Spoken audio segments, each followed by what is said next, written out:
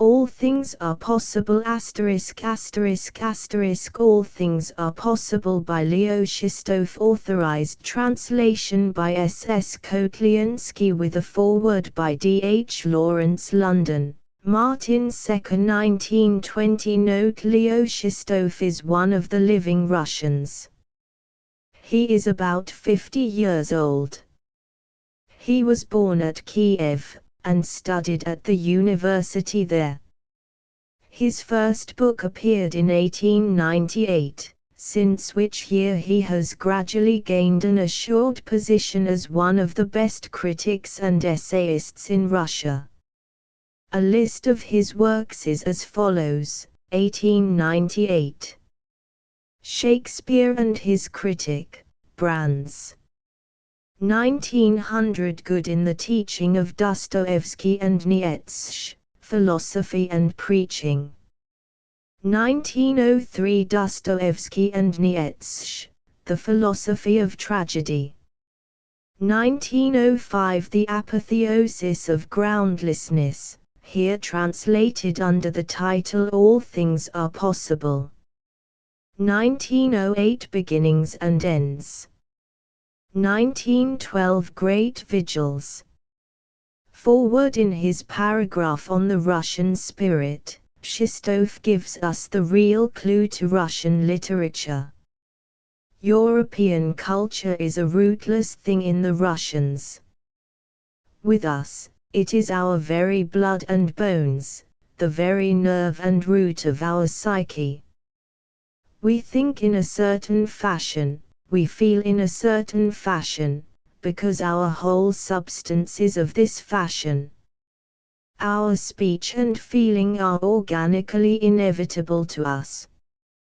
With the Russians it is different. They have only been inoculated with the virus of European culture and ethic. The virus works in them like a disease. And the inflammation and irritation comes forth as literature. The bubbling and fizzing is almost chemical, not organic. It is an organism seething as it accepts and masters the strange virus. What the Russian is struggling with, crying out against, is not life itself. It is only European culture which has been introduced into his psyche, and which hurts him. The tragedy is not so much a real soul tragedy, as a surgical one. Russian art, Russian literature after all does not stand on the same footing as European or Greek or Egyptian art. It is not spontaneous utterance. It is not the flowering of a race. It is a surgical outcry, horrifying, or marvelous, lacerating at first, but when we get used to it, not really so profound, not really ultimate, a little extraneous.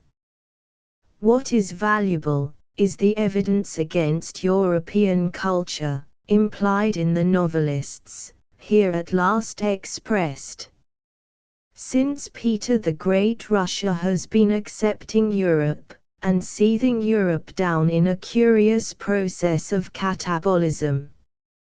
Russia has been expressing nothing inherently Russian. Russia's modern Christianity even was not Russian. Her genuine Christianity, Byzantine and Asiatic, is incomprehensible to us. So with her true philosophy. What she has actually uttered is her own unwilling, fantastic reproduction of European truths. What she has really to utter the coming centuries will hear. For Russia will certainly inherit the future. What we already call the greatness of Russia is only her prenatal struggling. It seems as if she had at last absorbed and overcome the virus of old Europe. Soon her new, healthy body will begin to act in its own reality, imitative no more, protesting no more, crying no more, but full and sound and lusty in itself. Real Russia is born. She will laugh at us before long. Meanwhile she goes through the last stages of reaction against us, kicking away from the old womb of Europe. In Shestov one of the last kicks is given. True, he seems to be only reactionary and destructive. But he can find a little amusement at last in tweaking the European nose, so he is fairly free. European idealism is anathema. But more than this, it is a little comical. We feel the new independence in his new, half-amused indifference. He is only tweaking the nose of European idealism. He is preaching nothing, so he protests time and again. He absolutely refutes any imputation of a central idea. He is so afraid lest it should turn out to be another hateful hedge stake of an ideal. Everything is possible, this is his really central cry. It is not nihilism. It is only a shaking free of the human psyche from old bonds. The positive central idea is that the human psyche, or soul, really believes in itself, and in nothing else. Dress this up in a little comely language, and we have a real new ideal, that will last us for a new, long epoch. The human soul itself is the source and wellhead of creative activity. In the unconscious human soul the creative prompting issues first into the universe. Open the consciousness to this prompting, away with all your old sluice gates, locks, dams, channels. No ideal on earth is anything more than an obstruction, in the end, to the creative issue of the spontaneous soul. Away with all ideals. Let each individual act spontaneously from the forever incalculable prompting of the creative wellhead within him. There is no universal law. Each being is, at his purest, a law unto himself, single, unique, a godhead, a fountain from the unknown. This is the ideal which Shestov refuses positively to state, because he is afraid it may prove in the end a trap to catch his own free spirit. So it may. But it is none the less a real, living ideal for the moment, the very salvation. When it becomes ancient, and like the old lion who lay in his cave and whined, devours all its servants, then it can be dispatched. Meanwhile it is a really liberating word. Shestov's style is puzzling at first. Having found the ands and buts and because and their force hampered him, he clips them all off deliberately and even spitefully, so that his thought is like a man with no buttons on his clothes, ludicrously hitching along all undone. One must be amused, not irritated. Where the armholes were a bit tight, Shestov cuts a slit.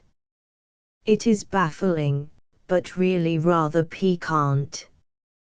The real conjunction, the real unification lies in the reader's own amusement, not in the author's unbroken logic. D. H. Lawrence. Partei zu fragmentarisch ist Welt und Leben. H. Heine. 1. The obscure streets of life do not offer the conveniences of the central thoroughfares, no electric light, no gas, not even a kerosene lamp bracket. There are no pavements, the traveler has to fumble his way in the dark. If he needs a light, he must wait for a thunderbolt, or else, primitive-wise, knock a spark out of a stone. In a glimpse will appear unfamiliar outlines, and then, what he has taken in he must try to remember, no matter whether the impression was right or false. For he will not easily get another light, except he run his head against a wall, and see sparks that way. What can a wretched pedestrian gather under such circumstances? How can we expect a clear account from him whose curiosity, let us suppose his curiosity so strong, led him to grope his way among the outskirts of life? Why should we try to compare his records with those of the travelers through brilliant streets? The law of sequence in natural phenomena seems so plausible, so obvious, that one is tempted to look for its origin, not in the realities of actual life, but in the promptings of the human mind. This law of sequence is the most mysterious of all the natural laws.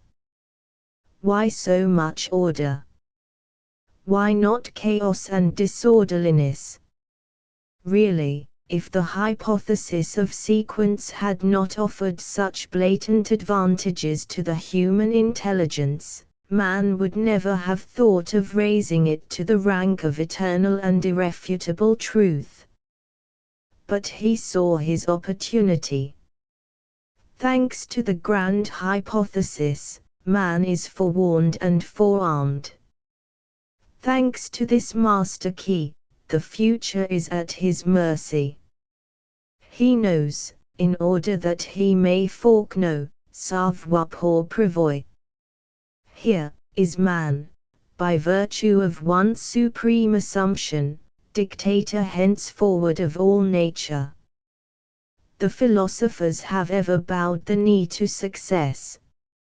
So down they went before the newly invented law of natural sequence. They hailed it with the title of eternal truth. But even this seemed insufficient. Elapitiviant en mangent. Like the old woman in the fairy tale about the golden fish, they had it in their minds that the fish should do their errands. But some few people at last could not stand this impudence. Some very few began to object. The comfortable settled man says to himself, how could one live without being sure of the morrow? How could one sleep without a roof over one's head? But misfortune turns him out of house and home. He must perforce sleep under a hedge. He cannot rest. He is full of terrors. There may be wild beasts, fellow tramps. But in the long run he gets used to it. He will trust himself to chance, live like a tramp, and sleep his sleep in a ditch.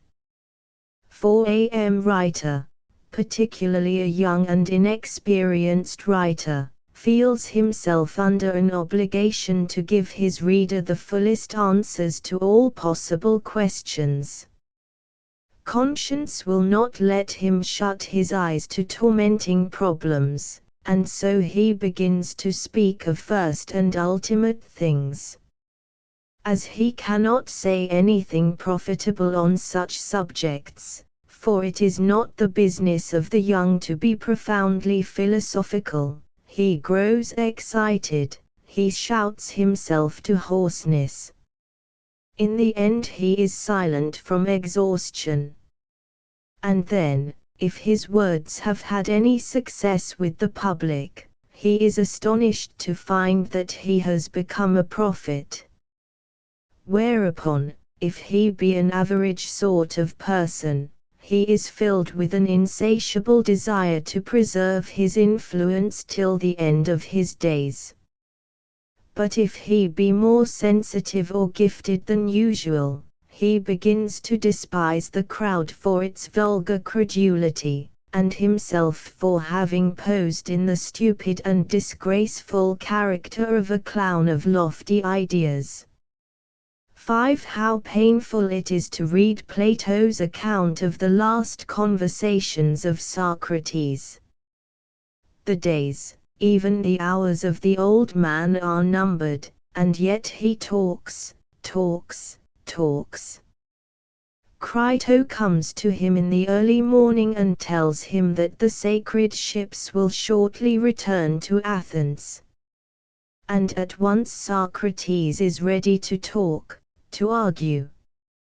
It is possible, of course, that Plato is not altogether to be trusted.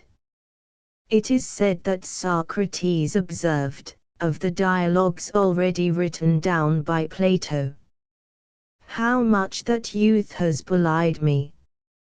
But then from all sources we have it, that Socrates spent the month following his verdict in incessant conversations with his pupils and friends.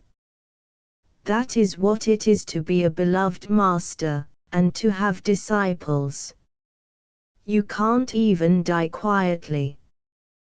The best death is really the one which is considered the worst, to die alone, in a foreign land, in a poor house, or, as they say, like a dog under a hedge.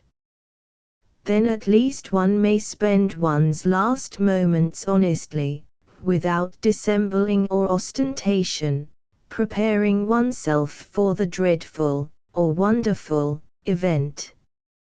Pascal, as his sister tells us, also talked a great deal before his death, and de Musset cried like a baby. Perhaps Socrates and Pascal talked so much, for fear they should start crying. It is a false shame. 6. The fact that some ideas, or some series of ideas, are materially unprofitable to mankind cannot serve as a justification for their rejection. Once an idea is there, the gates must be opened to it. For if you close the gates, the thought will force a way in, or, like the fly in the fable, will sneak through unawares. Ideas have no regard for our laws of honor or morality. Take for example realism in literature. At its appearance it aroused universal indignation. Why need we know the dirt of life? And honestly, there is no need. Realism could give no straightforward justification for itself. But, as it had to come through, it was ready with a lie. It compared itself to pathology, called itself useful, beneficial, and so obtained a place. We can all see now that realism is not beneficial, but harmful, very harmful, and that it has nothing in common with pathology. Nevertheless, it is no longer easy to drive it from its place. The prohibition evaded, there is now the justus titulus possessions. 7. Count Tolstoy preached inaction. It seems he had no need. We enact remarkably.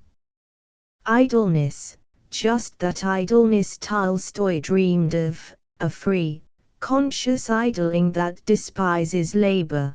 This is one of the chief characteristics of our time. Of course I speak of the higher, cultured classes, the aristocracy of spirit. We write books, paint pictures, compose symphonies, but is that labor?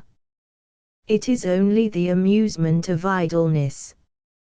So that Tolstoy is much more to the point when, forgetting his preaching of inaction, he bids us trudge 8 hours a day at the tail of the plough.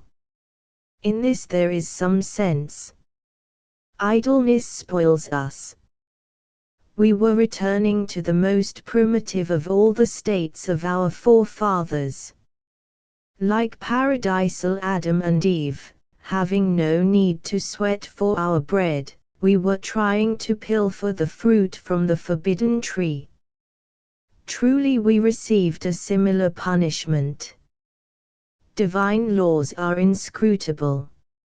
In paradise everything is permitted, except curiosity. Even labor is allowed, though it is not obligatory, as it is outside. Tolstoy realized the dangers of the paradisal state. He stooped to talk of inaction for a moment, and then he began to work. Since in regular, smooth, constant, rhythmical labor, whether it is efficient or whether it merely appears efficient, like Tolstoy's farming, there is peace of mind. Look at the industrious Germans, who begin and who end their day with a prayer. In paradise, where there is no labor, and no need for long rest and heavy sleep, all temptations become dangerous. It is a peril to live there. Perhaps present-day people eschew the paradisal state. They prefer work, for where there is no work there is no smoothness, no regularity, no peacefulness, no satisfaction. In Eden, even the well-informed individuals cannot tell what will come next. Savoir prévoir does not answer, and everlasting laws are exposed to ridicule. Amongst ourselves also a few of the work abjurers, the idlers, are beginning to question our established knowledge. But the majority of men, and particularly Germans, still defend a priori judgments, on the ground that without these, perfect knowledge would be impossible. There could be no regulation of the course of natural phenomena, and no looking ahead. 8. To escape from the grasp of contemporary ruling ideas, one should study history. The lives of other men in other lands in other ages teach us to realize that our eternal laws and infallible ideas are just abortions. Take a step further, imagine mankind living elsewhere than on this earth, and all our terrestrial eternalities lose their charm. 9. We know nothing of the ultimate realities of our existence, nor shall we ever know anything. Let that be agreed. But it does not follow that therefore we must accept some or other dogmatic theory as a modus vivendi, no, not even positivism, which has such a skeptical face on it. It only follows that man is free to change his conception of the universe as often as he changes his boots or his gloves, and that constancy of principle belongs only to one's relationships with other people, in order that they may know where and to what extent they may depend on us. Therefore, on principle man should respect order in the external world and complete chaos in the inner. And for those who find it difficult to bear such a duality, some internal order might also be provided. Only, they should not pride themselves on it, but always remember that it is a sign of their weakness, pettiness, dullness. 10. The Pythagoreans assumed that the sun is motionless and that the earth turns round. What a long time the truth had to wait for recognition. 11. In spite of Epicurus and his exasperation we are forced to admit that anything whatsoever may result from anything whatsoever. Which does not mean, however, that a stone ever turned into bread, or that our visible universe was ever naturally formed from nebulous puffs. but from our own minds and our own experience we can deduce nothing that would serve us as a ground for setting even the smallest limit to nature's own arbitrary behavior. If whatever happens now had chanced to happen quite differently, it would not, therefore, have seemed any the less natural to us. In other words, although there may be an element of inevitability in our human judgments concerning the natural phenomena, we have never been able and probably never shall be able to separate the grain of inevitable from the chaff of accidental and casual truth. Moreover, we do not even know which is more essential and important, the inevitable or the casual. Hence we are forced to the conclusion that philosophy must give up her attempt at finding the veritates aeternae. The business of philosophy is to teach man to live in uncertainty, man who is supremely afraid of uncertainty, and who is forever hiding himself behind this or the other dogma. More briefly, the business of philosophy is not to reassure people, but to upset them. 12. When man finds in himself a certain defect, of which he can by no means rid himself, there remains but to accept the so-called failing as a natural quality. The more grave and important the defect, the more urgent is the need to ennoble it. From sublime to ridiculous is only one step, and an ineradicable vice in strong men is always rechristened a virtue. 13. On the whole, there is little to choose between metaphysics and positivism. In each there is the same horizon, but the composition and coloring are different. Positivism chooses gray, colorless paint and ordinary composition. Metaphysics prefers brilliant coloring and complicated design, and always carries the vision away into the infinite, in which trick it often succeeds, owing to its skill in perspective. But the canvas is impervious, there is no melting through it into the other world. Nevertheless, skillful perspectives are very alluring, so that metaphysicians will still have something to quarrel about with the positivists. 14. The task of a writer, to go forward and share his impressions with his reader. In spite of everything to the contrary, he is not obliged to prove anything.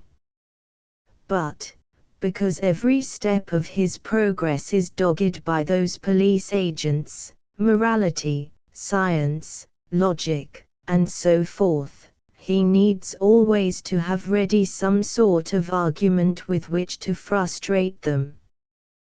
There is no necessity to trouble too deeply about the quality of the argumentation. Why fret about being inwardly right? It is quite enough if the reasoning which comes handiest will succeed in occupying those guardians of the verbal highways whose intention it is to obstruct his passage. 15. The secret of Pushkin's inner harmony.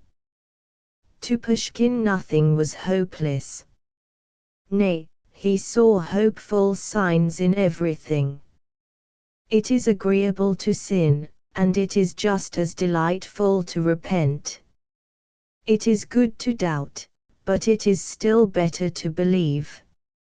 It is jolly with feet shod in steel to skate the ice, it is pleasant to wander about with gypsies, to pray in church, to quarrel with a friend, to make peace with an enemy, to swoon on waves of harmony, to weep over a passing fancy, to recall the past, to peep into the future. Pushkin could cry hot tears, and he who can weep can hope. I want to live, so that I may think and suffer, he says, and it seems as if the word to suffer, which is so beautiful in the poem, just fell in accidentally, because there was no better rhyme in Russian for to die. The later verses, which are intended to amplify to think and to suffer, prove this. Pushkin might repeat the words of the ancient hero, "Danger is dangerous to others, but not to me." Therein lies the secret of his harmonious moods. 16. The well-trodden field of contemporary thought should be dug up. Therefore, on every possible occasion, in season and out, the generally accepted truths must be ridiculed to death, and paradoxes uttered in their place. Then we shall see. 17. What is a Weltanschauung, a world conception, a philosophy? As we all know, Turgenev was a realist, and from the first he tried to portray life truthfully. Although we had no precise exponents of realism, yet after Pushkin it was impossible for a Russian writer to depart too far from actuality. Even those who did not know what to do with real life had to cope with it as best they could. Hence, in order that the picture of life should not prove too depressing, the writer must provide himself in due season with a philosophy. This philosophy still plays the part of the magic wand in literature, enabling the author to turn anything he likes into anything else. Most of Turgenev's works are curious in respect of philosophy. But most curious is his Diary of a Superfluous Man. Turgenev was the first to introduce the term a superfluous man into Russian literature. Since then an endless amount has been written about superfluous people, although up till now nothing important has been added to what was already said 50 years ago. There are superfluous people, plenty of them. But what is to be done with them? No one knows. There remains only to invent philosophies on their behalf. In 1850 Turgenev, then a young man, thus solved the problem. He ends the diary with a humorous postscript, supposed to have been scribbled by an impertinent reader on the last flyleaf of the MS. This MS was ready and contents thereof disapproved, by Peter Zudotcheshin. MMMM. Dear Sir, Peter Zudotcheshin, my dear Sir. It is obvious Turgenev felt that after a tragedy must follow a farce, and therein lies the substance of his philosophy. It is also obvious that in this feeling he has the whole of European civilization behind him. Turgenev was the most educated, the most cultured of all Russian writers. He spent nearly all his life abroad, and absorbed into himself all that European learning could offer. He knew this, although he never directly admitted it, owing to an exaggerated modesty which sometimes irritates us by its obviousness. He believed profoundly that only learning, only European science could open men's eyes to life, and explain all that needed explanation. According to this belief he judges even Tolstoy. The saddest instance of the lack of real freedom the 60-year-old Turgenev writes of War and Peace, in his literary memoirs. The saddest instance of the lack of real freedom, arising from the lack of real knowledge, is revealed to us in Leo Tolstoy's latest work, a work which at the same time, by virtue of its creative, poetic force, ranks almost first among all that has appeared in Russian literature since 1840. No. Without culture, without freedom in the widest sense, freedom within oneself, freedom from preconceived ideas, freedom with regard to one's own nation and history, without this, the real artist is unthinkable. Without this free air he cannot breathe. Listening to Turgenev, one might imagine that he had learned some great secret in the West, a secret which gave him the right to bear himself cheerfully and modestly when other people despaired and lost their heads. A year after the writing of the literary memoirs above quoted, Turgenev happened to be present at the execution of the notorious murderer, Troppmann. His impressions are superbly rendered in a long article called Troppmann's Execution. The description produces a soul-shaking effect upon the reader, for I think I shall not exaggerate if I say that the essay is one of the best, at least one of the most vigorous of Turgenev's writings. It is true that Tolstoy describes scenes of slaughter with no less vigor, and therefore the reader need not yield too much to the artist's power. Yet when Turgenev relates that, at the decisive moment, when the executioners like spiders on a fly threw themselves on Troppmann and bore him to the ground, the earth quietly swam away from under my feet, we are forced to believe him.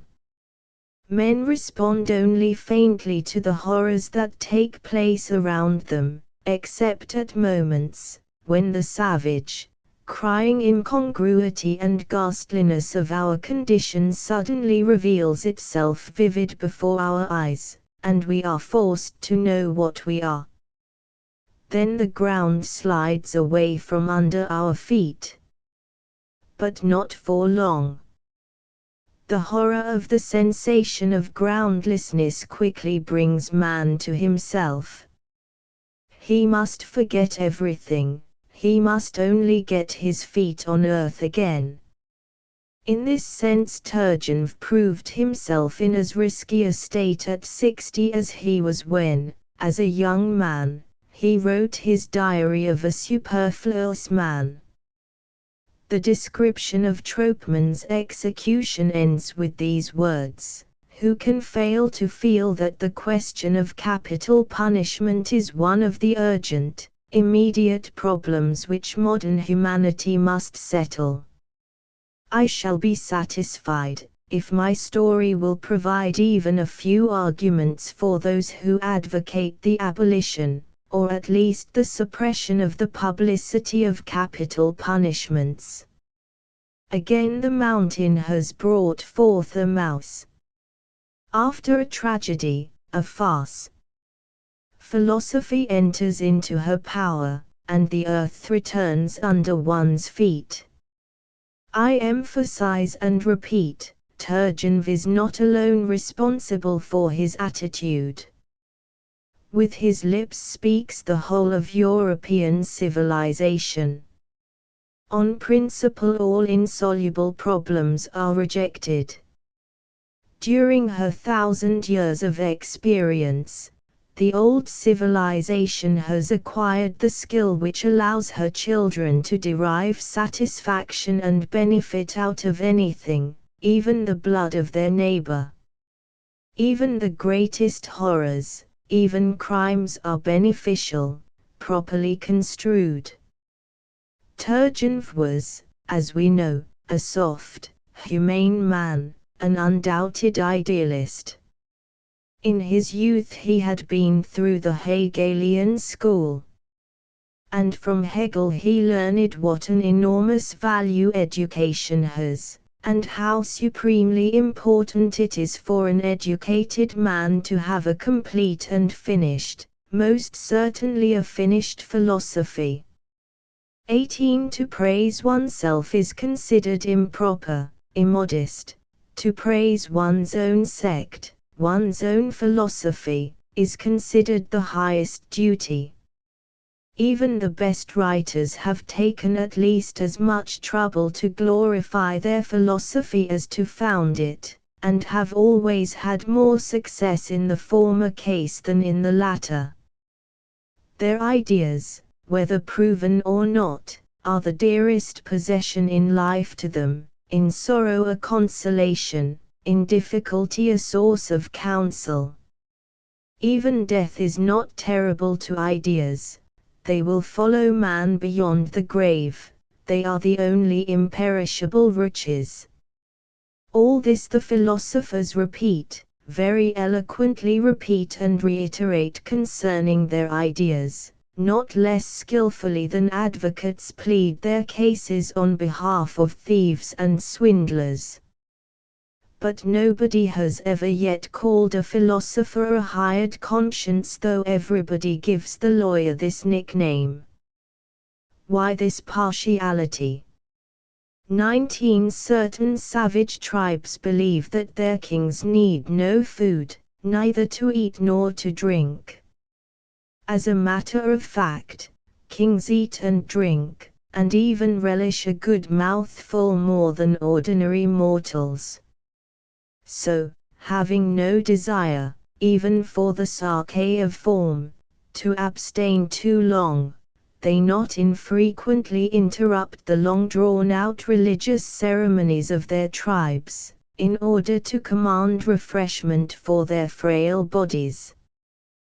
But none must witness, or even be aware of this refreshing, and so while he eats the king is hidden within a purple pall. Metaphysicians remind one of these savage kings. They want everyone to believe that empiricism, which means all reality and substantial existence, is nothing to them.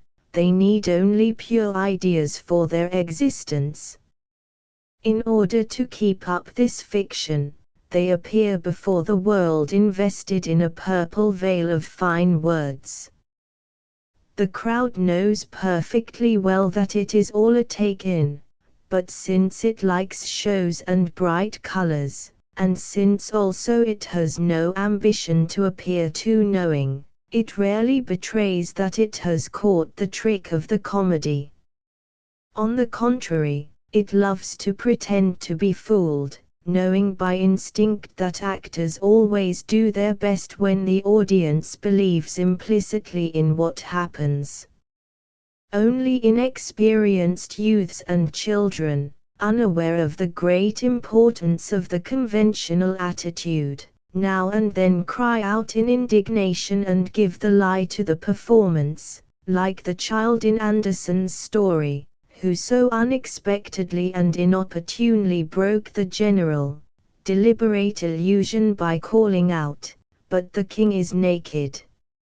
Of course everybody knows without telling that the king is naked, that the metaphysicians not only are unable to explain anything, but that hitherto they have not been able to present even a single hypothesis free from contradiction. It is necessary to pretend to believe that kings eat nothing, that philosophers have divined the secrets of the universe, that arbitrary theories are more precious than empirical harvests, and so on. There remains only one difficulty: grown-ups may be won over to the conventional lie, but what about the children? With them the only remedy is the Pythagorean system of upbringing, so glorified by Hegel. Children must keep silent and not raise their voice until they realize that some things may not be talked about. This is our method. With us pupils remain silent, not only for 5 years, as the Pythagoreans recommended, but for 10 or more, until they have learned to speak like their masters. And then they are granted a freedom which is no longer any good to them.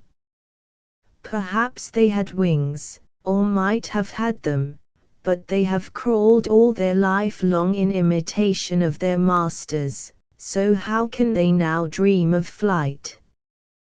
To a well-informed man, who has studied much, the very thought of the possibility of tearing himself away from the earth, even for a moment, is horrifying, as if he knew beforehand what the result would be.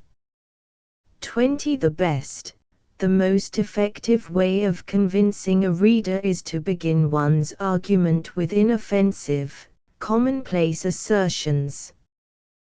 When suspicion has been sufficiently lulled, and a certainty has been begun that what follows will be a confirmation of the reader's own accepted views, then has the moment arrived to speak one's mind openly, but still in the same easy tone, as if there were no break in the flow of truisms. The logical connection is unimportant. Consequence of manner and intonation is much more impressive than consequence of ideas.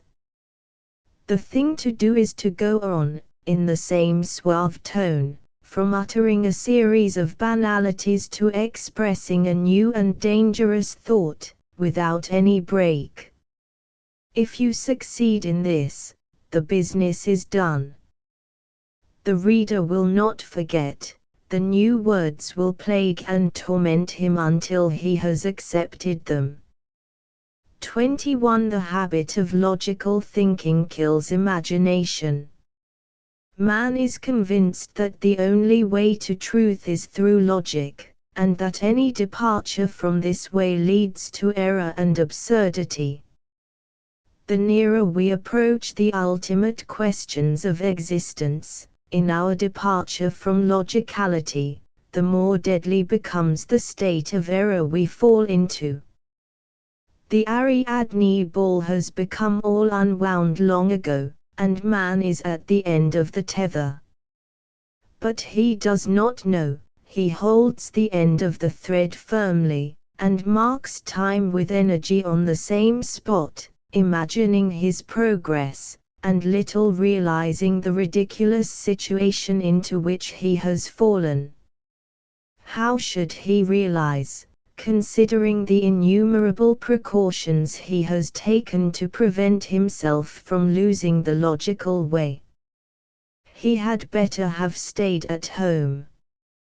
Once he set out, once he decided to be a Theseus and kill the Minotaur, he should have given himself up, forfeited the old attachment, and been ready never to escape from the labyrinth. True, he would have risked losing Ariadne, and this is why long journeys should be undertaken only after family connections have become a burden. Such being the case, a man deliberately cuts the thread which binds him to hearth and home, so that he may have a legitimate excuse to his conscience for not going back. Philosophy must have nothing in common with logic. Philosophy is an art which aims at breaking the logical continuity of argument and bringing man out on the shoreless sea of imagination, the fantastic tides where everything is equally possible and impossible. Certainly it is difficult, given sedentary habits of life, to be a good philosopher. The fact that the fate of philosophy has ever lain in the hands of professors can only be explained by the reluctance of the envious gods to give omniscience to mortals. Whilst stay-at-home persons are searching for truth, the apple will stay on the tree. The business must be undertaken by homeless adventurers, born nomads, to whom you be bene patria. It seems to me that but for his family and his domesticity, Count Tolstoy, who lives to such a ripe old age, might have told us a great many important and interesting things. Or, perhaps, had he not married, like Nietzsche, he would have gone mad. If you turn to the right, you will marry, if to the left, you will be killed. A true philosopher never chooses the middle course. He needs no riches, he does not know what to do with money. But whether he turns to the right or to the left, nothing pleasant awaits him. 22 Scratch a Russian and you will find a Tatar. Culture is an age-long development, and sudden grafting of it upon a race rarely succeeds. To us in Russia, civilization came suddenly, whilst we were still savages. At once she took upon herself the responsibilities of a tamer of wild animals, first working with decoys and baits, and later, when she felt her power, with threats. We quickly submitted. In a short time we were swallowing in enormous doses those poisons which Europe had been gradually accustoming herself to, gradually assimilating through centuries. Thanks to which, the transplanting of civilization into Russia turns out to be no mild affair. A Russian had only to catch a whiff of European atmosphere, and his head began to swim. He interpreted in his own way, savage-like, whatever he heard of Western success. Hearing about railways, agricultural machines, schools, municipalities, his imagination painted miracles, universal happiness, boundless freedom, paradise, wings, etc. And the more impossible his dreams, the more eager he was to believe them real. How disillusioned with Europe the Westerner Hurton became, after living for years on end abroad. Yet, with all his acuteness, it did not occur to him that Europe was not in the least to blame for his disillusionment. Europe had dropped miracles ages ago, she contented herself with ideals. It is we in Russia who will go on confusing miracles with ideals, as if the two were identical, whereas they have nothing to do with each other. As a matter of fact, just because Europe had ceased to believe in miracles, and realized that all human problems resolve down to mere arrangements here on earth, ideas and ideals had been invented. But the Russian bear crept out of his hole and strolled to Europe for the elixir of life, the flying carpet, the 7-leagued shoes, and so on, thinking in all his knived that railways and electricity were signs which clearly proved that the old nurse never told a lie in her fairy tales. All this happened just at the moment when Europe had finally made away with alchemy and astrology, and started on the positive researches resulting in chemistry and astronomy. 23 The first assumption of all metaphysics is, that by dialectic development of any concept a whole system can be evolved. Of course the initial concept, the a priori, is generally unsound, so there is no need to mention the deductions. But since it is very difficult in the realm of abstract thought to distinguish a lie from truth, metaphysical systems often have a very convincing appearance. The chief defect only appears incidentally, when the taste for dialectic play becomes blunted in man, as it did in Turgenev towards the end of his life, so that he realizes the uselessness of philosophical systems. It is related that a famous mathematician, after hearing a musical symphony to the end, inquired, "What does it prove?" Of course, it proves nothing, except that the mathematician had no taste for music.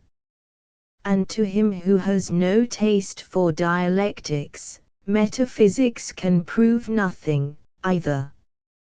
Therefore, those who are interested in the success of metaphysics must always encourage the opinion that a taste for dialectics is a high distinction in a man, proving the loftiness of his soul. 24 Man is used to having convictions, so there we are. We can none of us do without our hangers-on, though we despise them at the bottom of our souls. 25 Socrates and Plato tried to determine under the shifting change of appearance the immutable, unchanging reality. In the Platonic ideas the attempt was incarnated.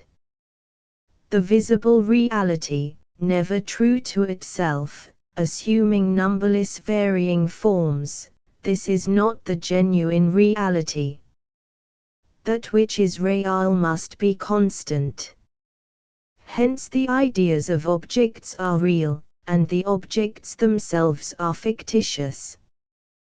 Thus the root of the Platonic philosophy appears to be a fundamental defect in human reasoning, a defect regarded as the highest merit.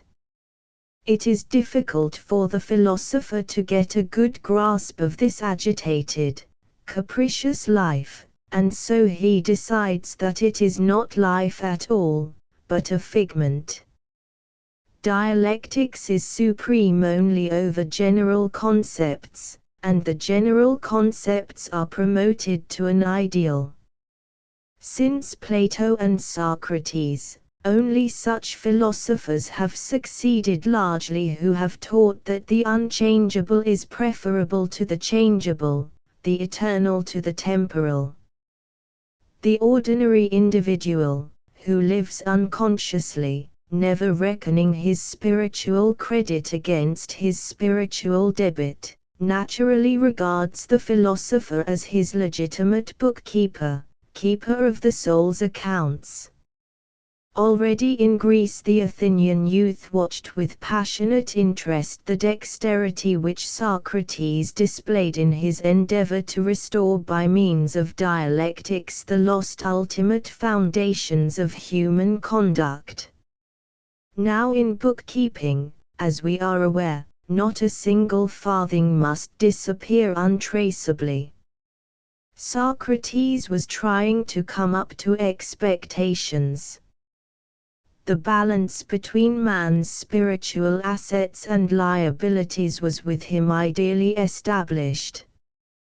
Perhaps in this lies the secret of that strange attraction he exerted even over such volatile and unsteady natures as that of Alcibiades, drawing the young men to him so that they were attached to him with all their soul. Alcibiades had long since lost all count of his spiritual estate, and therefore from time to time he had need to recourse to Socrates, who by speeches and dissertations could bring order into chaos and harmony into the spiritual confusion of his young friend. Alcibiades turned to Socrates to be relieved. Of course, he sought relief in order that he might begin again his riotous living. Rest is so sweet to a tired man. But to conclude that because Alcibiades exhausted himself, and because rest is sweet, therefore all men must rest, this is absurd. Yet Socrates dictated this conclusion, in all his ideas. He wished that all men should rest through eternity, that they should see their highest fulfillment in this resting. It is easier to judge of Socrates since we have Count Tolstoy with us. Probably the physiognomist Topper would say of Tolstoy as he said of Socrates, that there are many evil propensities lurking in him. Topper is not here to speak, but Tolstoy has told us himself how wicked he found his own nature, how he had to struggle with it. Tolstoy is not naturally over-courageous, by long effort he has trained himself to be bold. How afraid of death he was in his youth, and how cleverly he could conceal that fear. Later on, in mature age, it was still the fear of death which inspired him to write his confession. He was conquering that fear, and with it all other fears.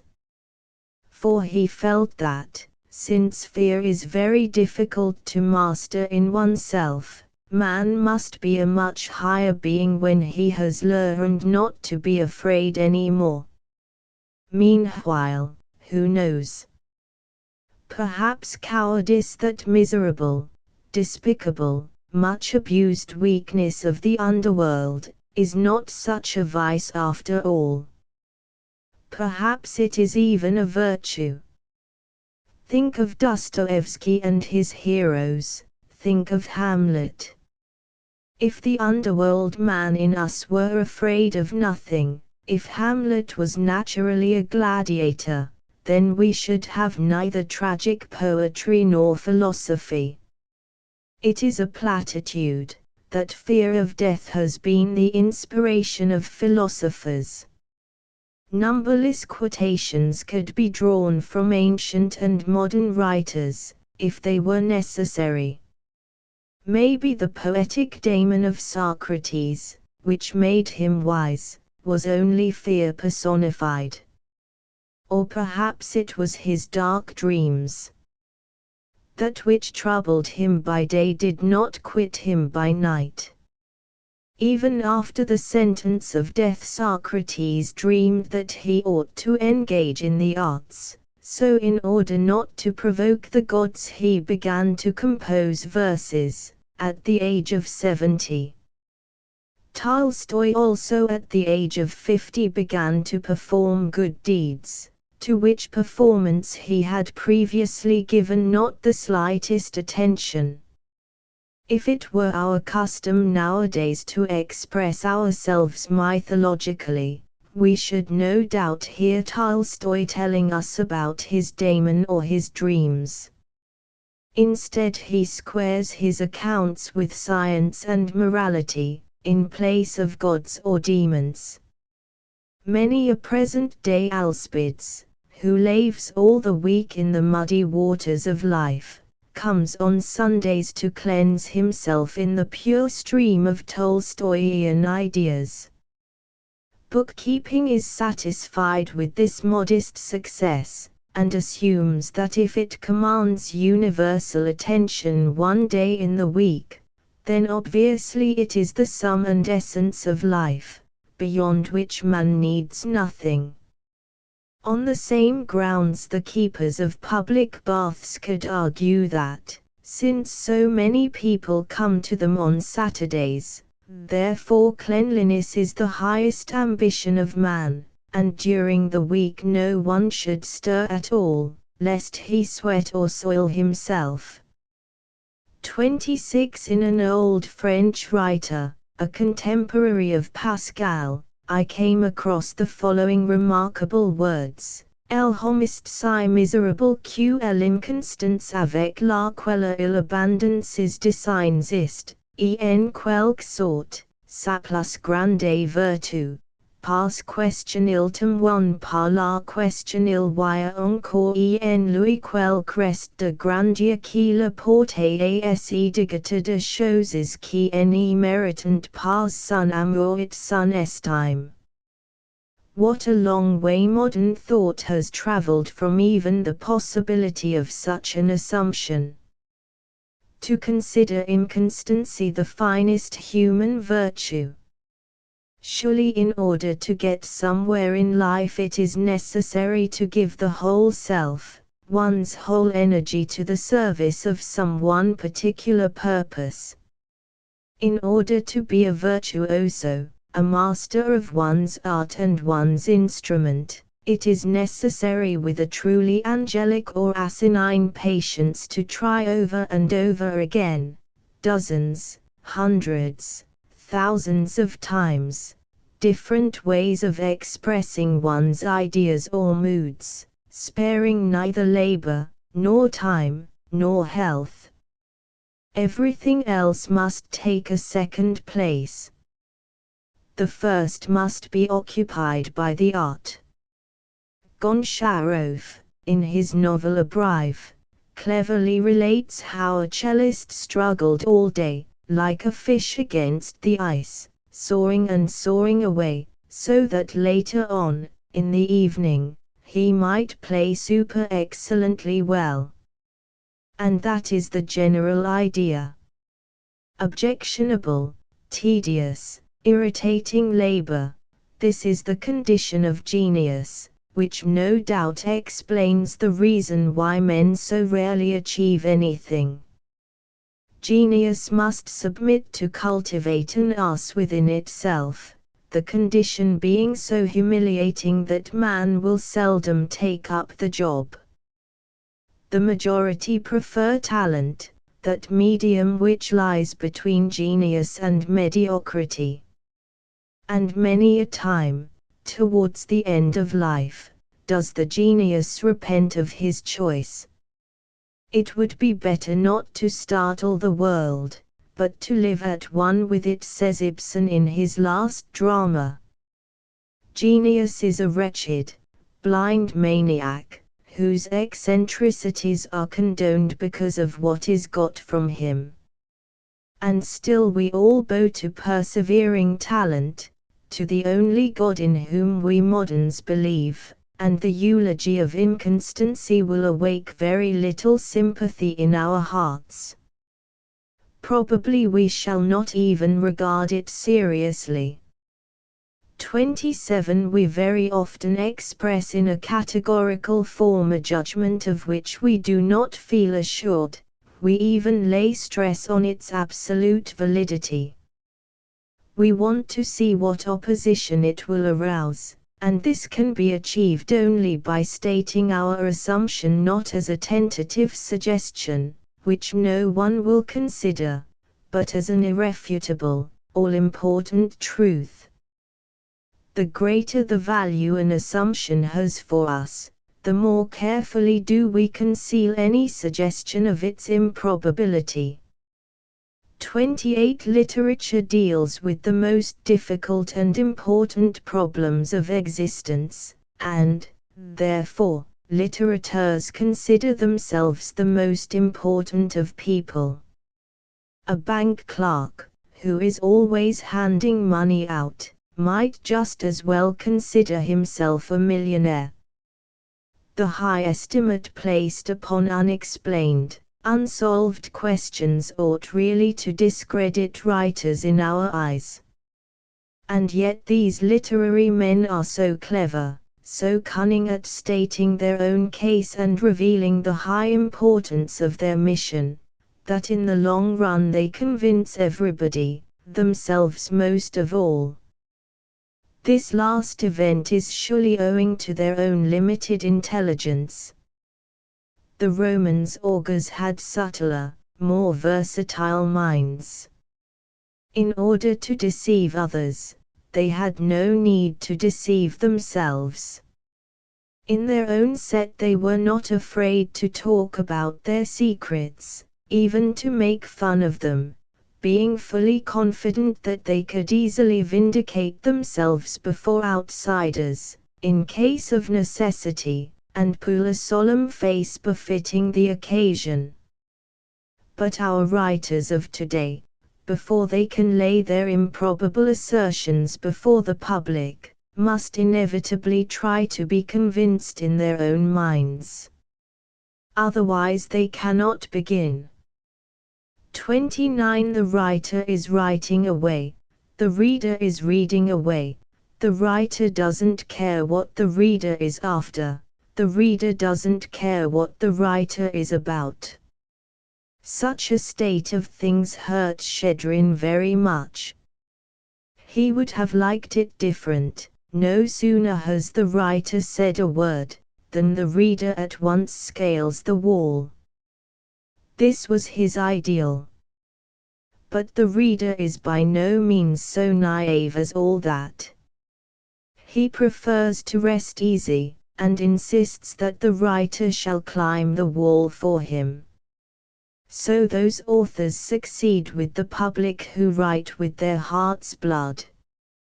Conventional tournaments, even the most brilliant, do not attract the masses any more than the connoisseurs. People rush to see a fight of gladiators, where awaits them a scent of real, hot, smoking blood, where they are going to see real, not pretended victims. Thus many writers, like gladiators, shed their blood to gratify that modern Caesar, the mob. Salve, Caesar, mortuary te salutant. 30 Anton Chekhov tells the truth neither out of love or respect for the truth, nor yet because, in the Kantian manner, a high duty bids him never to tell a lie, even to escape death. Neither has he the impulse which so often pushes young and fiery souls into rashness, that desire to stand erect, to keep the head high. On the contrary, Chekhov always walks with a stoop, his head bent down, never fixing his eyes on the heavens, since he will read no signs there. If he tells the truth, it is because the most reeking lie no longer intoxicates him, even though he swallow it not in the modest doses that idealism offers, but in immoderate quantities, 1,000-gallon barrel gulps. He would taste the bitterness, but it would not make his head turn, as it does Schiller's, or Dostoevsky's, or even Socrates, whose head, as we know, could stand any quantity of wine, but went spinning with the most commonplace lie. 31 Noblesse oblige. The moment of obligation, compulsion, duty, that moment described by Kant as the essential, almost the only predicate of moral concepts, serves chiefly to indicate that Kant was modest in himself and in his attitude towards all whom he addressed, perceiving in all men beings subject to the ennobling effect of morality. Noblesse oblige is a motto not for the aristocracy, which recognizes in its privileges its own instant duties, but for the self-made, wealthy parvenus who pant for an illustrious title. They have been accustomed to telling lies, to playing poltroon, swindling, and meanness, and the necessity for speaking the truth impartially, for bravely facing danger, for freely giving of their fortunes scares them beyond measure. Therefore it is necessary that they should repeat it to themselves and to their children, in whose veins the lying, sneaking blood still runs, hourly, lest they forget. You must not tell lies, you must be open, magnanimous. It is silly, it is incomprehensible, but noblesse oblige. 32 Homo homini lupus is one of the most steadfast maxims of eternal morality. In each of our neighbors we fear a wolf. This fellow is evil-minded, if he is not restrained by law he will ruin us, so we think every time a man gets out of the rut of sanctified tradition. The fear is just. We are so poor, so weak, so easily ruined and destroyed.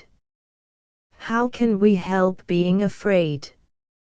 And yet, behind danger and menace there is usually hidden something significant, which merits our close and sympathetic attention. But fear's eyes are big. We see danger, danger only. We build up a fabric of morality inside which as in a fortress we sit out of danger all our lives. Only poets have undertaken to praise dangerous people, Don Juans, Fausts, Tanozas. But nobody takes the poets seriously. Common sense values a commercial traveler or a Don much more highly than a Byron, a Goethe, or a Molière. 33. The possibilities which open out before mankind are sufficiently limited. It is impossible to see everything, impossible to know everything, impossible to rise too high above the earth, impossible to penetrate too deeply down.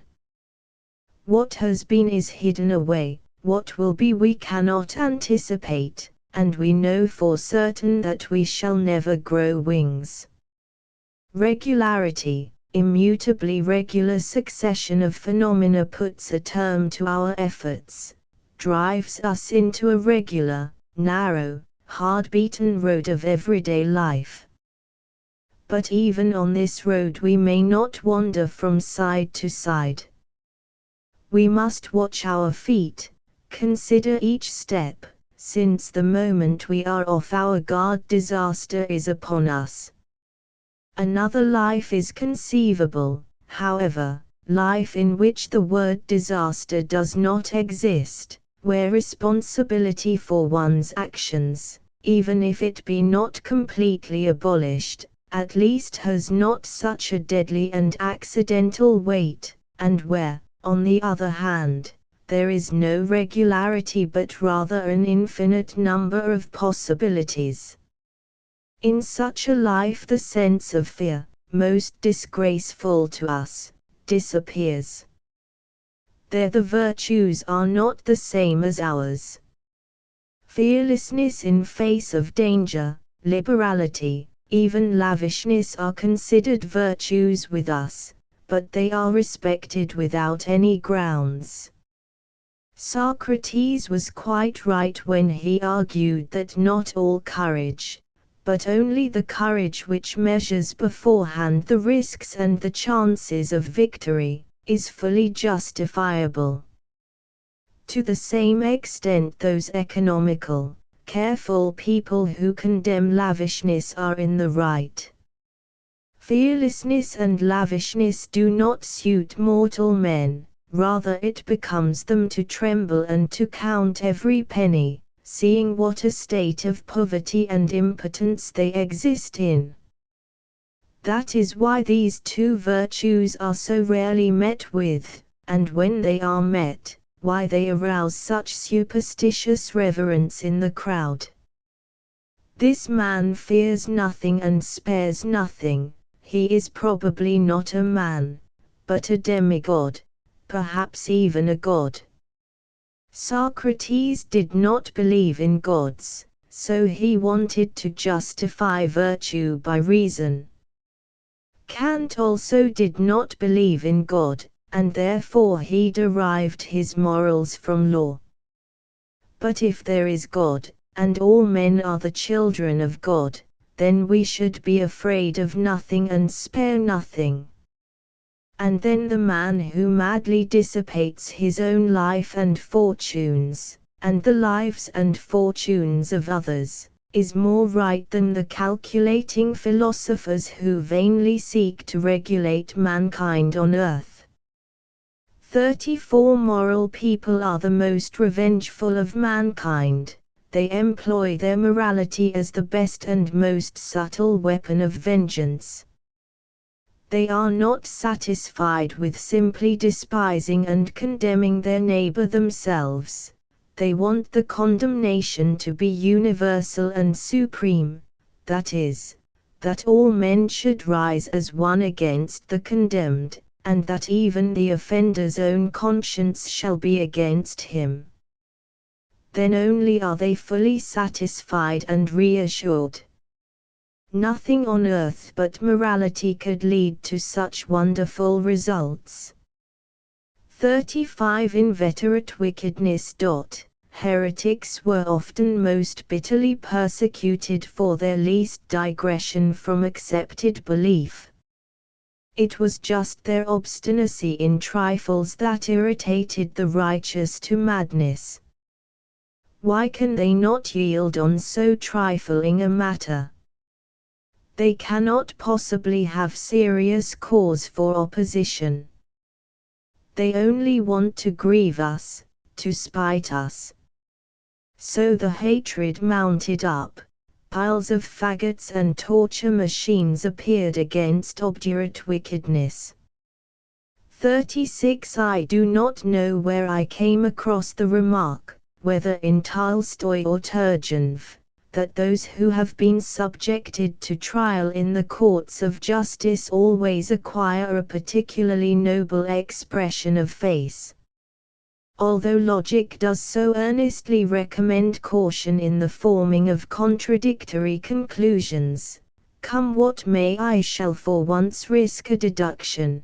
A noble expression of face is a sign that a man has been under trial, but certainly not a trial for political crime, for theft or bribe-taking. 37 The most important and significant revelations come into the world naked, without a wordy garment. To find words for them is a delicate, difficult business, a whole art.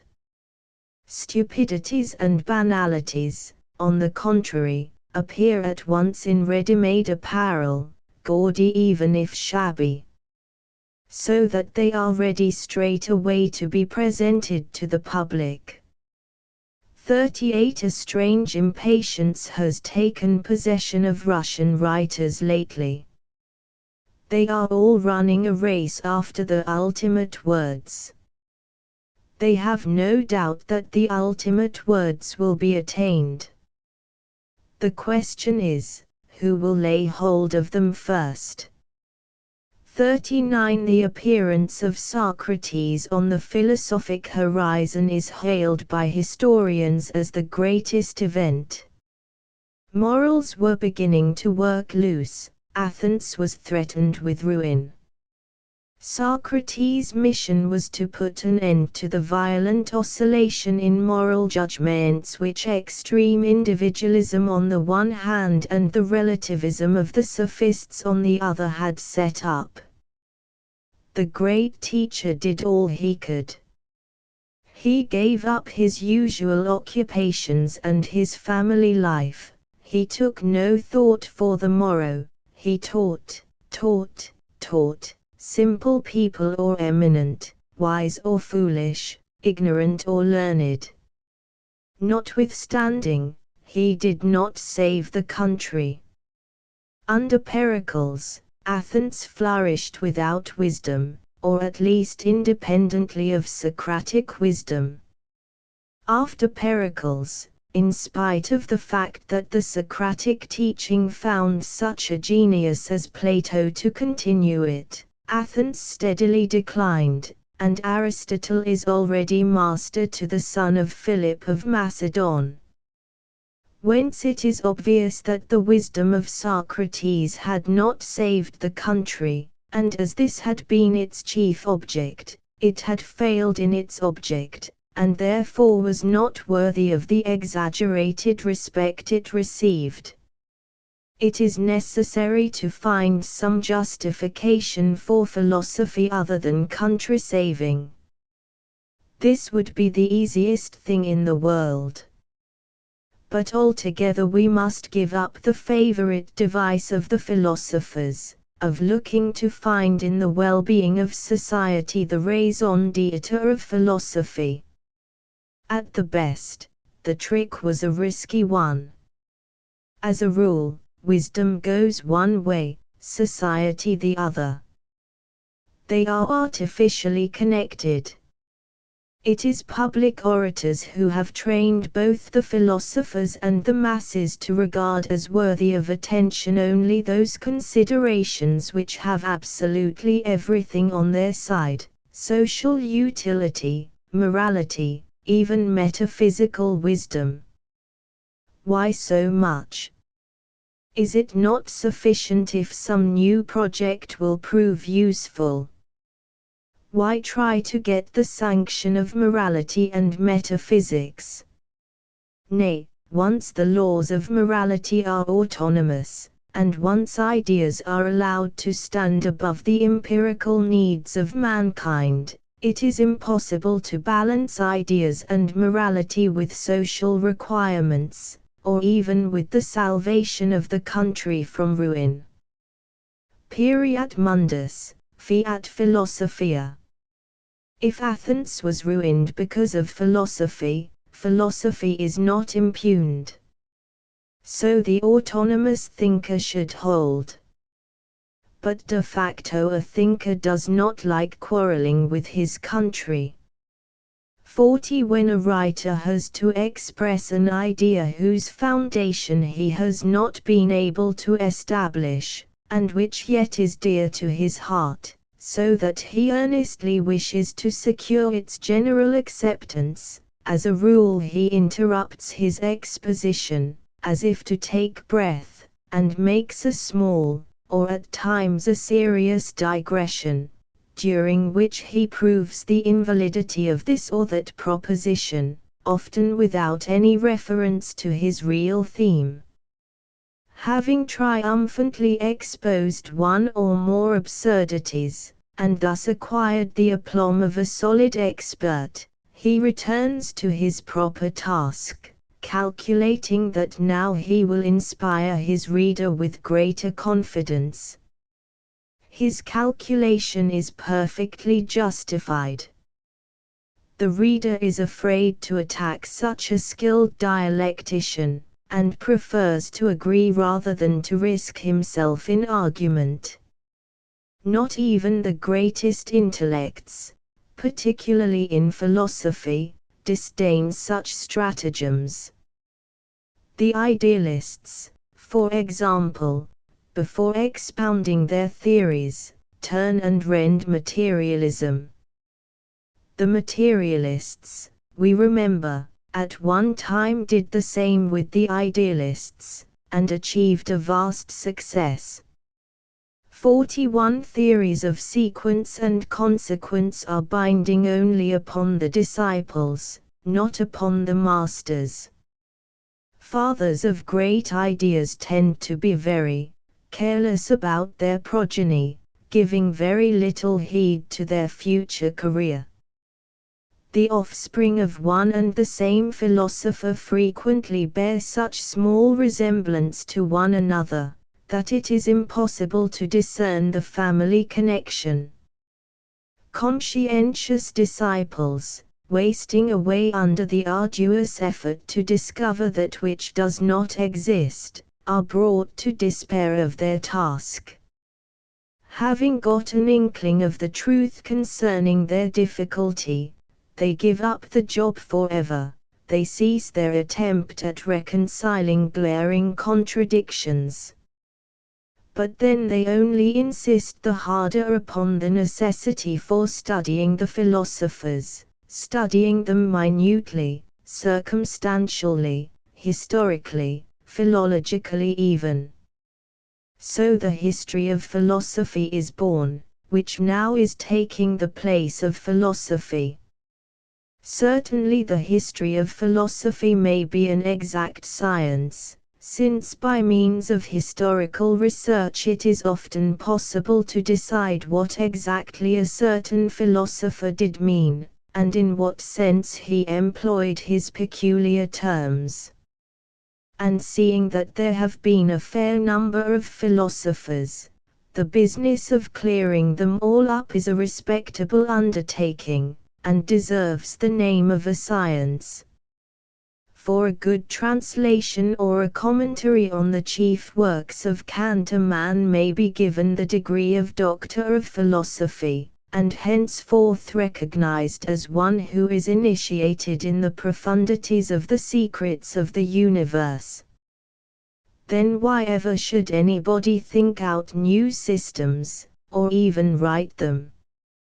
42. The raptures of creative activity, empty words, invented by men who never had an opportunity of judging from their own experience, but who derive their conclusions syllogistically. If a creation gives us such delight, what must the Creator himself experience? Usually the Creator feels only vexations. Every creation is created out of the void. At the best, the maker finds himself confronted with a formless, meaningless, usually obstinate and stiff matter, which yields reluctantly to form. And he does not know how to begin. Every time a new thought is gendered, so often must that new thought, which for the moment seems so brilliant and fascinating, be thrown aside as worthless. Creative activity is a continual progression from failure to failure, and the condition of the creator is usually one of uncertainty, mistrust, and shattered nerves. The more serious and original the task which a man sets himself, the more tormenting is the self-misgiving. For this reason even men of genius cannot keep up the creative activity to the last. As soon as they have acquired their technique, they begin to repeat themselves, well aware that the public willingly endures the monotony of a favorite, even finds virtue in it. Every connoisseur of art is satisfied if he recognizes in a new work the accepted manner of the artist. Few realize that the acquiring of a manner is the beginning of the end. Artists realize well enough, and would be glad to be rid of their manner, which seems to them a hackneyed affair. But this requires too great a strain on their powers, new torments, doubts, new groping. He who has once been through the creative raptures is not easily tempted to try again. He prefers to turn out work according to the pattern he has evolved, calmly and securely, assured of his results. Fortunately, no one except himself knows that he is not any longer a creator. What a lot of secrets there are in the world, and how easy it is to keep one's secret safe from indiscreet glances. 43. A writer works himself up to a pitch of ecstasy, otherwise he does not take up his pen.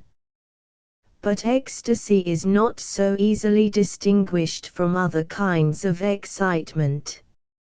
And as a writer is always in haste to write, he has rarely the patience to wait, but at the first promptings of animation begins to pour himself forth. So in the name of ecstasy we are offered such quantities of banal, by no means ecstatic effusions. Particularly easy it is to confound with ecstasy that very common sort of springtime liveliness which in our language is well named calf rapture. And calf rapture is much more acceptable to the public than true inspiration or genuine transport. It is easier, more familiar. 44. A school axiom. Logical skepticism refutes itself, since the denial of the possibility of positive knowledge is already an affirmation.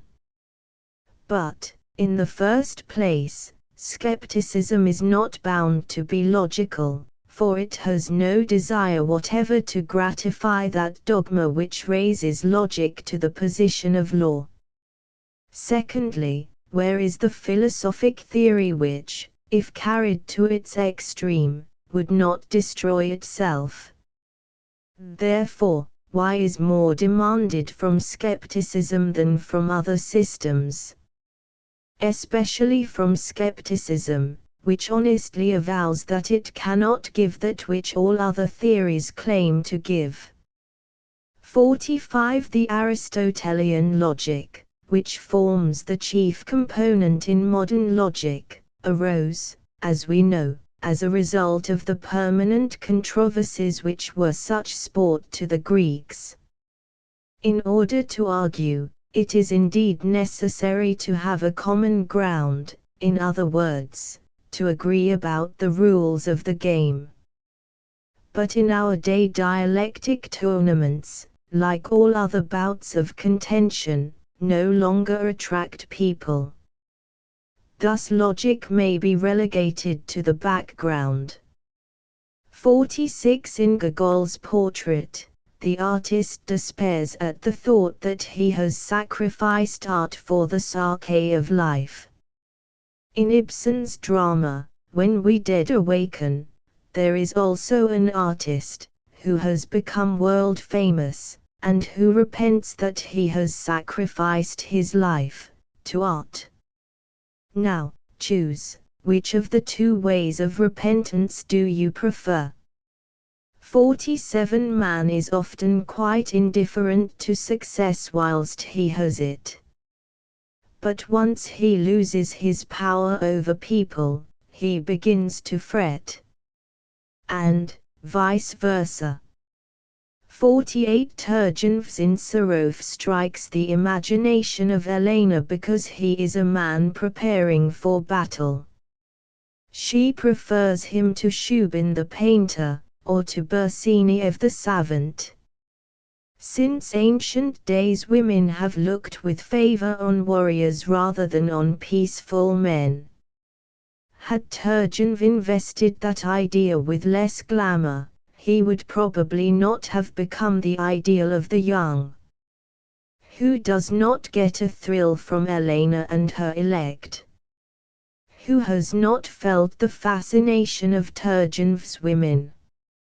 And yet all of them give themselves to the strong male.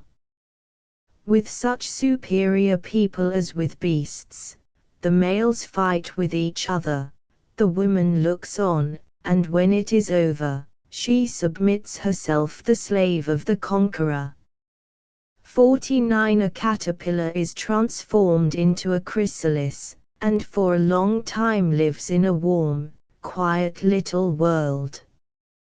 Perhaps if it had human consciousness it would declare that that world was the best, perhaps the only one possible to live in. But there comes a time when some unknown influence causes the little creature to begin the work of destruction. If other caterpillars could see it, how horrified they would be, revolted to the bottom of their soul by the awful work in which the insurgent is engaged. They would call it immoral, godless. They would begin to talk about pessimism, skepticism, and so on. To destroy what has cost such labor to construct. Why, what is wrong with this complete, cozy, comfortable little world? To keep it intact they call to their aid sacred morality and the idealistic theory of knowledge. Nobody cares that the caterpillar has grown wings, that when it has nibbled its old nest away it will fly out into space. Nobody gives a thought to this. Wings, that is mysticism, self-nibbling, this is actuality. Those who are engaged in such actuality deserve torture and execution. And there are plenty of prisons and voluntary hangmen on the bright earth. The majority of books are prisons, and great authors are not bad hangmen. 50. Nietzsche and Dostoevsky seem to be typical inverted simulators, if one may use the expression. They imitated spiritual sanity, although they were spiritually insane. They knew their morbidity well enough, but they exhibited their disease only to that extent where freakishness passes for originality. With the sensitiveness peculiar to all who are in constant danger, they never went beyond the limits. The axe of the guillotine of public opinion hung over them, one awkward move, and the execution automatically takes place. But they knew how to avoid unwarrantable moves. 51. The so-called ultimate questions troubled mankind in the world's dawn as badly as they trouble us now. Adam and Eve wanted to know and they plucked the fruit at their risk.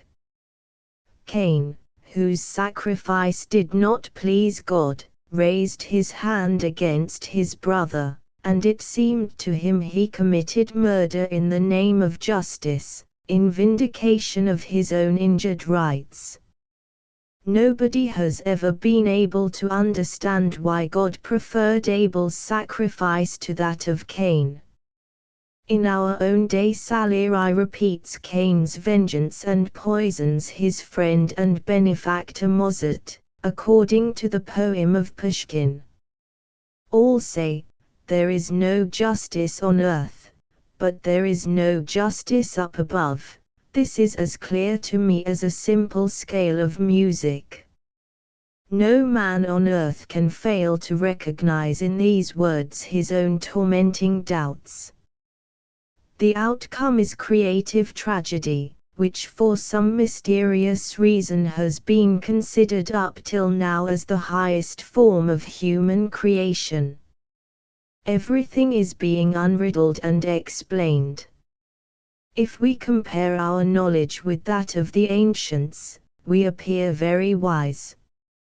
But we are no nearer to solving the riddle of eternal justice than Cain was.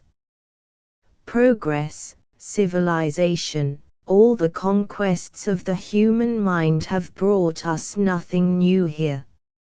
Like our ancestors, we stand still with fright and perplexity before ugliness, disease, misery, senility, death. All that the wise men have been able to do so far is to turn the earthly horrors into problems. We are told that perhaps all that is horrible only appears horrible, that perhaps at the end of the long journey something new awaits us. Perhaps. But the modern educated man, with the wisdom of all the centuries of mankind at his command, knows no more about it than the old singer who solved universal problems at his own risk. We, the children of a moribund civilization, we, old men from our birth, in this respect are as young as the first man. 52 They say it is impossible to set a bound between the I and society. Knived. Cruisers are to be found not only on desert islands. They are there, in populous cities. It is true they are not clad in skins, they have no dark Fridays in attendance, and so nobody recognizes them. But surely Friday and a fur jacket do not make a Crusoe. Loneliness, desertion, a boundless, shoreless sea, on which no sail has risen for tens of years. Do not many of our contemporaries live in such a circumstance? And are they not cruisers, to whom the rest of people have become a vague reminiscence, barely distinguishable from a dream? 53 To be irremediably unhappy, this is shameful. An irremediably unhappy person is outside the laws of the earth. Any connection between him and society is severed finally. And since, sooner or later, every individual is doomed to irremediable unhappiness, the last word of philosophy is loneliness. 54 It is better to be an unhappy man than a happy pig. The utilitarians hoped by this golden bridge to get over the chasm which separates them from the promised land of the ideal. But psychology stepped in and rudely interrupted. There are no unhappy people, the unhappy ones are all pigs. Dostoevsky's philosopher of the underworld, Raskolnikov, also Hamlet, and such like, are not simply unhappy men whose fate might be esteemed, or even preferred before some happy fates, they are simply unhappy swine. and they themselves are principally aware of it. He that hath ears to hear, let him hear. 55. If you want people to envy you your sorrow or your shame, look as if you were proud of it. If you have only enough of the actor in you, rest assured, you will become the hero of the day. Since the parable of the Pharisee and the publican was uttered, what a lot of people who could not fulfill their sacred duties pretended to be publicans and sinners, and so aroused sympathy, even envy. 56. Philosophers dearly love to call their utterances truths, since in that guise they become binding upon us all. But each philosopher invents his own truths, which means that he asks his pupils to deceive themselves in the way he shows, but that he reserves for himself the option of deceiving himself in his own way. Why? Why not allow everyone to deceive himself just as he likes? 57. When Xanthip poured slops over Socrates, as he returned from his philosophical occupations, tradition says that he observed, "After a storm there is always rain." Would it not be more worthy, not of the philosopher, but of philosophy, to say, after one's philosophical exercise, one feels as if one had had slops emptied over one's head? And therefore Xanthip did but give outward expression to what had taken place in Socrates' soul. Symbols are not always beautiful. 58. From the notes of an underworld man, I read little, I write little, and, it seems to me, I think little. He who is ill-disposed towards me will say that this shows a great defect in my character. Perhaps he will call me lazy, an oblomouth, and will repeat the copybook maxim that idleness is the mother of all the vices. A friend, on the other hand, will say it is only a temporary state, that perhaps I am not quite well. In short, he will find random excuses for me, more with the idea of consoling me than of speaking the truth. But for my part, I say let us wait. If it turns out at the end of my life that I have done not less than others, why, then, it will mean that idleness may be a virtue. 59. Born, a contemporary of Heine, was very much offended when his enemies insisted on explaining his misanthropic outpourings as the result of a stomach and liver disease. It seemed to him much nobler and loftier to be indignant and angry because of the triumph of evil on earth, than because of the disorders of his own physical organs. Sentimentality apart, was he right? And is it really nobler? 60. A real writer disdains to repeat from hearsay events which he has not witnessed. It seems to him tedious and humiliating to tell in his own words like a schoolboy, things which he has fished out of another man's books.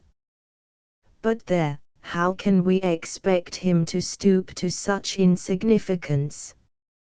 61. Whilst conscience stands between the educated and the lower classes, as the only possible mediator, there can be no hope for mutual understanding.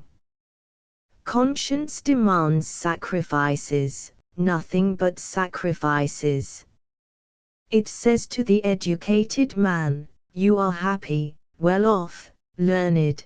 The people are poor, unhappy, ignorant. Renounce therefore your well-being, or else soothe your conscience with suave speeches." Only he who has nothing to sacrifice, nothing to lose, having lost everything, can hope to approach the people as an equal. This is why Dostoevsky and Nietzsche were not afraid to speak in their own name, and did not feel compelled either to stretch up or to stoop down in order to be on a level with men. 62 Not to know what you want is considered a shameful weakness. To confess it is to lose forever not only the reputation of a writer, but even of a man. Nonetheless, conscience demands such a confession. True, in this case as in most others, the demands of conscience are satisfied only when they incur no very dire consequences. Leaving aside the fact that people are no longer terrified of the once so terrible public opinion, the public has been tamed. It listens with reverence to what is told to it, and never dares judge. The admission "I do not know myself what I want" seems to offer a guarantee of something important. Those who know what they want generally want trifles, and attain to inglorious ends, riches, fame, or at the best, progress or a philosophy of their own.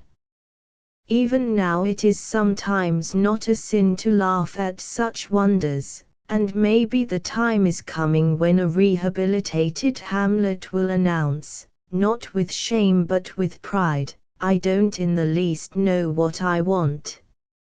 And the crowd will applaud him, for the crowd always applauds heroes and proud men. 63 Fear of death is explained conclusively by the desire for self-preservation. But at that rate the fear should disappear in old and sick people, who ought by nature to look with indifference on death. Whereas the horror of death is present in all living things. Does not this suggest that there is still some other reason for the dread, and that even where the pangs of horror cannot save a man from his end, still it is a necessary and purposeful anguish?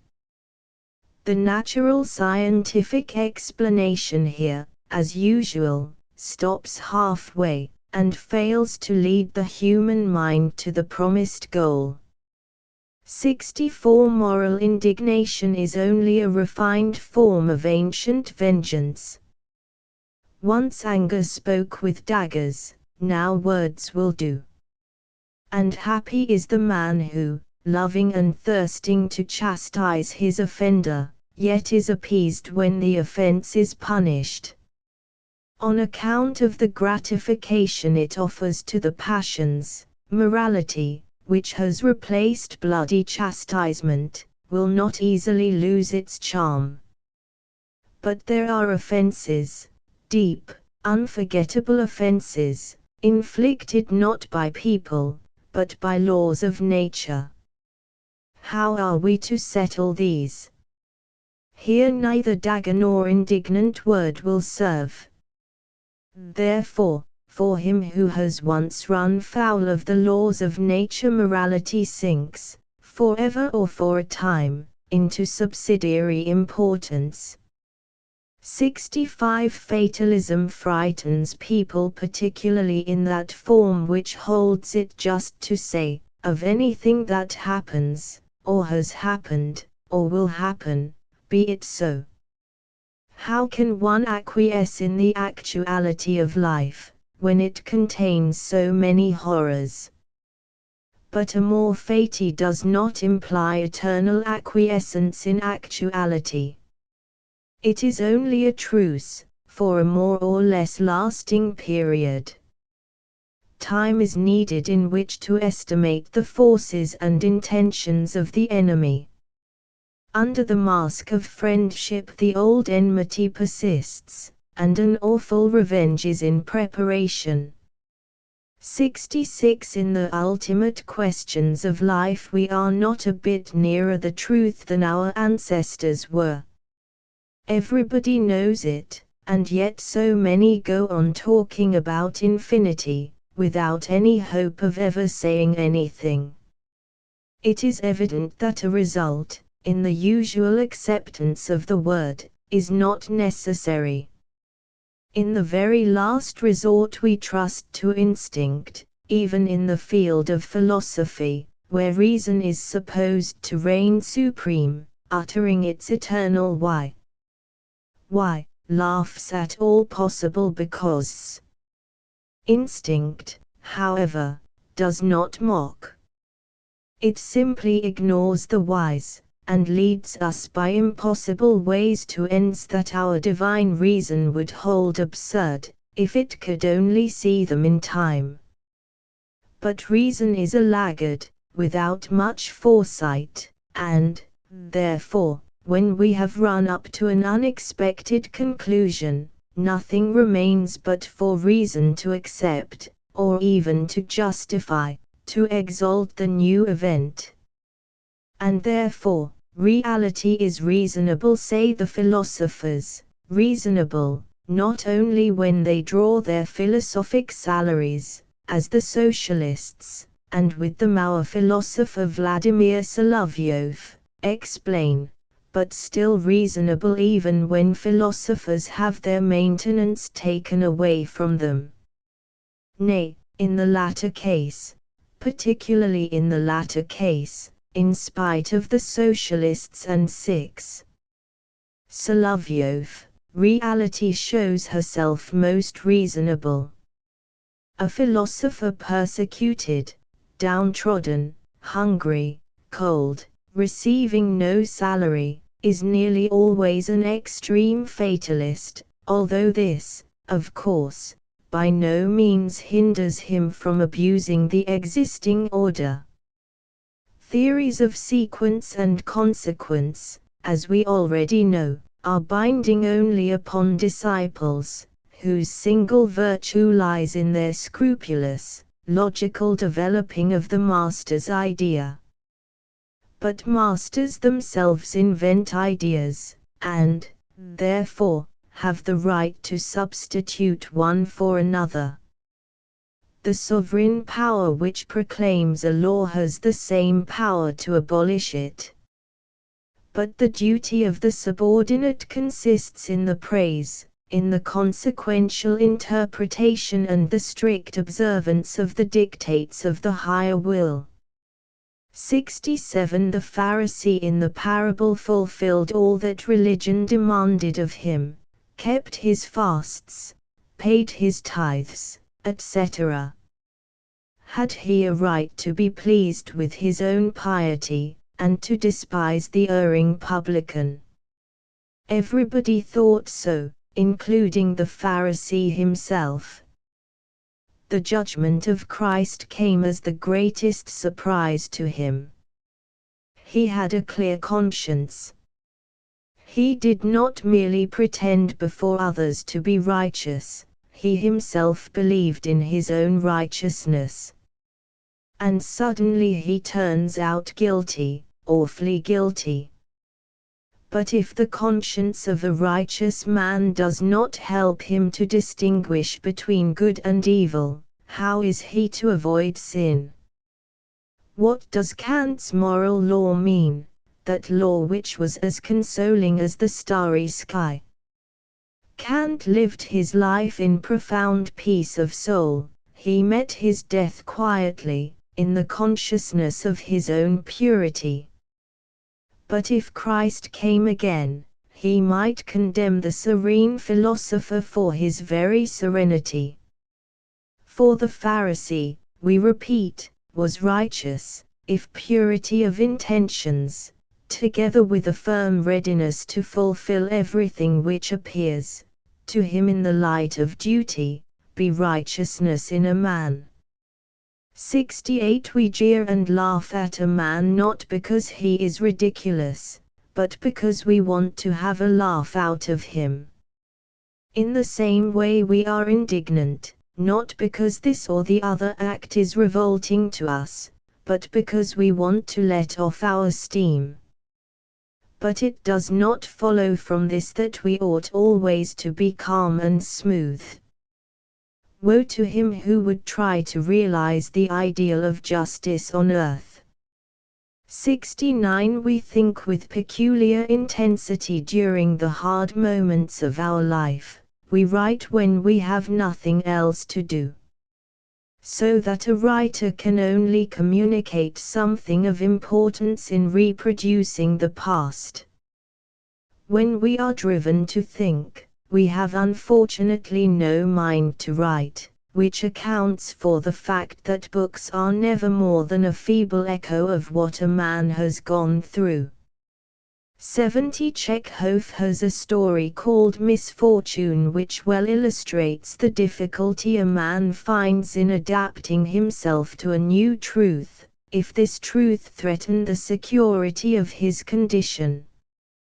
The merchant of deer does not believe that he is condemned, that he has been brought to trial, and tried, and found guilty, for his irregularities in a public bank.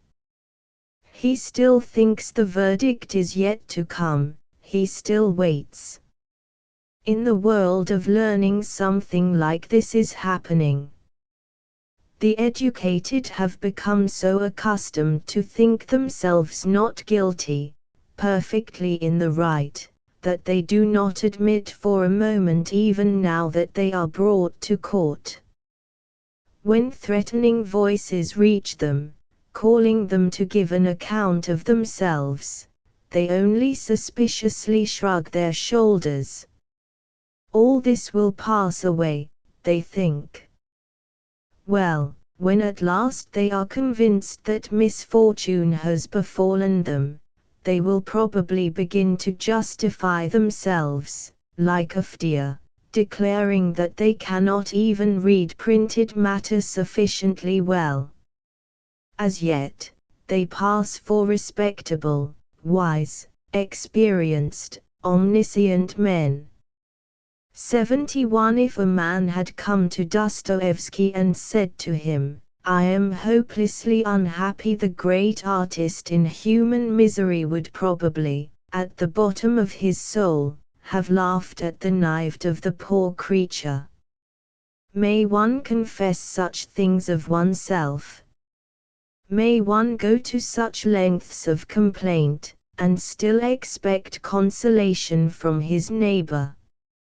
Hopelessness is the most solemn and supreme moment in life. Till that point we have been assisted, now we are left to ourselves.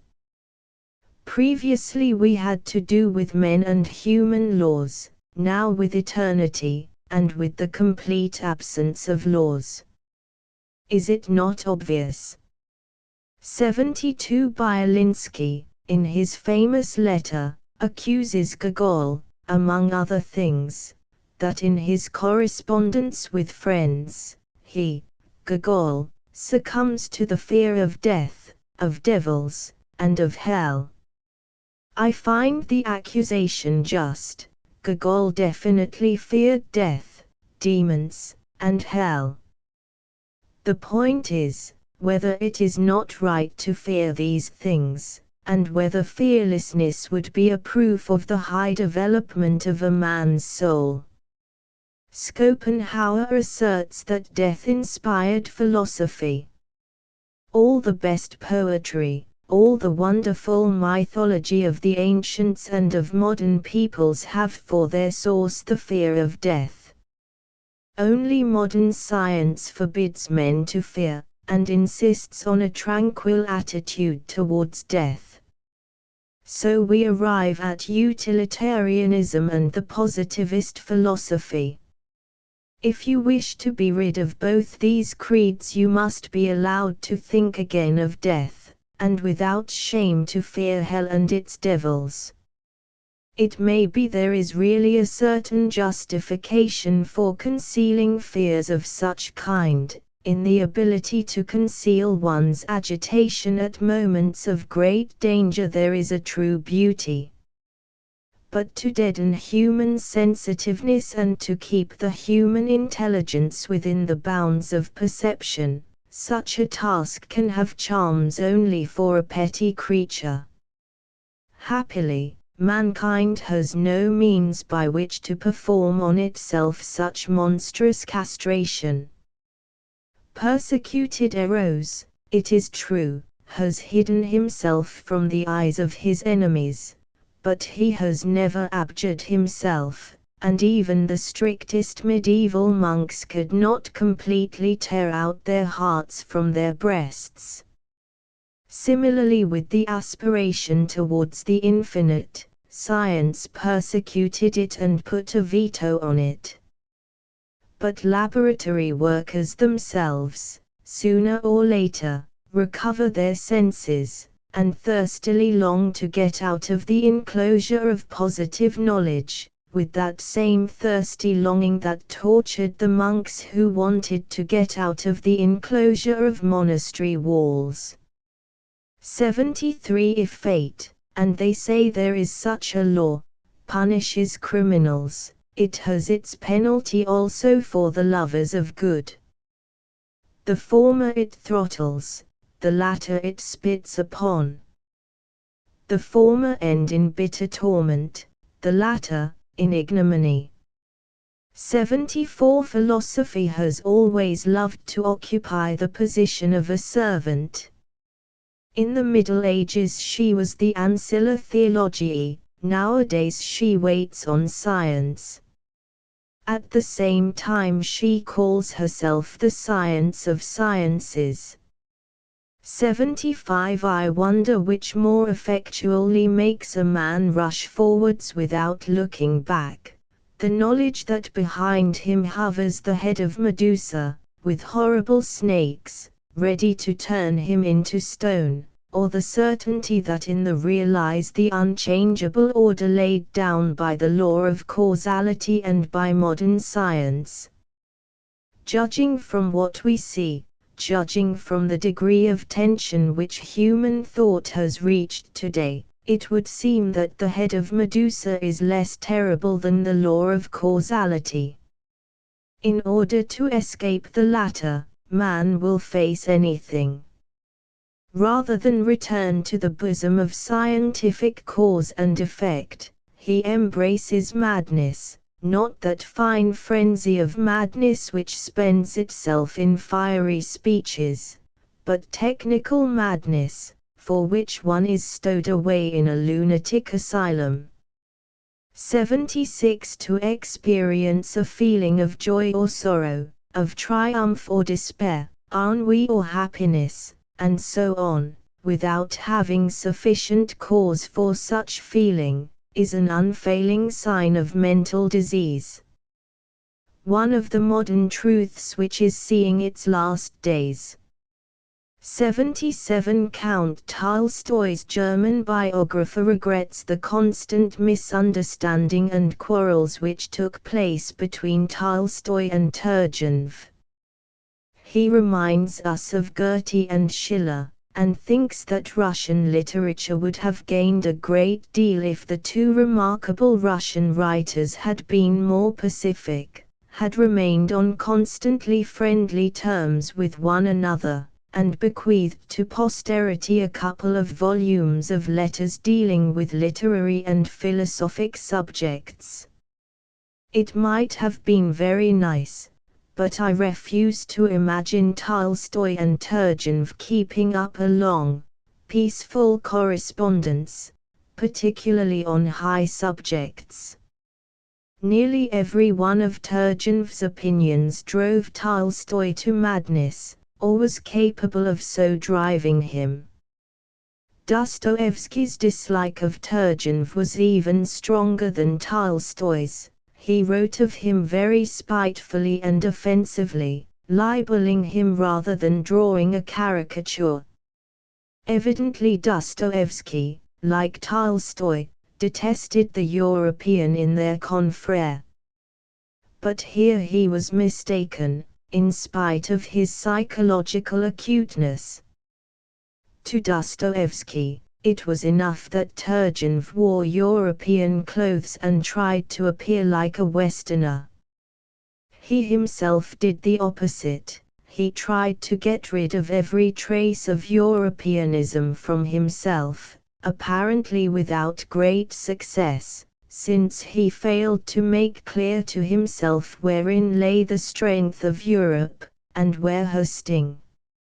Nevertheless, the late Mikhailovsky is not wrong in calling Dostoevsky a seeker of buried treasure. Surely, in the second half of his literary activity, Dostoevsky no longer sought for the real fruits of life. There awoke in him the Russian, the elemental man, with a thirst for the miraculous. Compared with what he wanted, the fruits of European civilization seemed to him trivial, flat, insipid. The age-long civilization of his neighbors told him that there never had been a miracle, and never would be. But all his being, not yet broken in by civilization, craved for the stupendous unknown. Therefore, the apparently satisfied progressivist enraged him. Tolstoy once said of Turgenev, "I hate his democratic backside." Dostoevsky might have repeated these words. And now, for the gratification of the German critic, please reconcile the Russian writers and make them talk serenely on high-flown matters.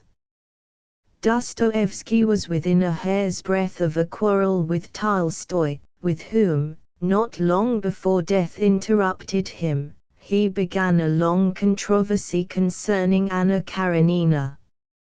Even Tolstoy seemed to him too compliant, too accommodating. 78 We rarely make a display of that which is dear to us, near and dear and necessary. On the other hand, we readily exhibit that which is of no importance to us. There is nothing else to be done with it. A man takes his mistress to the theater and sticks her in full view of everybody. He prefers to remain at home with the woman he loves, or to go about with her quietly, unnoticed. So with our virtues.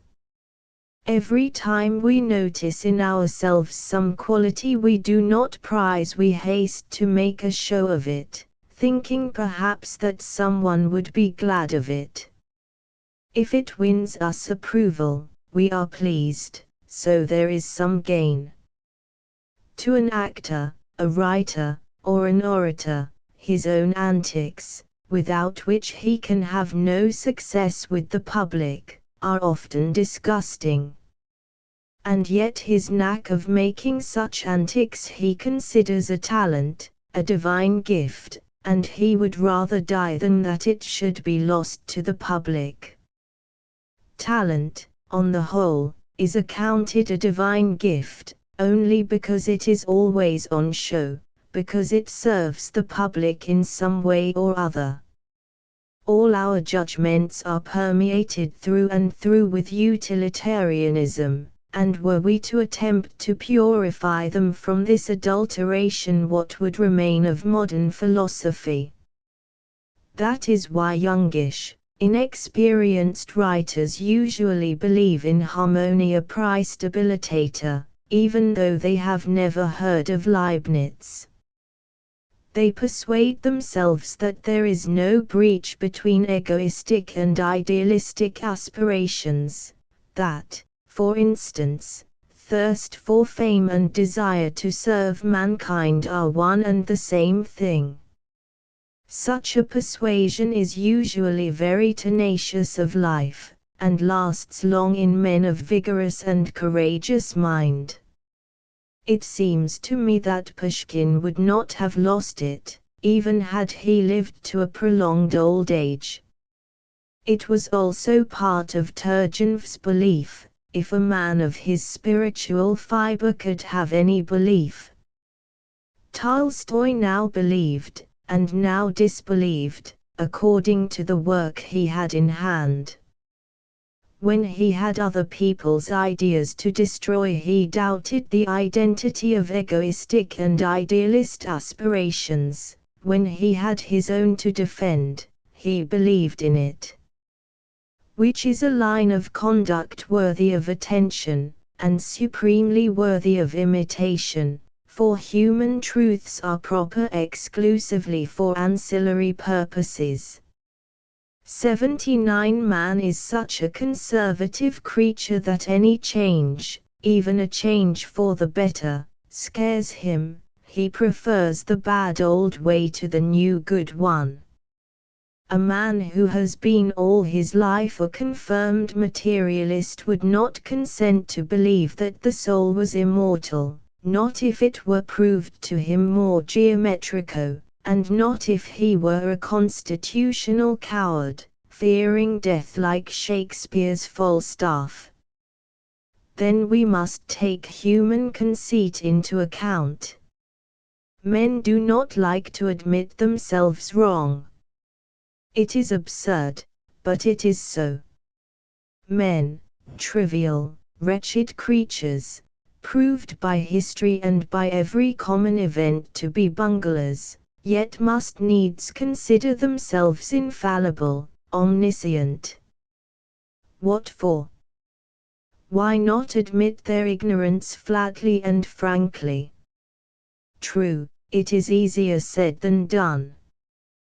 But why should slavish intellect, in spite of our desire to be straightforward, deck us out with would-be truths, of which we cannot divest ourselves even when we know their flimsiness? Socrates wanted to think that he knew nothing, but he could not bring it off. He most absorbedly believed in his own knowledge. Nothing could be truth except his teaching. He accepted the decree of the oracle, and sincerely esteemed himself the wisest of men. And so it will be, as long as philosophers feel it their duty to teach and to save their neighbors. If a man wants to help people, he is bound to become a liar. We should undertake doubt seriously, not in order to return at length to established beliefs, for that would be a vicious circle. Experience shows us that such a process, certainly in the development of ultimate questions, only leads from error to error. We should doubt so that doubt becomes a continuous creative force, inspiring the very essence of our life. For established knowledge argues in us a condition of imperfect receptivity. The weak, flabby spirit cannot bear quick, ceaseless change.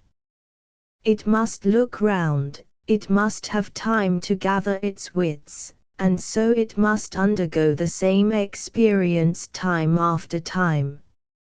It needs the support and the security of habit. But the well-grown soul despises your crutches. He is tired of crawling on his own cabbage patch, he tears himself away from his own native soil, and takes himself off into the far distances, braving the infinitude of space. Surely everybody knows we are not to live in the world forever. But cowardice prevents one straightforward admitting of it. We keep it close till there is an occasion to air it as a truism. Only when misfortune, disease, old age come upon us, then the dread fear of departure walks with us like our own skeleton. We cannot dismiss him. At length, involuntarily, we begin to examine our gruesome companion with curiosity. And then, strangely enough, we observe that he not only tortures us, but, keeping pace with us, he has begun to gnaw through all the threads that bind us to the old existence. At moments it seems as if, a few more threads gone, nothing will remain to hold us back. The eternal dream of crawling man will be fulfilled. We shall be released from the bonds. We shall betake ourselves in liberty to regions far from this damned vale of earth. 80 Moralists are abused because they offer us moral consolations. This is not quite fair. Moralists would joyfully substitute palpable blessings for their abstract gifts, if they could. When he was young, Tolstoy wanted to make men happy. When he was old, and knew he could not make them happy, he began to preach renunciation, resignation, and so forth. And how angry he got when people wouldn't have his teaching. But if, instead of foisting his doctrines off on us as the solution of the ultimate problems, and as optimism, he had only spoken of the impossibility of finding satisfactory answers, and have offered himself as a pessimist, he would probably have obtained a much more willing hearing. Now he is annoying, because, finding himself unable to relieve his neighbors, he turns to them and insists that they shall consider themselves relieved by him, nay, even made happy by him. To which many will not agree, for why should they voluntarily renounce their rights? Since although, God knows, the right of quarreling with one's fate, and cursing it, is not a very grand right, still, it is a right. 81 Ivanov, in Chekhov's drama of that name, compares himself to an overstrained laborer. The laborer dies, so that all that remains to Ivanov is to die. But logic, as you know, recommends great caution in coming to conclusions by analogy. Behold Chekhov himself, who, as far as we can judge, had endured in his own soul all the tragedy, just as Ivanov had, did not die or think of dying, or even turn out a wasted man. He is doing something, he struggles, he seeks, his work seems important and considerable to us, just like other human works. Ivanov shot himself because the drama must end, while Chekhov had not yet finished his own struggle. Our aesthetics demand that the drama must have a climax and a finale, though we have abandoned the Aristotelian unities. Given a little more time, however, dramatic writers will have got rid of this restriction also. They will frankly confess that they do not know how, or with what event to end their dramas. Stories have already learned to dispense with an ending. 82 More of the same. Ivanov says, now, where is my salvation? In what? If an intelligent, educated, healthy man for no discoverable reason sets up a Lazarus lament and starts to roll down an inclined plane, then he is rolling without resisting, and there is no salvation for him.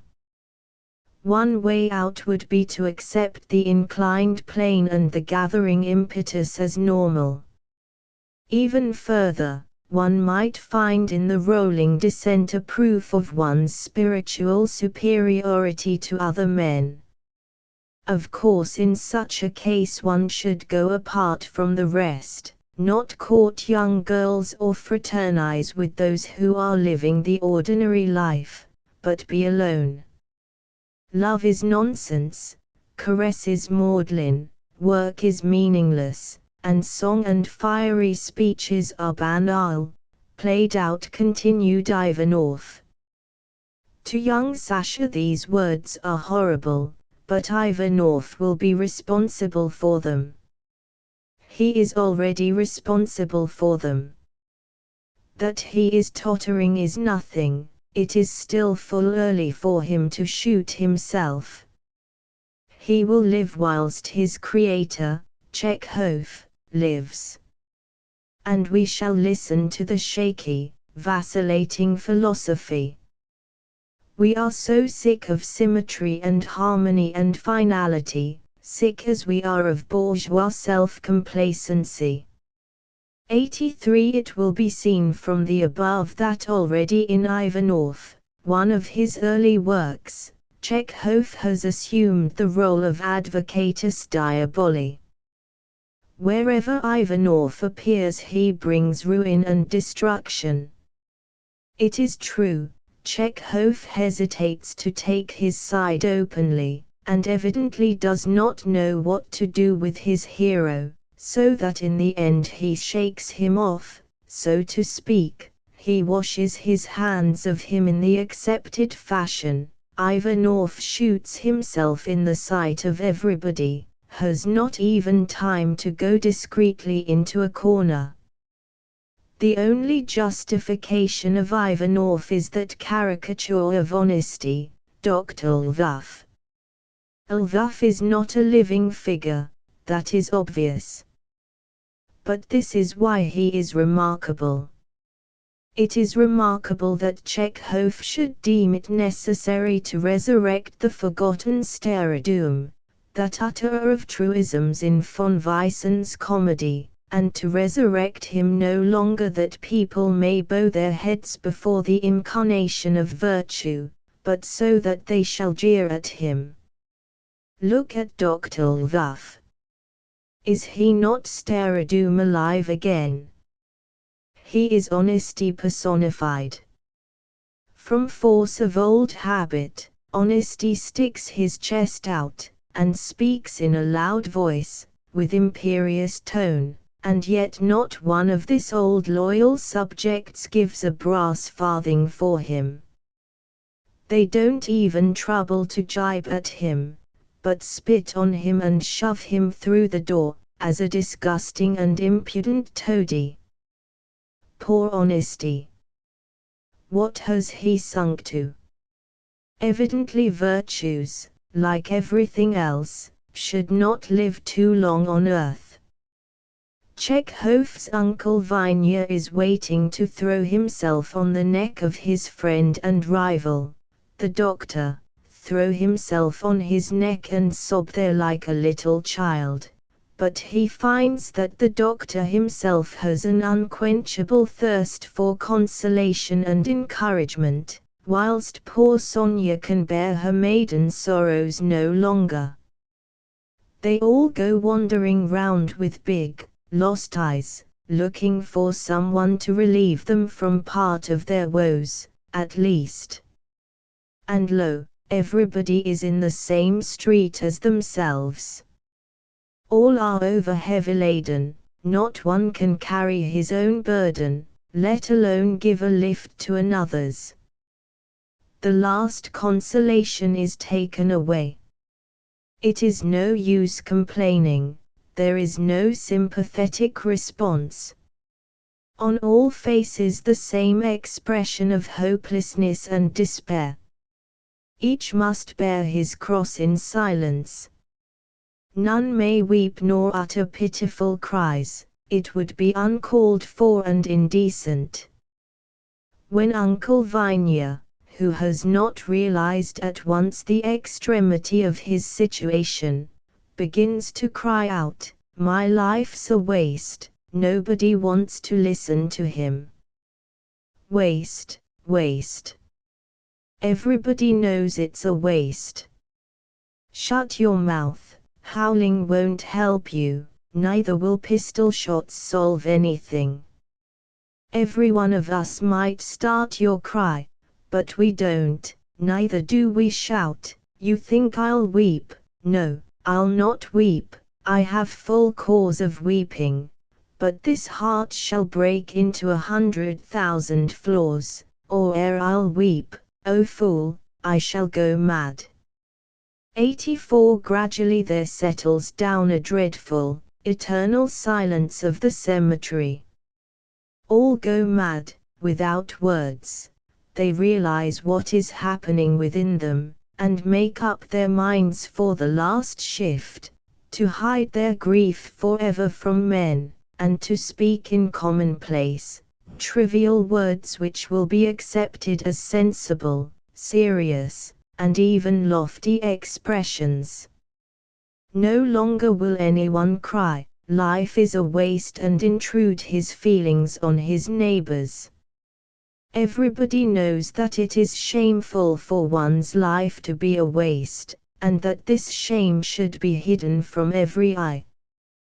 The last law on earth is loneliness. Resigned to mon coeur, dors ton sommeil de brute. 85 groundless assumptions. Based on nothing because they seem to derive from common assumption of the reasonableness of human existence, which assumption surely is the child of our desires, and probably a bastard at that. In his Miserly Night, Pushkin represented a miser as a romantic figure. Gogol, with his Plyushkin, creates on the contrary a repulsive figure of a miser. Gogol was nearer to reality. A miser is ugly, whatever view you take of him, inward or outward. Yet Gogol ought not to teach people to preserve in their age the ideals of their youth. Once old age is upon us, it must not be improved upon, much less apologized for. It must be accepted, and its essence brought to light. Plyushkin, the vulgar, dirty maniac, is disgusting, but who knows? Perhaps he is fulfilling the serious mission of his own being. He is possessed by one desire: to everything else, to all happenings in the outer world he is indifferent. It is the same to him whether he is hungry or full, warm or cold, clean or dirty. Practically no event can distract his attention from his single purpose. He is disinterestedly mean, if one may say so. He has no need for his riches. He lets them rot in a disgusting heap, and does not dream, like Pushkin's knight, of palaces and power, or of sportive nymphs. Upon what end is he concentrated? No one has the time to think it out. At the sight of Plyushkin everyone recalls the damage the miser has done. Everyone of course is right. Plyushkins, who heap up fortunes to let them rot, are very harmful. The social judgment is nearly always to the point. But not quite always. It won't hurt morals and social considerations if at times they have to hold their tongue, and at such times we might succeed in guessing the riddle of meanness, sordidness, old age. 86 We have sufficient grounds for taking life mistrustfully. It has defrauded us so often of our cherished expectations. But we have still stronger grounds for mistrusting reason, since if life deceived us, it was only because futile reason let herself be deceived. Perhaps reason herself invented the deception, and then to serve her own ambitious ends, threw the blame on life, so that life shall appear sick-headed. But if we have to choose between life and reason, we choose life, and then we no longer need try to foresee and to explain. We can wait, and accept all that is unalterable as part of the game. And thus Nietzsche, having realized that all his hopes had gradually crumbled, and that he could never get back to his former strength, but must grow worse and worse every day, wrote in a private letter of the 28th of May, 1883, Ich will es so schwer haben, wie nirgend ein Mensch es hat, erst reite diesem Druck zu in Ich das Gut gewissen dafür, etwas zu besitzen, das wenig Menschen haben und gehabt haben, Flügel, Zuriden. In these few simple words lies the key to the philosophy of Nietzsche. 87 So long as Apollo calls him not to the sacred offering, of all the trifling children of men the most trifling perhaps is the poet. Put Pushkin's expression into plain language, and you will get a page on neuropathology. All neurasthenic individuals sink from a state of extreme excitation to one of complete prostration. Poets too, and they are proud of it. 88 Shy people usually receive their impressions post-dated. During those moments when an event is taking place before their eyes, they can see nothing, only later on, having evoked from their memory a fragment of what happened, they make for themselves an impression of the whole scene. And then, retrospectively arise in their soul feelings of pity, offense, surprise, so vivid, as if they were the flames of the instant moment, not rekindlings from the past. Thus shy people always think a great deal, and are always too late for their work. It is never too late for thought. Timid before others, they reach great heights of daring when alone. They are bad speakers, but often excellent writers. Their life is insignificant and tedious, they are not noticed, until they become famous. And by the time fame comes, they do not need popular attention anymore. 89 If Chekhov's Laevsky, in The Duel, had been a writer with a literary talent, people would have said of him that he was original, and that he was engaged in the study of the mysticism of sex like Gabriel D'Annunzio for example, whereas, as he stands, he is only banal. His idleness is a reproach to him. People would prefer that at least he should copy out extracts from documents. 90 From Observations on Children. Egoism in a man strikes us unpleasantly because it betrays our poverty. I cannot dole out my abundance to my neighbor, for if I do I myself shall be left with little. We should like to be able to scatter riches with a royal hand, and, therefore, when we see someone else clutching his rags with the phrase, "Property is sacred," we are hurt. What is sacred comes from the gods, and the gods have plenty of everything. They do not count and skimp, like mortals. 91 We see a man repent for his actions, and conclude that such actions should be avoided, an instance of false, but apparently irreproachable reasoning. Time passes, and we see the same man repenting again of the self-same acts. If we love logic, this will confirm us in our first conclusion. But if we do not care for logic, we shall say, man is under an equal necessity to commit these acts, and to repent of them. Sometimes, however, the first conclusion is corrected differently. Having decided that repentance proves that a certain course of action should be avoided, man avoids it all his life, only to realize in the end, suddenly, with extraordinary clarity, how bitter is his regret that he has not trodden the forbidden course.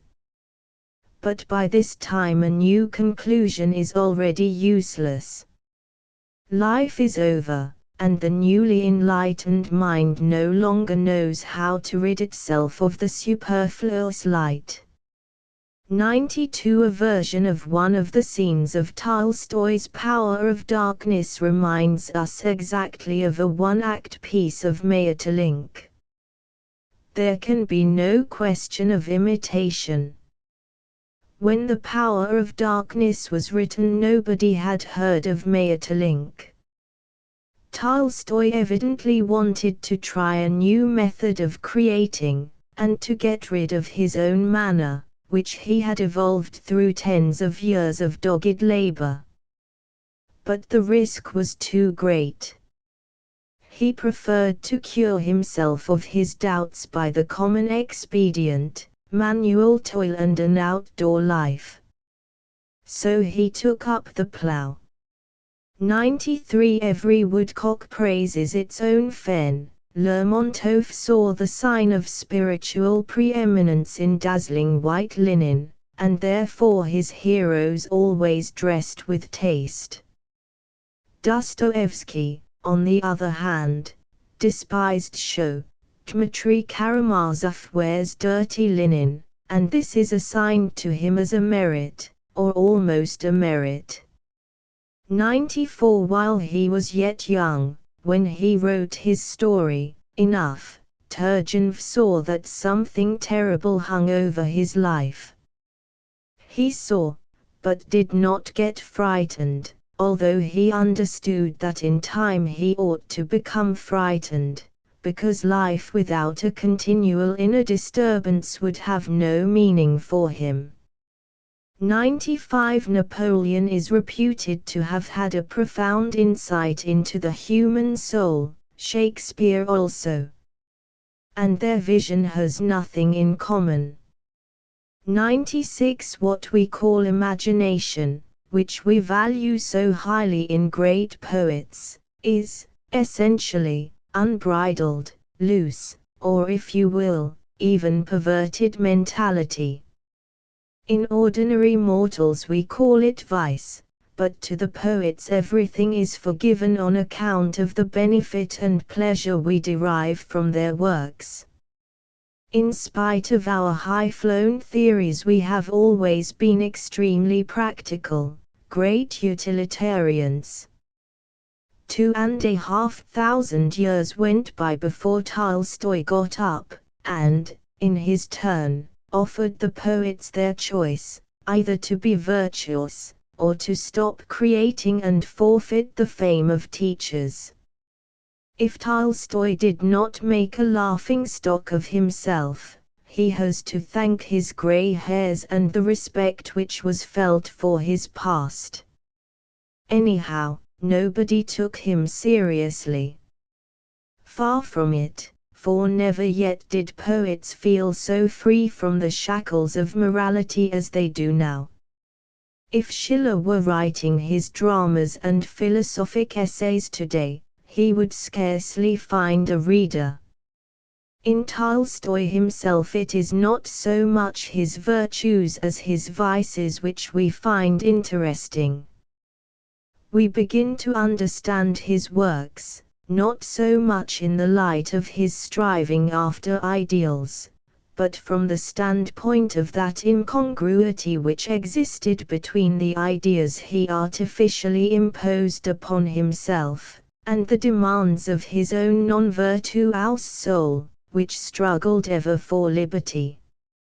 Nikolai Turgenev, in childhood and youth, would sit for hours on the terrace, turning over in his mind his elder brother Volodya's love-making with the chambermaids. But, although he desired it more than anything on earth, he could never bring himself to be like Volodya.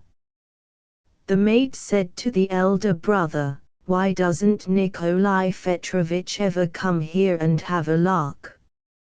She did not know that Nikolai Petrovich was sitting at that moment under the stairs, ready to give anything on earth to take the place of the scamp Volodya. Everything on earth is twice repeated. Tolstoy gives a psychological explanation of his little hero's conduct. I was timid by nature, Nikolenko tells us, but my shyness was increased by the conviction of my ugliness. Ugliness, the consciousness of one's ugliness, leads to shyness. What good can there be in virtue which has such a suspicious origin? And how can the morality of Tolstoy's heroes be trusted? Consciousness of one's ugliness begets shyness, shyness drives the passions inwards and allows them no natural outlet. Little by little there develops a monstrous discrepancy between the imagination and its desires, on the one hand, and the power to satisfy these desires, on the other. Permanent hunger, and a contracted alimentary canal, which does not pass the food through. Hence the hatred of the imagination, with its unrealized and unrealizable cravings. In our day no one has scourged love so cruelly as Tolstoy in Power of Darkness. But the feats of the village Don Juan need not necessarily end in tragedy. More than anything on earth, however, Tolstoy hates the Don Juans, the handsome, brave, successful, the self-confident, who spontaneously act upon suggestion, the conquerors of women, who stretch out their hands to living statues cold as stone. As far as ever he can, he has his revenge on them in his writing. 97 In the drama of the future the whole presentation will be different. First of all, the difficulties of the denouement will be set aside. The new hero has a past reminiscent, but no present, neither wife, nor sweetheart, nor friends, nor occupation. He is alone, he communes only with himself or with imaginary listeners. He lives a life apart. So that the stage will represent either a desert island or a room in a large densely populated city, where among millions of inhabitants one can live alone as on a desert island. The hero must not return to people and to social ideals. He must go forward to loneliness, to absolute loneliness. Even now nobody, looking at Gogol's Plyushkin, will feel any more the slightest response to the pathetic appeal for men to preserve the ideals of youth on into old age. Modern youths go to see Plyushkin, not for the saké of laughing at him or of benefiting from the warning which his terrible miserly figure offers them, but in order to see if there may not be some few little pearls there where they could be least expected, in the midst of his heap of dirt. Lycurgus succeeded in fixing the Spartans like cement for some centuries, but after that came the thaw, and all their hardness melted. The last remains of the petrified Doric art are now removed to museums. Is something happening? 98 If I sow not in the spring, in autumn I shall eat no bread.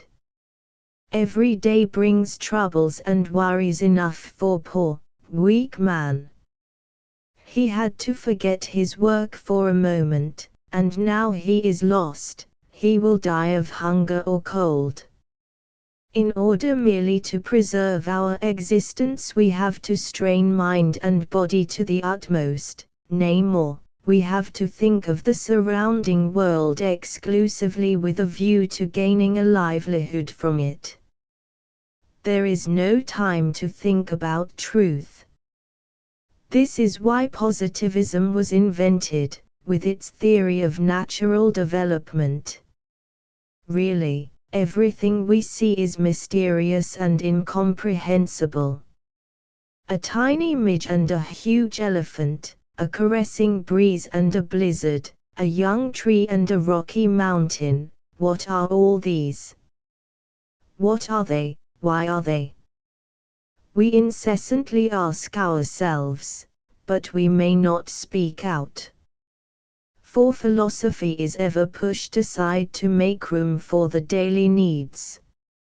Only those think who are unable to trouble about self-preservation, or who will not trouble, or who are too careless, that is, sick, desperate, or lazy people.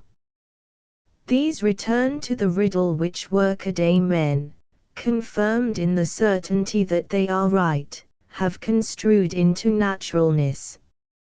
99 Kant, and after him Schopenhauer, was exceedingly fond of the epithet disinterested and used it on every occasion when the supply of laudatory terms he had at his disposal was exhausted. Disinterested thinking which does not pursue any practical aim, is, according to Schopenhauer, the highest ideal towards which man can strive. This truth he considered universal, and a priori. But had he chanced to be brought amongst Russian peasants he would have had to change his opinion.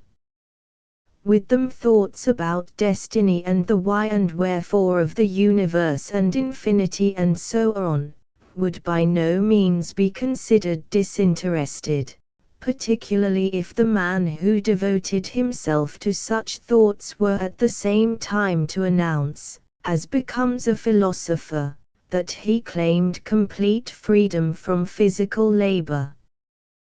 There the philosopher, were he even Plato, would be stigmatized with the disgraceful nickname, Idle Jack.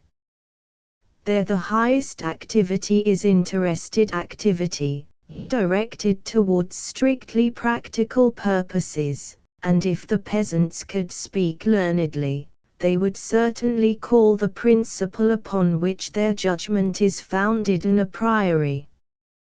Tolstoy, who draws his wisdom from the folk sources, attacks the learned for the very fact that they do not want to work, but are disinterestedly occupied in the search for truth.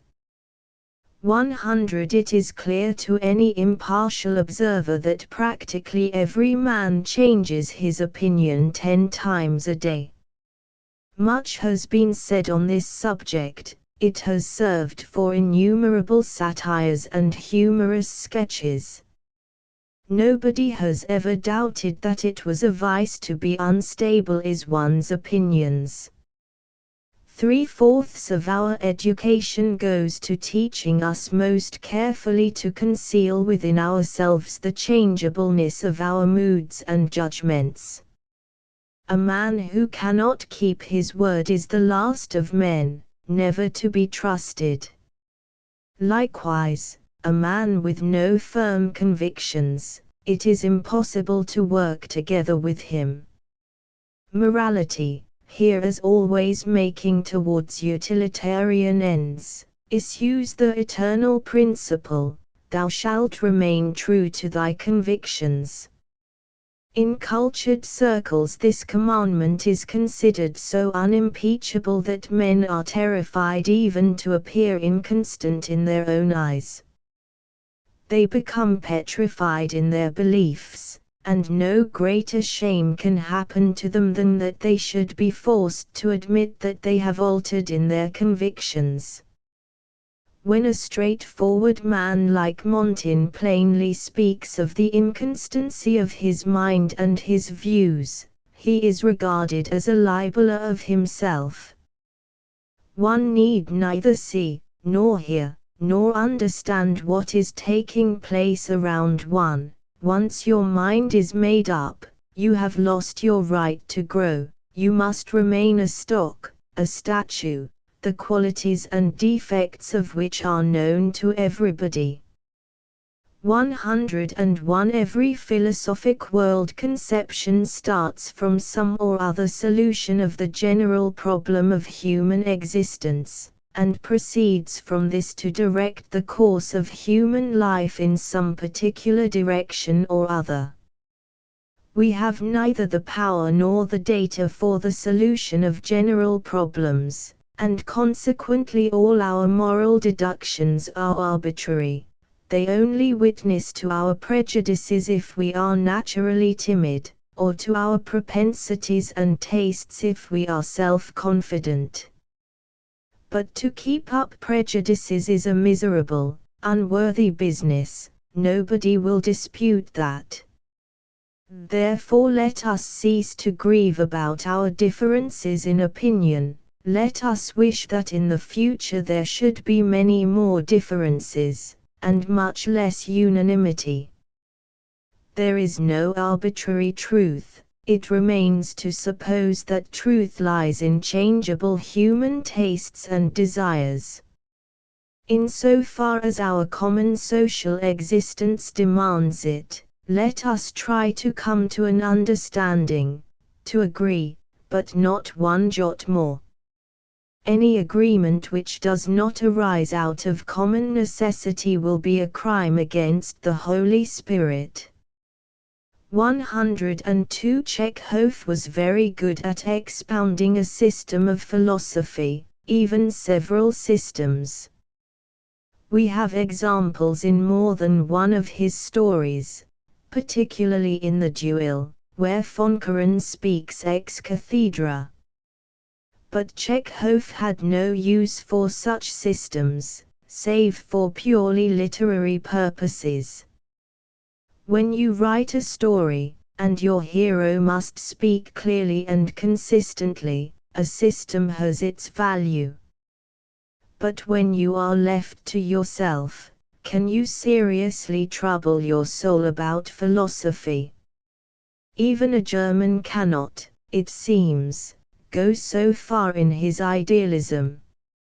Vladimir Semyonovich, the young author in Chekhov's Nice People, sincerely and deeply believes in his own ideas, but even of him, notwithstanding his blatantly comical limitations, we cannot say more than that his ideas were constant little views or pictures to him, which had gradually become a second natural setting to everything he saw. Certainly he did not live by ideas. Chekhov is right when he says that the singing of Gaydyama Sajita and the writing of a humanitarian appeal were equally important to Vladimir Semyonovich. As soon as Vladimir's sister begins to think for herself, her brother's highest ideas, which she has formerly revered, become banal and objectionable to her. Her brother cannot understand her, neither her hostility to progress and humanitarianism, nor to the university spree and Gaydyama Sajita. But Chekhov does understand. Only, let us admit, the word understand does not carry its ordinary meaning here. So long as the child was fed on its mother's milk, everything seemed to it smooth and easy. But when it had to give up milk and take to vodka, and this is the inevitable law of human development, the childish suckling dreams receded into the realm of the irretrievable past.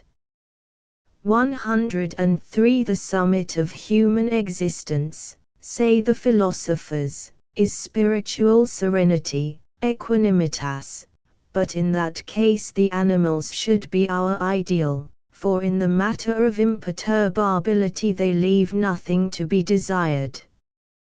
Look at a grazing sheep, or a cow. They do not look before and after, and sigh for what is not. Given a good pasture, the present suffices them perfectly.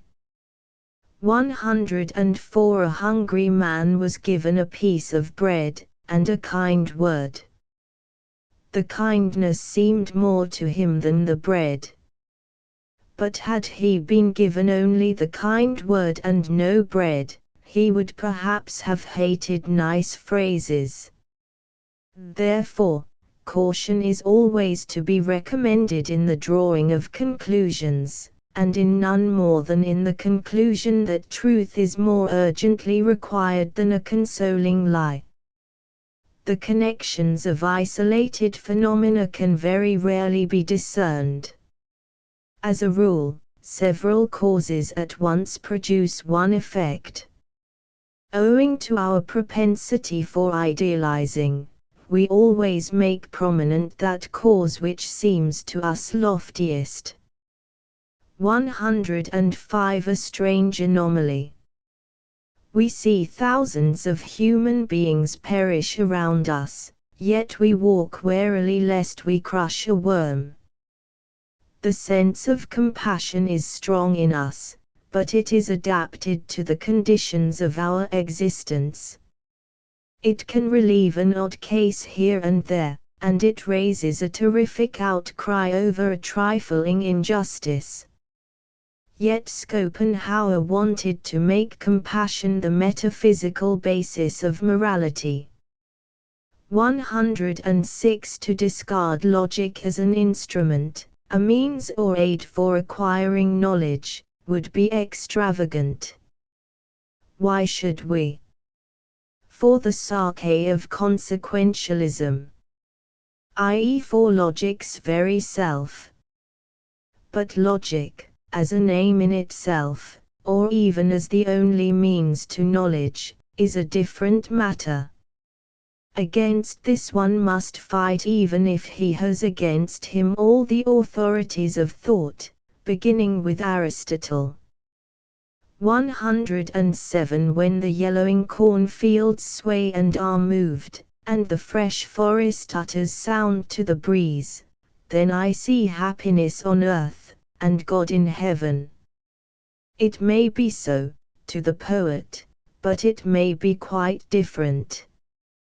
Sometimes the cornfield waves, the woods make noise in the wind, the stream whispers its best tales, and still man cannot perceive happiness, nor forget the lesson taught in childhood, that the blue heavens are only an optical illusion.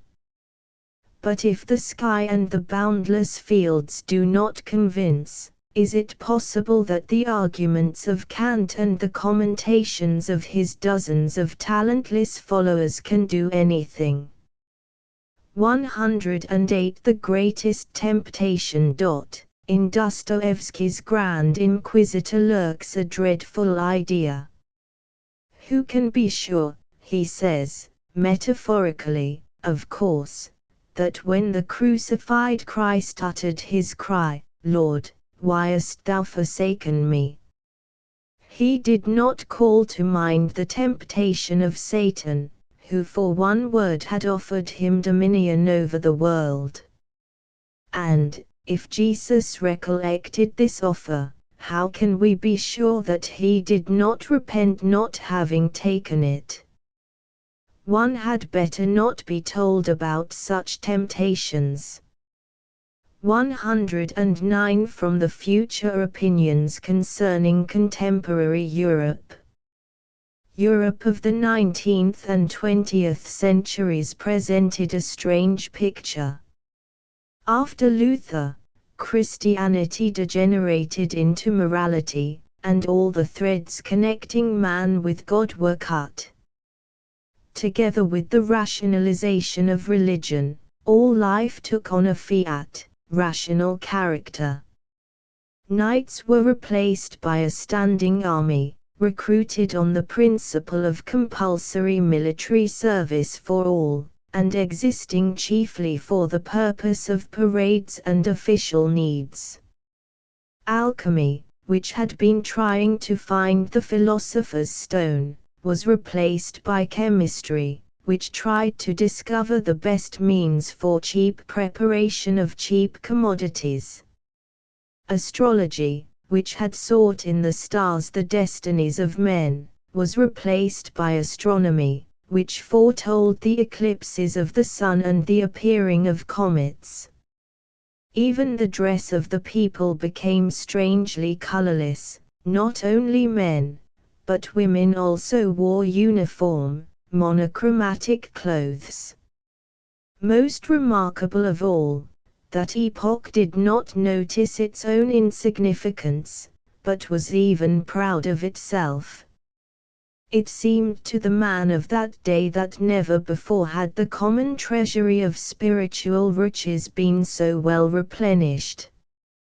We, of course, may smile at their naivete, but if one of their own number had allowed himself to express an opinion disdainful of the bases of the contemporary culture, he would have been declared immoral, or put away in a madhouse, a terrible punishment, very common in that coarse period, though now it is very difficult even to imagine what such a proceeding implied.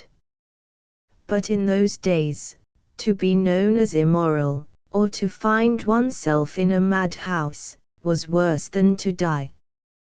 One of the famous poets of the 19th century, Alexander Pushkin, said, "God forbid that I should go mad. Rather let me be a starving beggar." In those times people, on the whole, were compelled to tell lies and play the hypocrite, so that not infrequently the brightest minds, who saw through the shams of their epoch, yet pretended to believe in science and morality, only in order to escape the persecution of public opinion.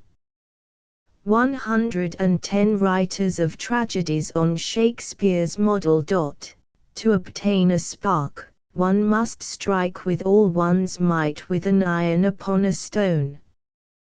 Whereupon there is a loud noise, which many are inclined to believe more important than the little spark.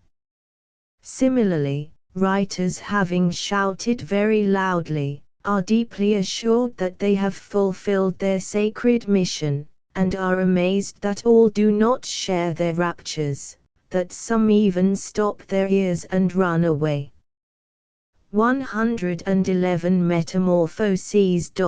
Sense and folly are not at all native qualities in a man. In a crisis, a stupid man becomes clever. We need not go far for an example. What a gaping simpleton Dostoevsky looks in his Injured and Insulted, not to mention Poor Folk. But in Letters from the Underworld and the rest of his books he is the shrewdest and cleverest of writers. The same may be said of Nietzsche, Tolstoy, or Shakespeare. In his Birth of Tragedy Nietzsche seems just like the ordinary honest, rather simple, blue-eyed provincial German student, and in Zarathustra he reminds one of Machiavelli.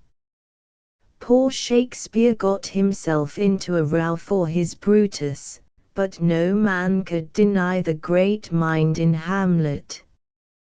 The best instance of all, however, is Tolstoy. Right up to today, whenever he likes he can be cleverer than the cleverest. Yet at times he is a schoolboy. This is the most interesting and enviable trait in him. 112 In Troilus and Cressida the Cits says, "Shall the elephant Ajax carry it thus? He beats me, and I rail at him, O worthy satisfaction! Would it were otherwise, that I could beat him, whilst he railed at me." Dostoevsky might have said the same of his opponents. He pursued them with stings, sarcasm, abuse, and they drove him to a white heat by their quiet assurance and composure. The present-day admirers of Dostoevsky quietly believe in the teachings of their master. Does it not mean that de facto they have betrayed him and gone over to the side of his enemies? 113 The opinion has gained ground that Turgenev's ideal women, Natalie, Elena, Marianna, are created in the image and likeness of Pushkin's Tatyana. The critics have been misled by external appearances. To Pushkin his Tatyana appears as a vestal guarding the sacred flame of high morality, because such a job is not fitting for a male. The pretender in Boris Godunov says to the old monk Pimen, who preaches meekness and submission, "But you fought under the walls of Kazan," etc. That is a man's work. But in the hours of peace and leisure the fighter needs his own hearthside. He must feel assured that at home his rights are safely guarded. This is the point of Tatyana's last words: "I belong to another, and shall remain forever true to him." But in Turgenev woman appears as the judge and the reward, sometimes even the inspirer of victorious man. There is a great difference. 114 From a German Introduction to Philosophy. We shall maintain the opinion that metaphysics, as the crown of the particular sciences, is possible and desirable, and that to it falls the task intermediate between theory and practice, experiment and anticipation, mind and feeling, the task of weighing probabilities, balancing arguments, and reconciling difficulties. Thus metaphysics is a weighing of probabilities. Ergo, further than probable conclusions it cannot go. Thus why do metaphysicians pretend to universal and obligatory, established and eternal judgments? They go beyond themselves.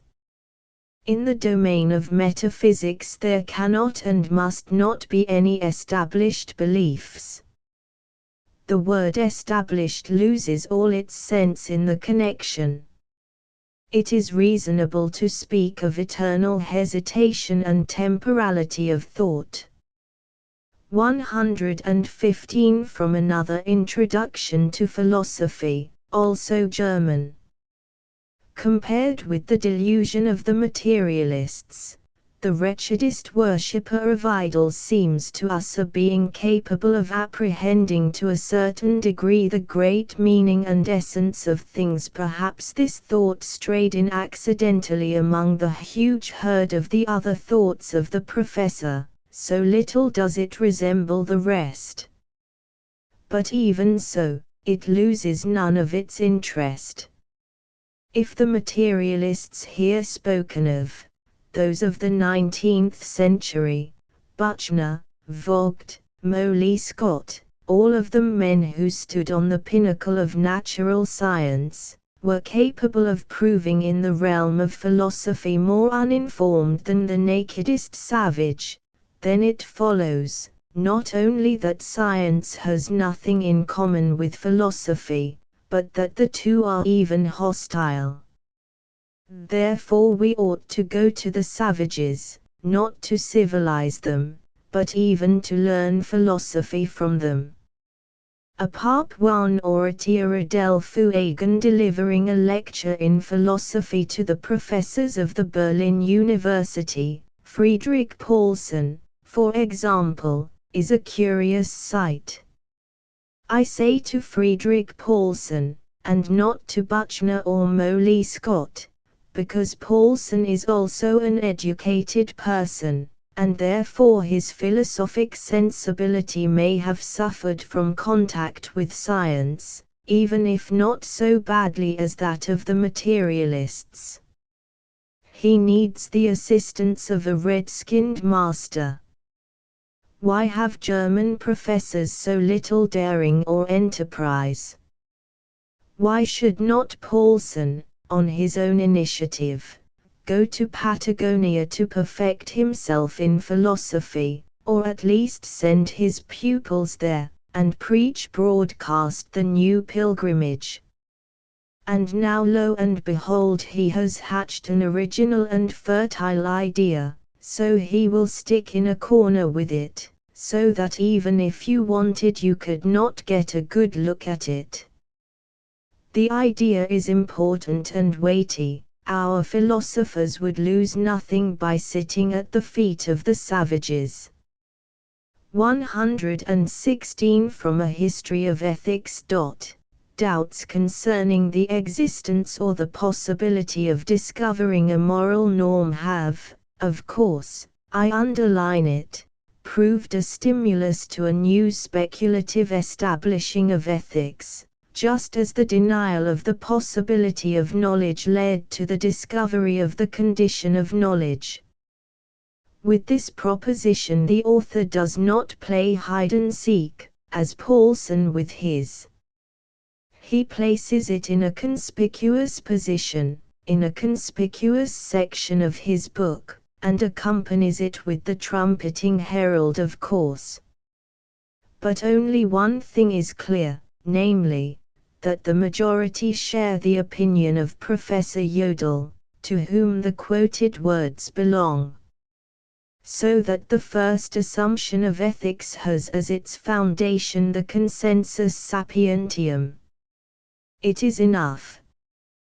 117 The normative theory which has taken such hold in Germany and Russia, bears the stamp of that free and easy self-assurance which characterizes the state of contentment, and which does not desire, even for the sake of theoretical perfection, to take into consideration the divided state of soul which usually accompanies discontent.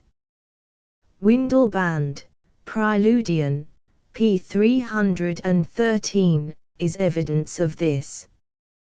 He exposes himself with the naive frankness almost of an irrational creature, and is not only unashamed, but even proud of his part. Philosophic research, he says, is possible only to those who are convinced that the norm of the universal imperative is supreme above individual activities, and that such a norm is discoverable. Not every witness will give evidence so honestly.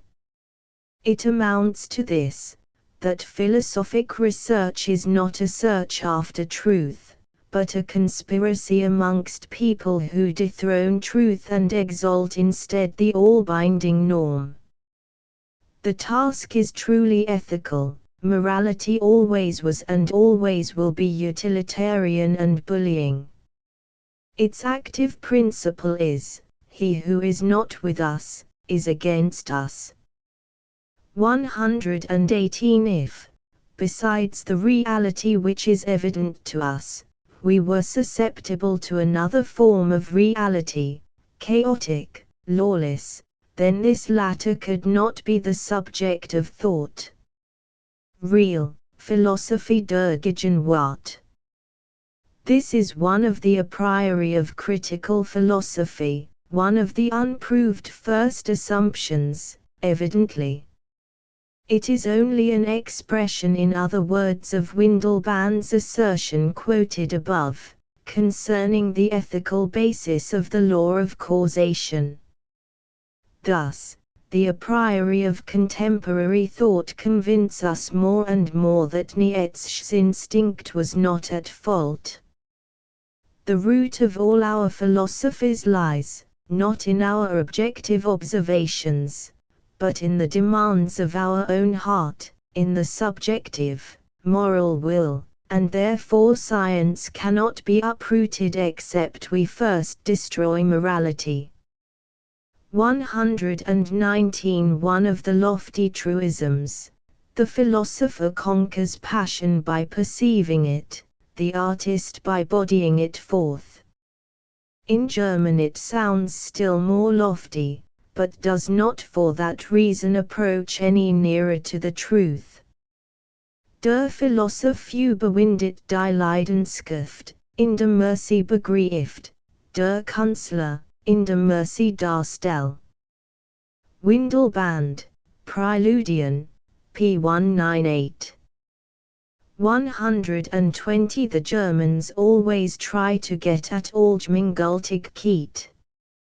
Well, if the problem of knowledge is to fathom all the depths of actual life, then experience, in so far as it repeats itself, is uninteresting, or at least has a limit of interest. It is necessary, however, to know what nobody yet knows, and therefore we must walk, not on the common road of Oljmingultig Keet, but on new tracks, which have never yet seen human feet. Thus morality, which lays down definite rules and thereby guards life for a time from any surprise, exists only by convention, and in the end collapses before the non-moral surging up of individual human aspirations. Laws, all of them, have only a regulating value, and are necessary only to those who want rest and security. But the first and essential condition of life is lawlessness. Laws are a refreshing sleep, lawlessness is creative activity. 121 equals a dot. They say that logic does not need this postulate, and could easily develop it by deduction. I think not. On the contrary, in my opinion, logic could not exist without this premise. Meanwhile it has a purely empirical origin. In the realm of fact, A is always more or less equal to A. But it might be otherwise. The universe might be so constituted as to admit of the most fantastic metamorphoses. That which now equals A would successively equal B and then C, and so on. At present a stone remains long enough a stone, a plant, an animal. But it might be that a stone changed into a plant before our eyes, and the plant into an animal. That there is nothing unthinkable in such a supposition is proved by the theory of evolution. This theory only puts centuries in place of seconds. So that, in spite of the risk to which I expose myself from the admirers of the famous Epicurean system, I am compelled to repeat once more that anything you please may come from anything you please, that A may not equal A, and that consequently logic is dependent, for its soundness, on the empirically derived law of the unchangeableness of the external world. Admit the possibility of supernatural interference, and logic will lose that certitude and inevitability of its conclusions which at present is so attractive to us. 122 The effort to understand people, life, the universe prevents us from getting to know them at all. Since to know and to understand are two concepts which are not only non-identical, but just the opposite of one another in meaning, in spite of their being in constant use as synonyms. We think we have understood a phenomenon if we have included it in a list of others, previously known to us. And, since all our mental aspiration reduces itself to understanding the universe, we refuse to know a great deal which will not adapt itself to the plain surface of the contemporary world conceptions. For instance, the Leibniz question, put by Kant into the basis of the Critique of Reason: how can we know a thing outside us, if it does not enter into us? It is non-understandable, that is, it does not agree with our notion of understanding. Hence it follows that it must be squeezed out of the field of view, which is exactly what Kant attempted to do. To us it seems, on the contrary, that in the interests of knowing we should sacrifice, and gladly, understanding, since understanding in any case is a secondary affair. Zu fragmentaris ist Welt und Leben. Part 2 Nur verschwindelfrei. From Alpine Recollections. One light reveals to us beauty, but also ugliness. Throw vitriol in the face of a beautiful woman, and the beauty is gone. No power on earth will enable us to look upon her with the same rapture as before. Could even the sincerest, deepest love endure the change? True, the idealists will hasten to say that love overcomes all things. But idealism needs be prompt, for if she leaves us one single moment in which to see, we shall see such things as are not easily explained away. That is why idealists stick so tight so logic. In the twinkling of an eye logic will convey us to the remotest conclusions and forecasts. Reality could never overtake her. Love is eternal, and consequently a disfigured face will seem as lovely to us as a fresh one. This is, of course, a lie, but it helps to preserve old tastes and obscures danger. Real danger, however, was never dispelled by words. In spite of Schiller and eternal love, in the long run vitriol triumphs, and the agreeable young man is forced to abandon his beloved and acknowledge himself a fraud. Light, the source of his life and hope, has now destroyed hope and life for him. He will not return to idealism, and he will hate logic. Light, that seemed to him so beautiful, will have become hideous. He will turn to darkness, where logic and its binding conclusions have no power, but where the fancy is free for all her vagaries. Without light we should never have known that vitriol ruins beauty. No science, nor any art can give us what darkness gives. It is true, in our young days when all was new, light brought us great happiness and joy. Let us, therefore, remember it with gratitude, as a benefactor we no longer need. Do after all let us dispense with gratitude, for it belongs to the calculating, bourgeois virtues. Do ut des. Let us forget light, and gratitude, and the qualms of self-important idealism. Let us go bravely to meet the coming night. She promises us great power over reality. Is it worthwhile to give up our old tastes and lofty convictions? Love and light have not availed against vitriol. What a horror would have seized us at the thought, once upon a time. That short phrase can annul all Schiller. We have shut our eyes and stopped our ears. We have built huge philosophic systems to shield us from this tiny thought. And now it seems we have no more feeling for Schiller and the great systems. We have no pity on our past beliefs. We now are seeking for words with which to sing the praises of our former enemy.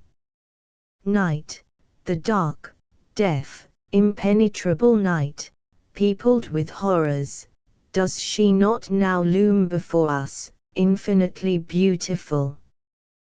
Does she not draw us with her still, mysterious, fathomless beauty, far more powerfully than noisy, narrow day?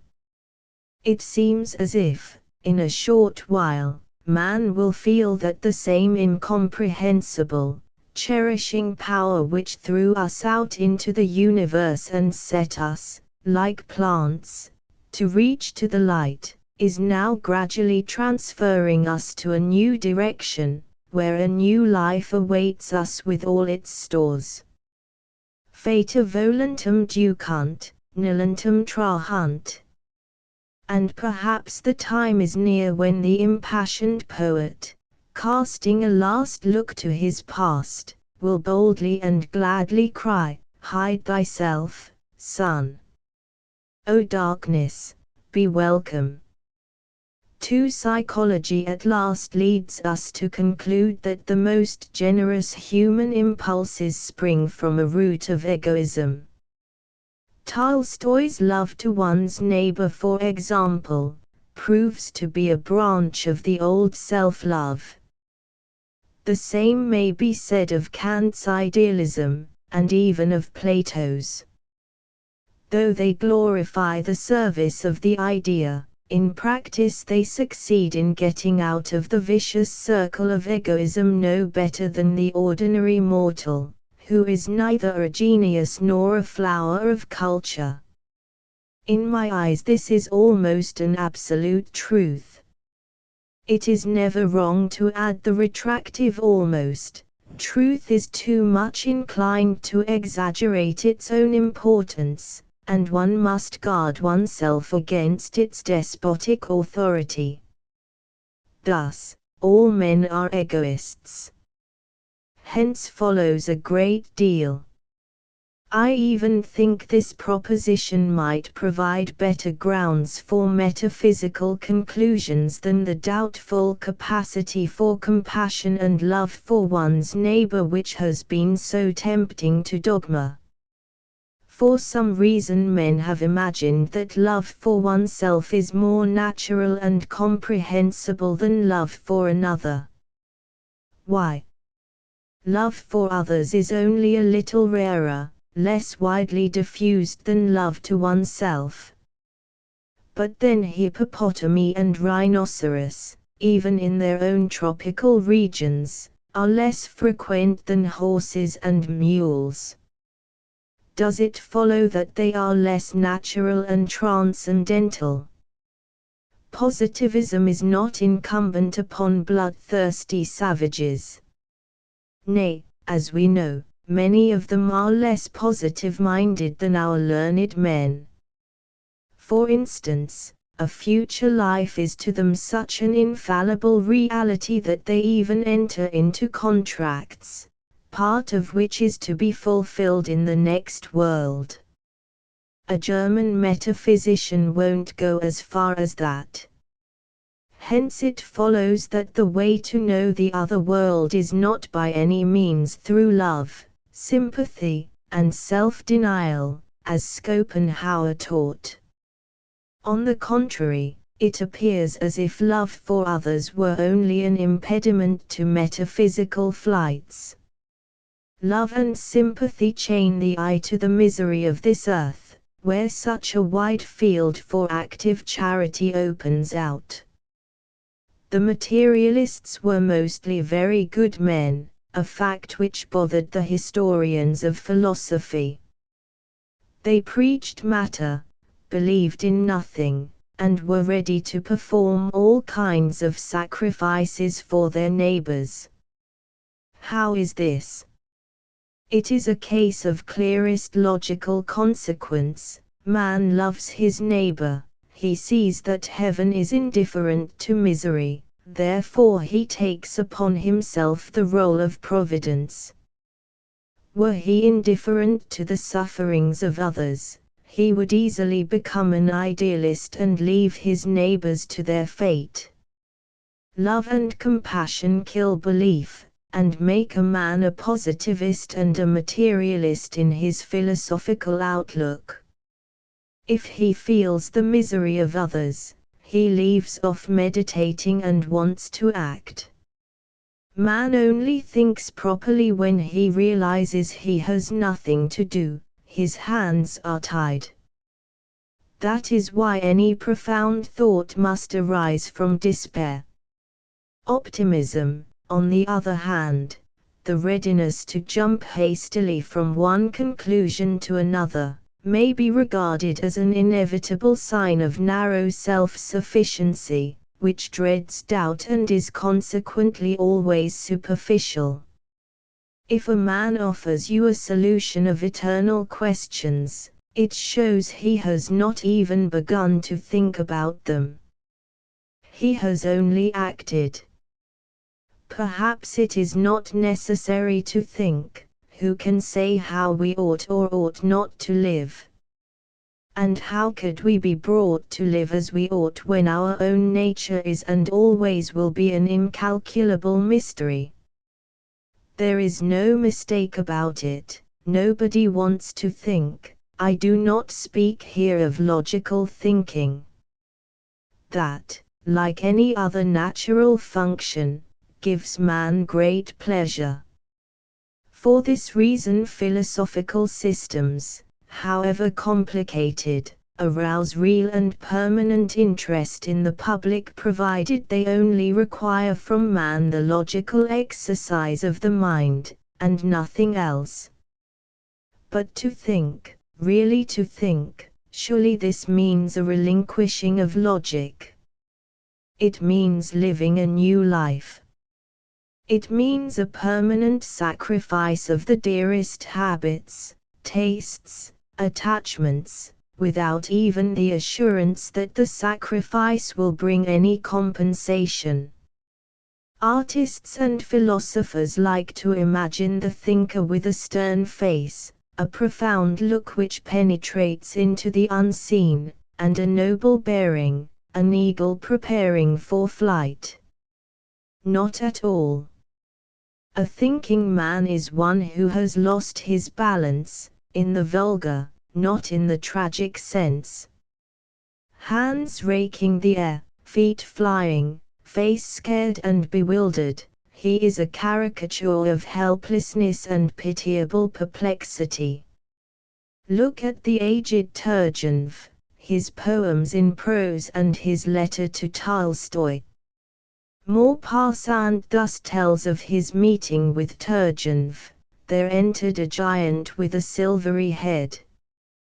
Quite so. The majestic patriarch and master, of course. The myth of giants with silver locks is firmly established in the heart of man. Then suddenly enters Turgenev in his prose poems, pale, pitiful, fluttering like a bird that has been winged. Turgenev, who has taught us everything, how can he be so fluttered and bewildered? How could he write his letter to Tolstoy? Did he not know that Tolstoy was finished, the source of his creative activity dried up, that he must seek other activities? Of course he knew, and still he wrote that letter. But it was not for Tolstoy, nor even for Russian literature, which, of course, is not kept going by the deathbed letters and covenants of its giants.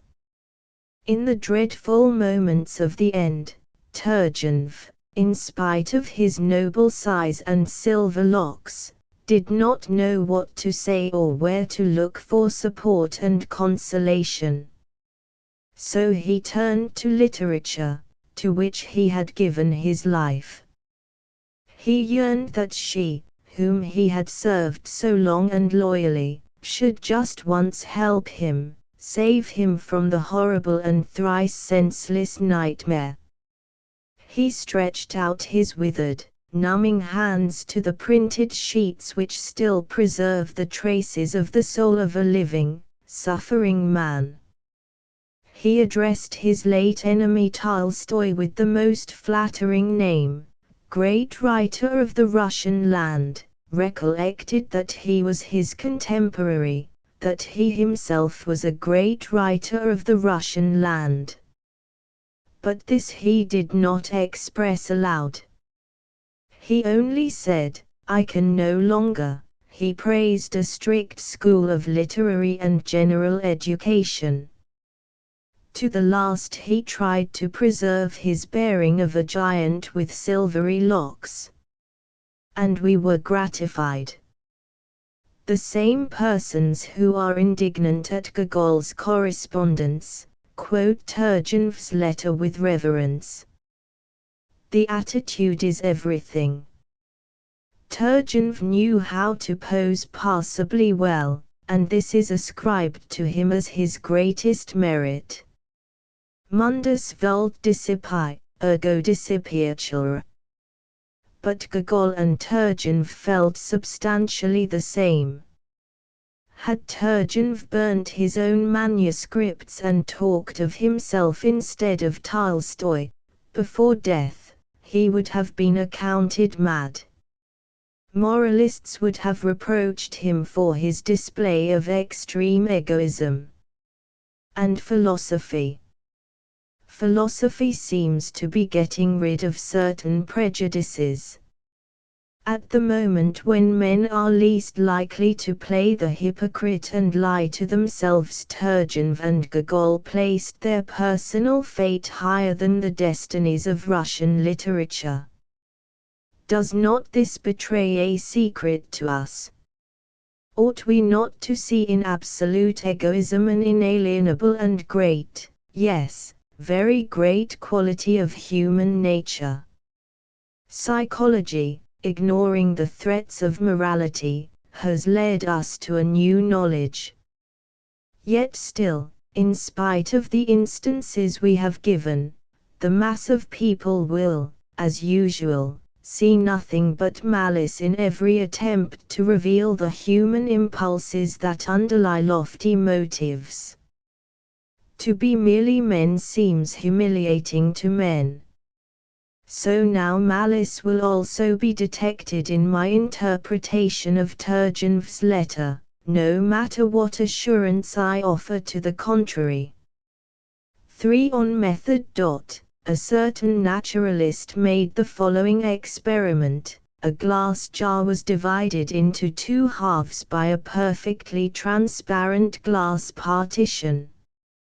On the one side of the partition he placed a pike, on the other a number of small fishes such as form the prey of the pike. The pike did not notice the partition, and hurled itself on its prey, with, of course, the result only of a bruised nose. The same happened many times, and always the same result. At last, seeing all its efforts ended so painfully, the pike abandoned the hunt, so that in a few days, when the partition had been removed, it continued to swim about among the small fry without daring to attack them. Does not the same happen with us? Perhaps the limits between this world and the other world are also essentially of an experimental origin, neither rooted in the nature of things, as was thought before Kant, or in the nature of our reason, as was thought after Kant. Perhaps indeed a partition does exist, and make vain all attempts to cross over. But perhaps there comes a moment when the partition is removed. In our minds, however, the conviction is firmly rooted that it is impossible to pass certain limits, and painful to try, a conviction founded on experience. But in this case we should recall the old skepticism of Hume, which idealist philosophy has regarded as mere subtle mind play, valueless after Kant's critique. The most lasting and varied experience cannot lead to any binding and universal conclusion. Nay, all our a priori, which are so useful for a certain time, become sooner or later extremely harmful. A philosopher should not be afraid of skepticism, but should go on bruising his jaw. Perhaps the failure of metaphysics lies in the caution and timidity of metaphysicians, who seem ostensibly so brave. They have sought for rest, which they describe as the highest boon. Whereas they should have valued more than anything restlessness, aimlessness, even purposelessness. How can you tell when the partition will be removed? Perhaps at the very moment when man ceased his painful pursuit, settled all his questions and rested on his laurels, inert, he could with one strong push have swept through the pernicious fence which separated him from the unknowable. There is no need for man to move according to a carefully considered plan. This is a purely aesthetic demand which need not bind us. Let man senselessly and deliriously knock his head against the wall. If the wall go down at last, will he value his triumph any the less? Unfortunately for us, the illusion has been established in us that plan and purpose are the best guarantee of success. What a delusion it is! The opposite is true. The best of all that genius has revealed to us has been revealed as the result of fantastic, erratic, apparently ridiculous and useless, but relentlessly stubborn seeking. Columbus, tired of sitting on the same spot, sailed west to look for India. And genius, in spite of vulgar conception, is a condition of chaos and unutterable restlessness. Not for nothing has genius been counted kin to madness. Genius flings itself hither and thither because it has not the sitzfleisch necessary for industrious success in mediocrity. We may be sure that Earth has seen much more genius than history has recorded, since genius is acknowledged only when it has been serviceable. When the tossing about has led to no useful issue, which is the case in the majority of instances, it arouses only a feeling of disgust and abomination in all witnesses. He can't rest and he can't let others rest. If Lermontov and Dostoevsky had lived in times when there was no demand for books, nobody would have noticed them. Lermontov's early death would have passed unregretted. Perhaps some settled and virtuous citizen would have remarked, weary of the young man's eternal and dangerous freaks, for a dog's death. The same of Gogol, Tolstoy, Pushkin. Now they are praised because they left interesting books. And so we need pay no attention to the cry about the futility and worthlessness of skepticism, even skepticism pure and unadulterated, skepticism which has no ulterior motive of clearing the way for a new creed. To knock one's head against the wall out of hatred for the wall, to beat against established and obstructive ideas, because one detests them, is it not an attractive proposition? And then, to see ahead uncertainly and limitless possibilities, instead of up-to-date ideals, is not this too fascinating? The highest good is rest. I shall not argue, de gustibus aut nihil aut bene. By the way, isn't it a superb principle? And this superb principle has been arrived at perfectly by chance, unfortunately not by me, but by one of the comical characters in Chekhov's Seagull. He mixed up two Latin proverbs, and the result was a splendid maxim which, in order to become an a priori, awaits only universal acceptance. For metaphysicians praise the transcendental, and carefully avoid it. Nietzsche hated metaphysics, he praised the earth, bleib nur der Erde true, o mein Bruder, and always lived in the realm of the transcendental.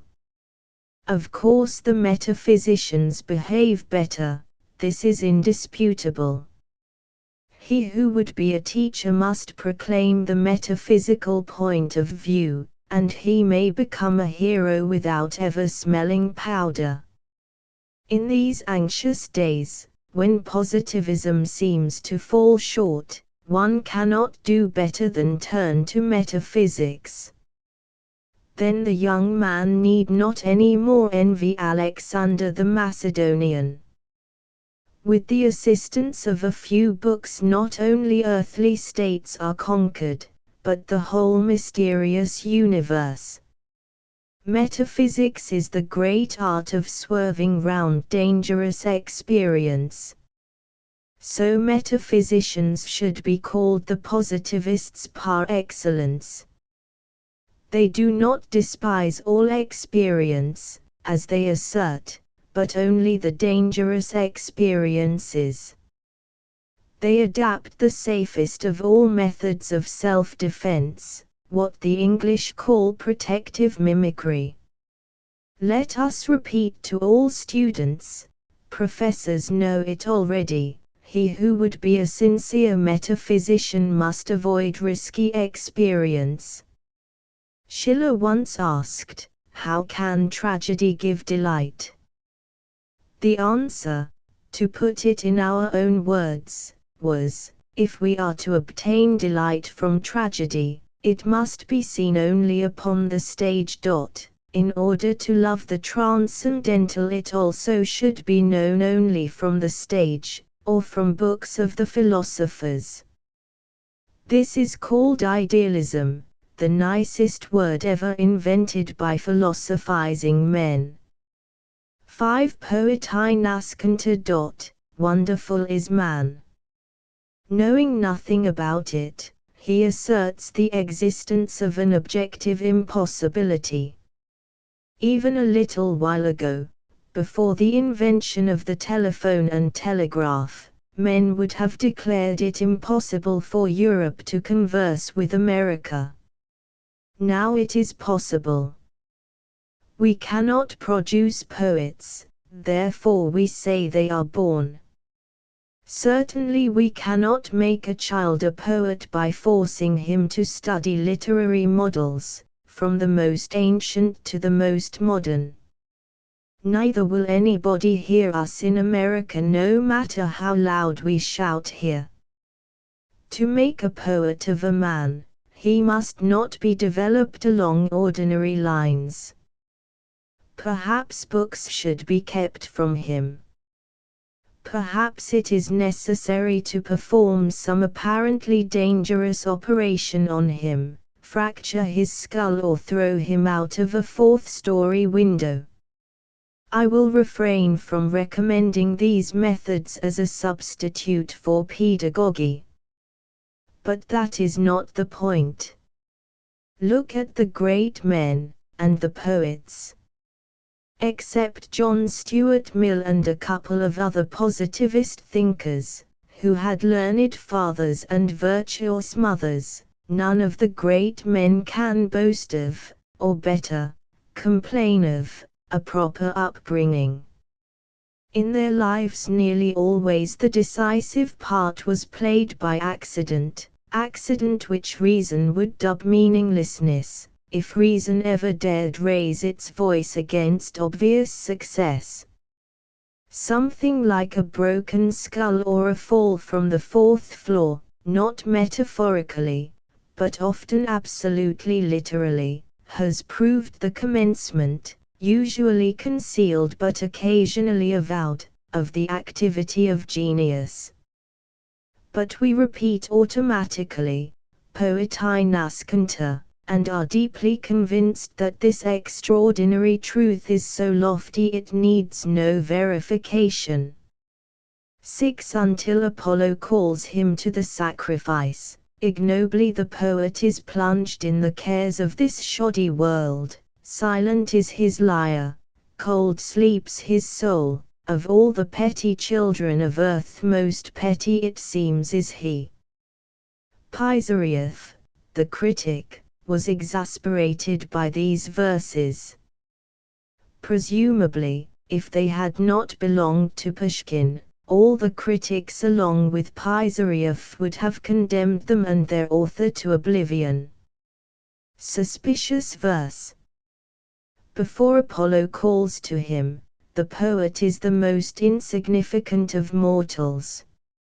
In his free hours, the ordinary man finds some more or less distinguished distraction. Fox himself, he hunts, attends exhibitions of pictures, or the theatre, and finally rests in the bosom of his family. But the poet is incapable of normal existence. Immediately he has finished with Apollo, forgetting all about altars and sacrifices, he proceeds to occupy himself with unworthy objects. Or he abandons himself to the dolce far niente, the customary pastime of all favorites of the Muses. Let us here remark that not only all poets, but all writers and artists in general are inclined to lead bad lives. Think what Tolstoy tells us, in Confession and elsewhere, of the best representatives of literature in the 50s. On the whole, it is just as Pushkin says in his verses. Whilst he is engaged in composition, an author is a creature of some consequence. Apart from this, he is nothing. Why are Apollo and the Muses so remiss? Why do they draw to themselves wayward or vicious votaries, instead of rewarding virtue? We dare not suspect the gods, even the dethroned, of bad intentions. Apollo loved virtuous persons, and yet virtuous persons are evidently mediocre and unfit for the sacred offices. If any man is overcome with a great desire to serve the god of song, let him get rid of his virtues at once. Curious that this truth is so completely unknown to men. They think that through virtue they can truly deserve the favor and choice of Apollo. And since industry is the first virtue, they peg away, morning, noon, and night. Of course, the more they work the less they do.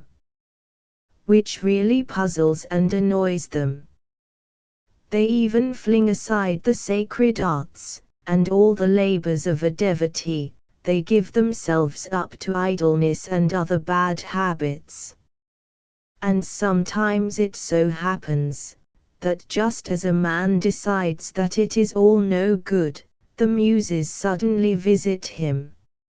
So it was with Dostoevsky and others. Schiller alone managed to get round Apollo. But perhaps it was only his biographers he got round. Germans are so trustful, so easy to deceive. The biographers saw nothing unusual in Schiller's habit of keeping his feet in cold water whilst he worked. No doubt they felt that if the divine poet had lived in the Sahara, where water is precious as gold, and the inspired cannot take a foot bath every day, then the speeches of the Marquis of Pola would have lacked half their nobleness, at least. And apparently Schiller was not so wonderfully chaste, if he needed such artificial resources in the composition of his fine speeches. In a word, we must believe Pushkin. A poet is, on the one hand, among the elect, on the other hand, he is one of the most insignificant of mortals. Hence we can draw a very consoling conclusion: the most insignificant of men are not altogether so worthless as we imagine. They may not be fit to occupy government positions or professorial chairs, but they are often extremely at home on Parnassus and such high places. Apollo rewards vice, and virtue, as everybody knows, is so satisfied with herself she needs no reward. Then why do the pessimists lament? Leibniz was quite right, we live in the best possible of worlds. I would even suggest that we leave out the modification possible. 7. It is das Uigweibliche, with Russian writers. Pushkin and Lermontov loved women and were not afraid of them. Pushkin, who trusted his own nature, was often in love, and always sang his love of the moment. When infatuated with a bacchante, he glorified bacchantes. When he married, he warbled of a modest, nun-like beauty, his wife. A synthesizing mind would probably not know what to do with all Pushkin's sorts of love. Nor is Lermontov any better. He abused women, but, as Byelinsky observed after meeting him, he loved women more than anything in the world.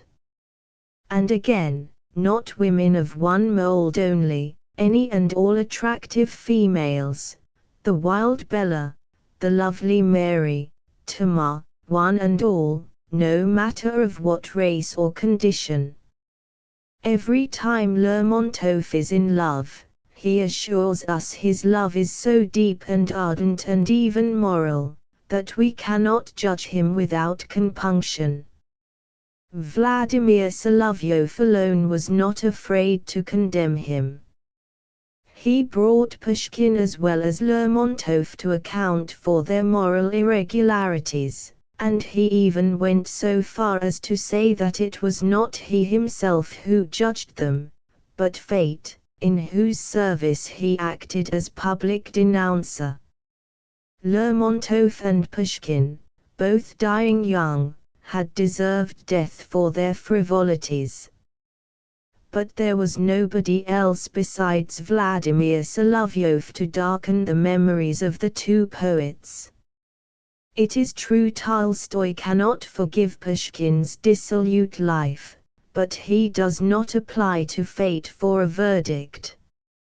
According to Tolstoy, morality can cope even with a titan like Pushkin. In Tolstoy's view, morality grows stronger the harder the job it has to tackle. It pardons the weak offenders without waste of words, but it never forgives pride and self-confidence. If Tolstoy's edicts had been executed, all memorials to Pushkin would have disappeared, chiefly because of the poet's addiction to the eternal female. In such a case Tolstoy is implacable. He admits that the kind of love whose object is the establishing of a family, but no more. Don Juan is a hateful transgressor. Think of Levi, and his attitude to prostitutes.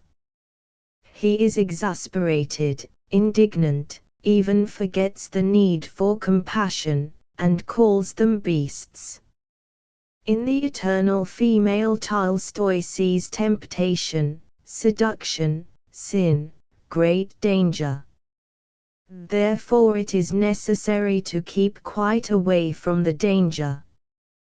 But surely danger is the dragon which guards every treasure on earth. And again, no matter what his precautions, a man will meet his fate sooner or later, and come into conflict with the dragon. Surely this is an axiom. Pushkin and Lermontov loved danger, and therefore sought women. They paid a heavy price, but while they lived freely and lightly. If they had cared to peep in the book of destinies, they might have averted or avoided their sad end. But they preferred to trust their star, lucky or unlucky. Tolstoy was the first among us. We cannot speak of Gogol, who began to fear life. He was the first to start open moralizing. Insofar as public opinion and personal dignity demand it, he did go to meet his dangers, but not a step further. So he avoided women, art, and philosophy. Love poesy, that is, love which does not lead to a family, like wisdom poesy, which is wisdom that has no utilitarian motive, and like art for art's sake, seemed to him the worst of temptations, leading to the destruction of the soul. When he plunged too deep in thinking, he was seized with panic. It seemed to me I was going mad, so I went away to the Bashkirs for kumas. Such confessions are common in his works. And surely there is no other way with temptations, than to cut short, at once, before it is too late. Tolstoy preserved himself on account of his inborn instinct for departing betimes from a dangerous situation. Save for this cautious prompting he would probably have ended like Lermontov or Pushkin. True, he might have gone deeper into nature, and revealed us rare secrets, instead of preaching at us abstinence, humility, simplicity and so on. But such luck fell to the fate of Dostoevsky. Dostoevsky had very muddled relations with morality. He was too racked by disease and circumstance to get much profit out of the rules of morality. The hygiene of the soul, like that of the body, is beneficial only to healthy men. To the sick it is simply harmful. The more Dostoevsky engaged himself with high morality, the more inextricably entangled he became. He wanted to respect the personality in a woman, and only the personality, and so he came to the point where he could not look on any woman, however ugly, with indifference. The elder Karamazov and his affair with Elizabeth Smerdiaska, Stinking Lizzie, in what other imagination could such a union have been contemplated? Dostoevsky, of course, reprimands Karamazov, and thanks to the standards of modern criticism, such a reprimand is accounted sufficient to exonerate our author. But there are other standards.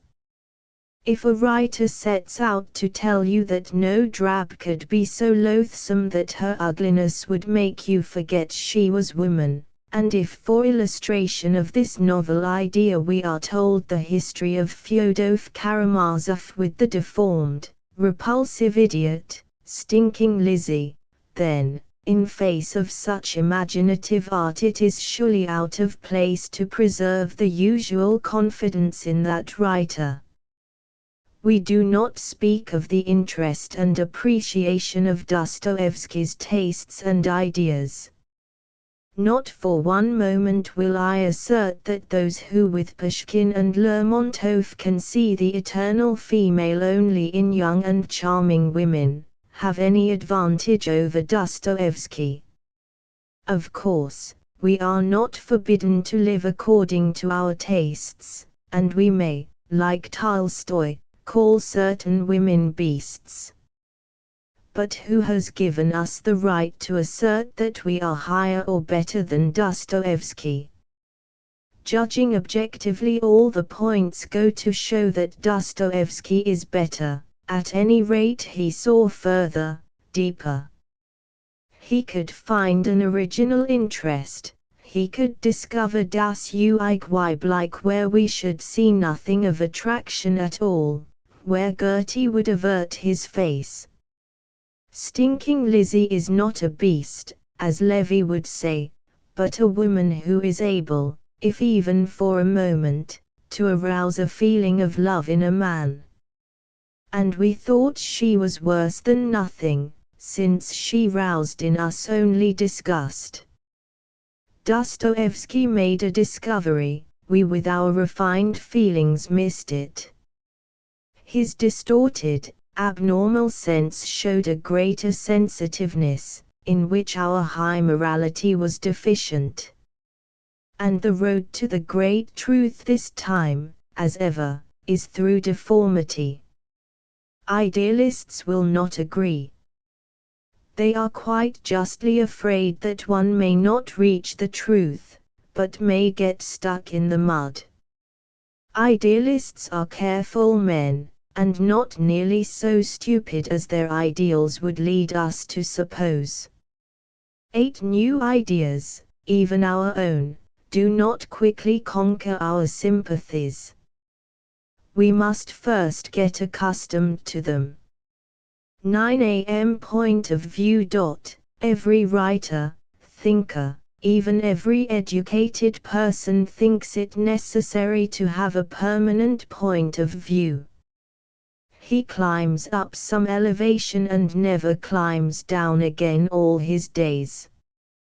Whatever he sees from this point of view, he believes to be reality, truth, justice, good, and what he does not see he excludes from existence. Man is not much to blame for this. Surely there is no very great joy in moving from point of view to point of view, shifting one's camp from peak to peak. We have no wings, and a winged thought is only a nice metaphor, unless, of course, it refers to logical thinking.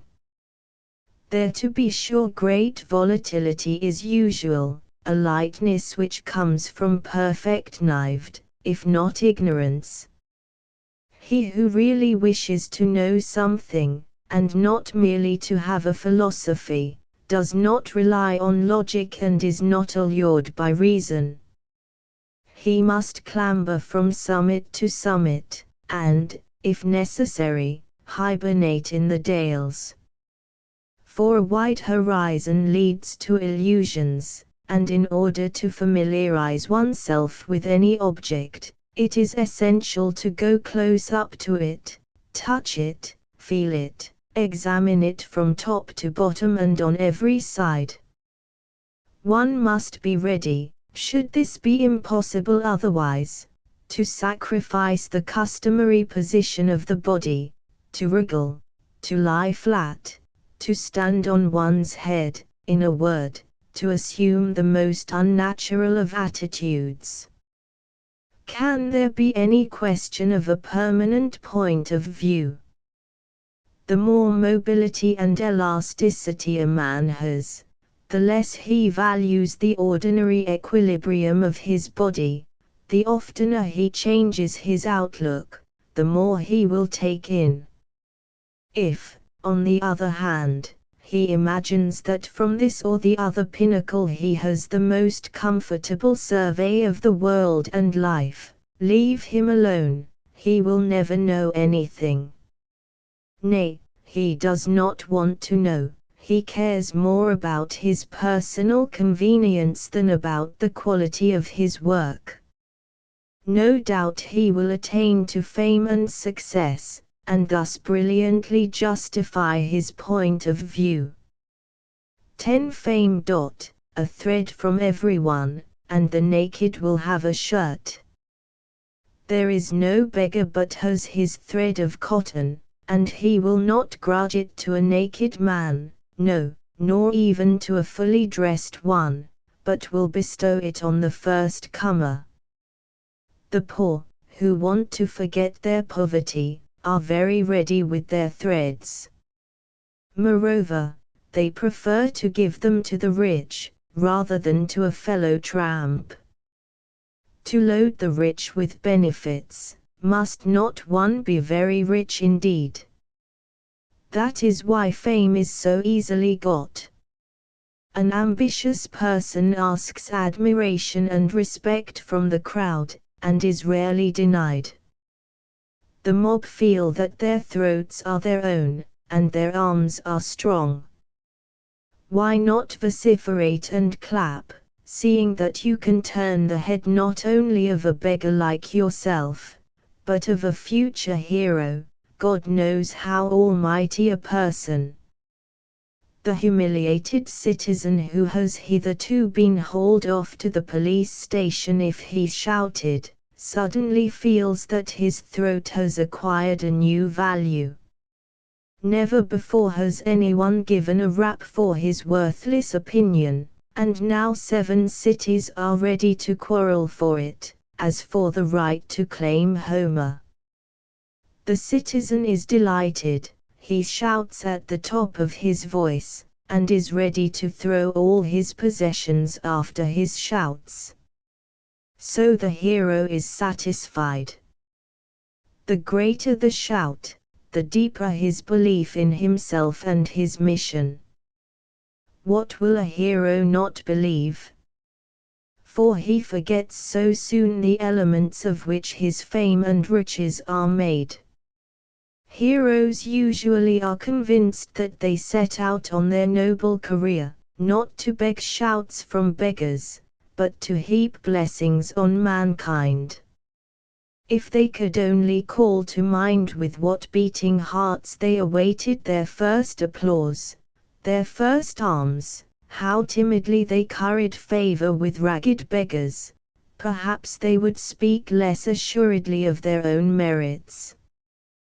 But our memory is fully acquainted with Herbert Spencer and his law of adaptability, and thus many a worthy man goes gaily on in full belief in his own stupendous virtue. 11. In defense of righteousness. Inexperienced and ingenuous people see in righteousness merely a burden which lofty people have assumed out of respect for law or for some other high and inexplicable reason. But a righteous man has not only duties but rights. True, sometimes, when the law is against him, he has to compromise. Yet how rarely does the law desert him? No cruelty matters in him, so long as he does not infringe the statutes. Nay, he will ascribe his cruelty as a merit to himself, since he acts out of no personal considerations, but in the name of sacred justice.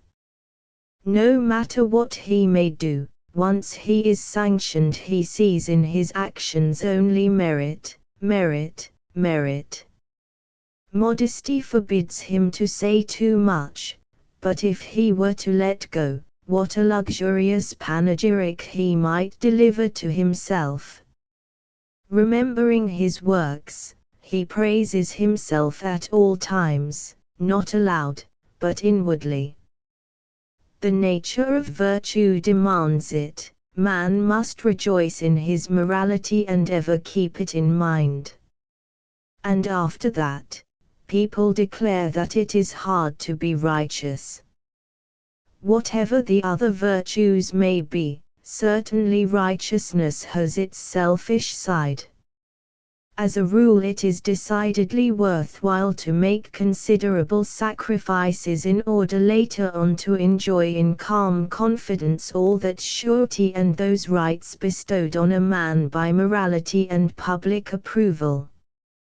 Look at a German who has paid his contribution to a society for the assistance of the indigent. Not one stray farthing will he give, not to a poor wretch who is starving before his eyes. And in this he feels right. This is righteousness out and out.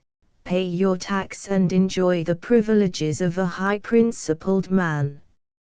So righteousness is much in vogue with cultured, commercial nations. Russians have not quite got there. They are afraid of the exactions of righteousness, not guessing the enormous advantages derived. A Russian has a permanent relationship with his conscience, which costs him far more than the most moral German, or even Englishman, has to pay for his righteousness. 12. The best way of getting rid of tedious, played out truths is to stop paying them the tribute of respect and to treat them with a touch of easy familiarity and derision. To put into brackets, as Dostoevsky did, such words as good, self-sacrifice, progress, and so on, will alone achieve you much more than many brilliant arguments would do. Whilst you still contest a certain truth, you still believe in it, and this even the least penetrating individual will perceive. But if you favor it with no serious attention, and only throw out a scornful remark now and then, the result is different. It is evident you have ceased to be afraid of the old truth, you no longer respect it. And this sets people thinking. 13 4 walls. Armchair philosophy is being condemned, rightly. An armchair thinker is busy deciding on everything that is taking place in the world, the state of the world market, the existence of a world soul, wireless telegraphy and the life after death, the cave dweller and the perfectibility of man, and so on and so on. His chief business is so to select his statements that there shall be no internal contradiction, and this will give an appearance of truth. Such work, which is quite amusing and even interesting, leads at last to very poor results. Surely verisimilitudes of truth are not truth, nor have necessarily anything in common with truth. Again, a man who undertakes to talk of everything probably knows nothing. Thus a swan can fly, and walk, and swim. But it flies indifferently, walks badly, and swims poorly. An armchair philosopher, enclosed by 4 walls, sees nothing but those 4 walls, and yet of these precisely he does not choose to speak. If by accident he suddenly realized them and spoke of them, his philosophy might acquire an enormous value. This may happen when a study is converted into a prison, the same 4 walls, but impossible not to think of them. Whatever the prisoner turns his mind to, Homer, the Greek-Persian wars, the future world peace, the bygone geological cataclysms, still the 4 walls enclose it all. The calm of the study supplanted by the pathos of imprisonment. The prisoner has no more contact with the world, and no less. But now he no longer slumbers and has greyish dreams called world conceptions. He is wide awake and strenuously living. His philosophy is worth hearing. But man is not distinguished for his powers of discrimination. He sees solitude and 4 walls, and says, a study. He dreams of the marketplace, where there is noise and jostling, physical bustle, and decides that there alone life is to be met. He is wrong as usual. In the marketplace, among the crowd, do not men sleep their deadest sleep? And is not the keenest spiritual activity taking place in seclusion? 14 The Spartans made their helots drunk as an example and warning to their noble youths. A good method, no doubt, but what are we of the 20th century to do? Whom shall we make drunk? We have no slaves, so we have instituted a higher literature. Novels and stories describe drunken, dissolute men, and paint them in such horrid colors that every reader feels all his desire for vice depart from him. Unfortunately, only our Russians are either too conscientious or not sufficiently rectilinear in their minds. Instead of showing the drunken helot as an object of repugnance, as the Spartans did, they try to describe vice truthfully. Realism has taken hold. Indeed, why make a fuss? What does it matter if the writer's description is a little more or less ugly than the event? Was justice invented that everything, even evil, should be kept intact? Surely evil must be simply rooted out, banned, placed outside the pale.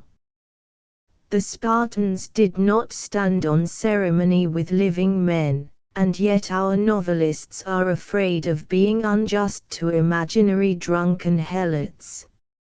And, so to speak, out of humane feeling too. How naive one must be to accept such a justification. Yet everybody accepts it. Tolstoy alone, towards the end, guessed that humanitarianism is only a pretext in this case, and that we Russians have described vice not only for the purpose of scaring our readers. In modern masters the word vice arouses not disgust, but insatiable curiosity. Perhaps the wicked thing has been persecuted in vain, like so many other good things. Perhaps it should have been studied, perhaps it held mysteries. On the strength of this perhaps morality was gradually abandoned, and Tolstoy remained almost alone in his indignation. Realism reigns, and a drunken helot arouses envy in timid readers who do not know where to put their trust, whether in the traditional rules or in the appeal of the master. A drunken helot an ideal. What have we come to? Were it not better to have stuck to Lycurgus? Have we not paid too dearly for our progress? Many people think we have paid too dearly, not to mention Tolstoy, who is now no longer taken quite seriously, though still accounted a great man. Any mediocre journalist enjoys greater influence than this master writer of the Russian land. It is inevitable. Tolstoy insists on thinking about things which are nobody's concern. He has long since abandoned this world, and does he continue to exist in any other? Difficult question. Tolstoy writes books and letters, therefore he exists. This inference, once so convincing, now has hardly any effect on us, particularly if we take into account what it is that Tolstoy writes. In several of his last letters he expresses opinions which surely have no meaning for an ordinary man. They can be summed up in a few words. Tolstoy professes an extreme egoism, solipsism, solipsism. That is, in his old age, after infinite attempts to love his neighbor, he comes to the conclusion that not only is it impossible to love one's neighbor, but that there is no neighbor, that in all the world Tolstoy alone exists, that there is even no world, but only Tolstoy, a view so obviously absurd, that it is not worth refuting. By the way, there is also no possibility of refuting it, unless you admit that logical inferences are non-binding. Solipsism dogged Tolstoy already in early youth, but at that time he did not know what to do with the impertinent, oppressive idea, so he ignored it. Finally, he came to it.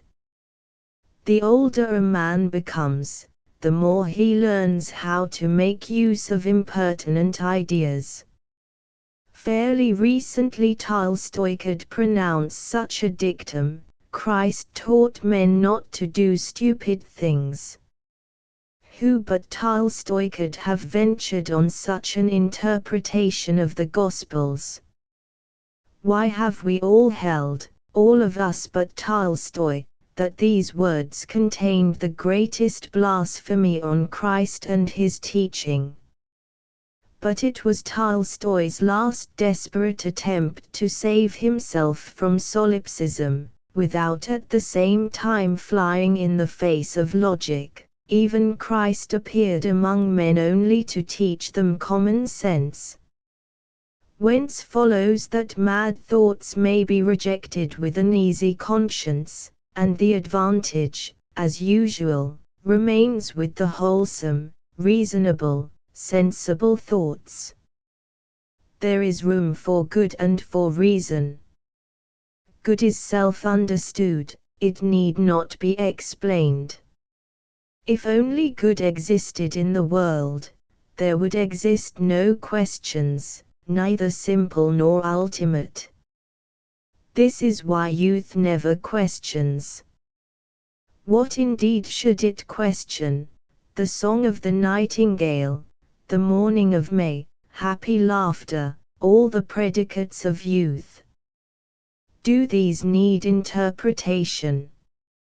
On the contrary, any explanation is reduced to these. The proper questions arise only on contact with evil.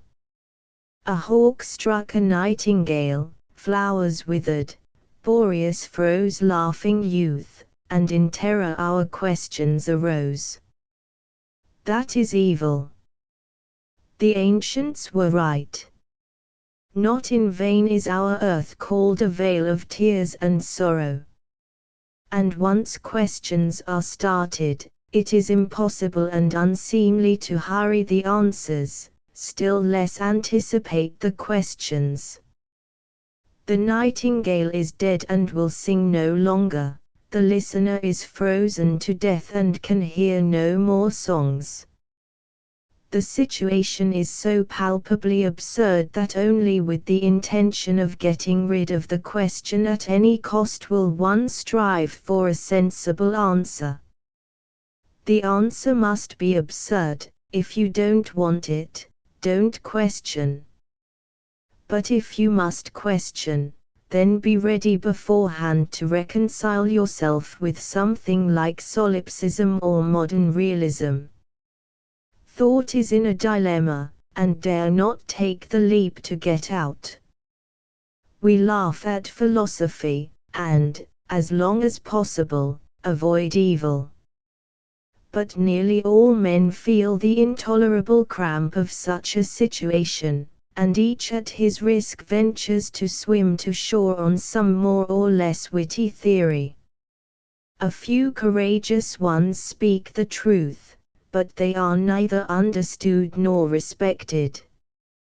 When a man's words show the depth of the pain through which he has passed, he is not, indeed, condemned, but the world begins to talk of his tragic state of soul, and to take on a mournful look fitting to the occasion.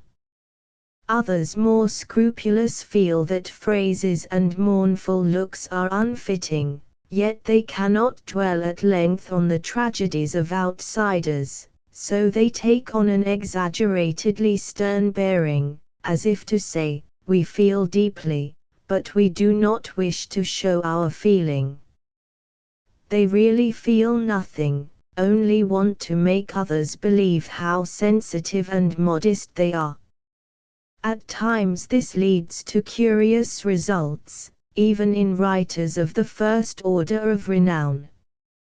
Thus Anatole France, the inventor of that most charming smile which is intended to convince men that he feels everything and understands everything, but does not cry out, because that would not be fitting, in one of his novels takes upon himself the noble role of advocate of the victims of a crime, against the criminal. Our time, he says, out of pity to the criminal forgets the sufferings of his victim. This, I repeat, is one of the most curious misrepresentations of modern endeavor. It is true we in Russia talk a good deal about compassion, particularly to criminals, and Anatole France is by no means the only man who thinks that our distinguishing characteristic is extreme sensitiveness and tender-heartedness. But as a matter of fact, the modern man who thinks for himself is not drawn to the criminal by a sense of compassion, which would incontestably be better applied to the victim, but by curiosity, or if you like, inquisitiveness. For thousands of years man has sought to solve the great mystery of life through a God conception, with theodicy and metaphysical theories as a result, both of which deny the possibility of a mystery. Theodicy has long ago wearied us.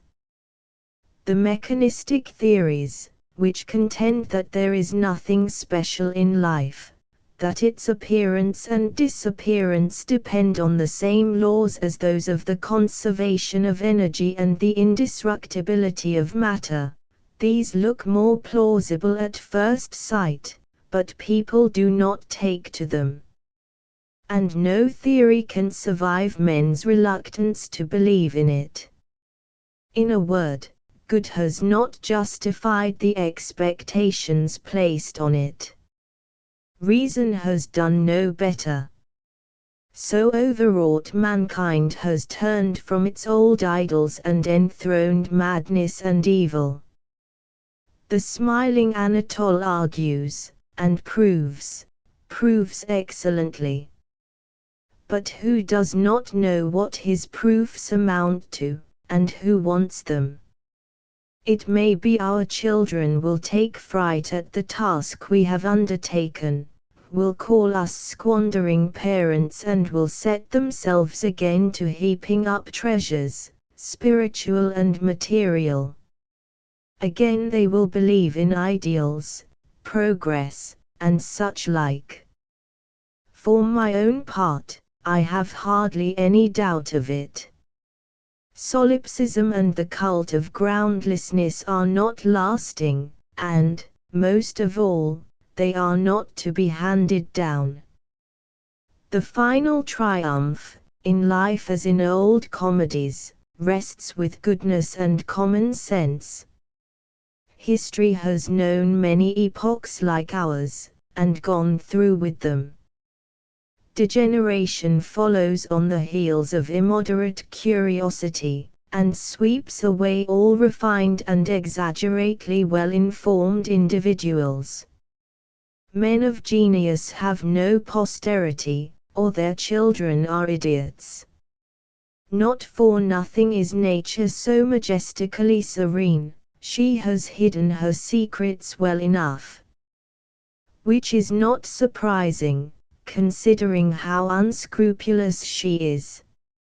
No despot, not the greatest villain on earth, has ever wielded power with the cruelty and heartlessness of nature. The least violation of her laws, and the severest punishment follows. Disease, deformity, madness, death, what has not our common mother contrived to keep us in subjection? True, certain optimists think that nature does not punish us, but educates us. So Tolstoy sees it. Death and sufferings, like animated scarecrows, boo at man and drive him into the one way of life open to him, for life is subject to its own law of reason. Not a bad method of upbringing. Exactly like using wolves and bears. Unfortunate man, bolting from one booing monster, is not always able in time to dodge into the one correct way, and dashes straight into the maw of another beast of prey. Then what? And this often happens. Without disparagement of the optimists, we may say that sooner or later it happens to every man. After which no more running. You won't tear yourself out of the claws of madness or disease. Only one thing is left, in spite of traditions, theodicy, wiseacres, and most of all in spite of oneself, to go on praising Mother Nature and her great goodness. Let future generations reject us, let history stigmatize our names, as the names of traitors to the human cause, still we will compose hymns to deformity, destruction, madness, chaos, darkness. And after that, let the grass grow. 15 Astrology and alchemy lived their day and died a natural death. But they left a posterity, chemistry inventing dyes, and astronomy accumulating formulae. So it is. Geniuses beget idiots, especially when the mothers are very virtuous, as in this case, when their virtue is extraordinary. For the mothers are public utility and morality. The alchemists wasted their time seeking the philosopher's stone, the astrologers swindled people telling fortunes by the stars. Wedded to utility, these two fathers have begotten the chemists and astronomers. Nobody will dispute the genealogy. Perhaps even none will dispute that, from idiotic children one may, with a measure of probability, infer genius in the parents. There are certain indications that this is so, though of course one may not go beyond supposition. But supposition is enough. There are more arguments in store. For instance, our day is so convinced of the absolute nonsense and uselessness of alchemy and astrology that no one dreams of verifying the conviction. We know there were many charlatans and liars amongst alchemists and astrologers. But what does this prove? In every department there are the same mediocre creatures who speculate on human credulity. However positive our science of medicine is, there are many fraudulent doctors who rob their patients. The alchemists and astrologers were, in all probability, the most remarkable men of their time.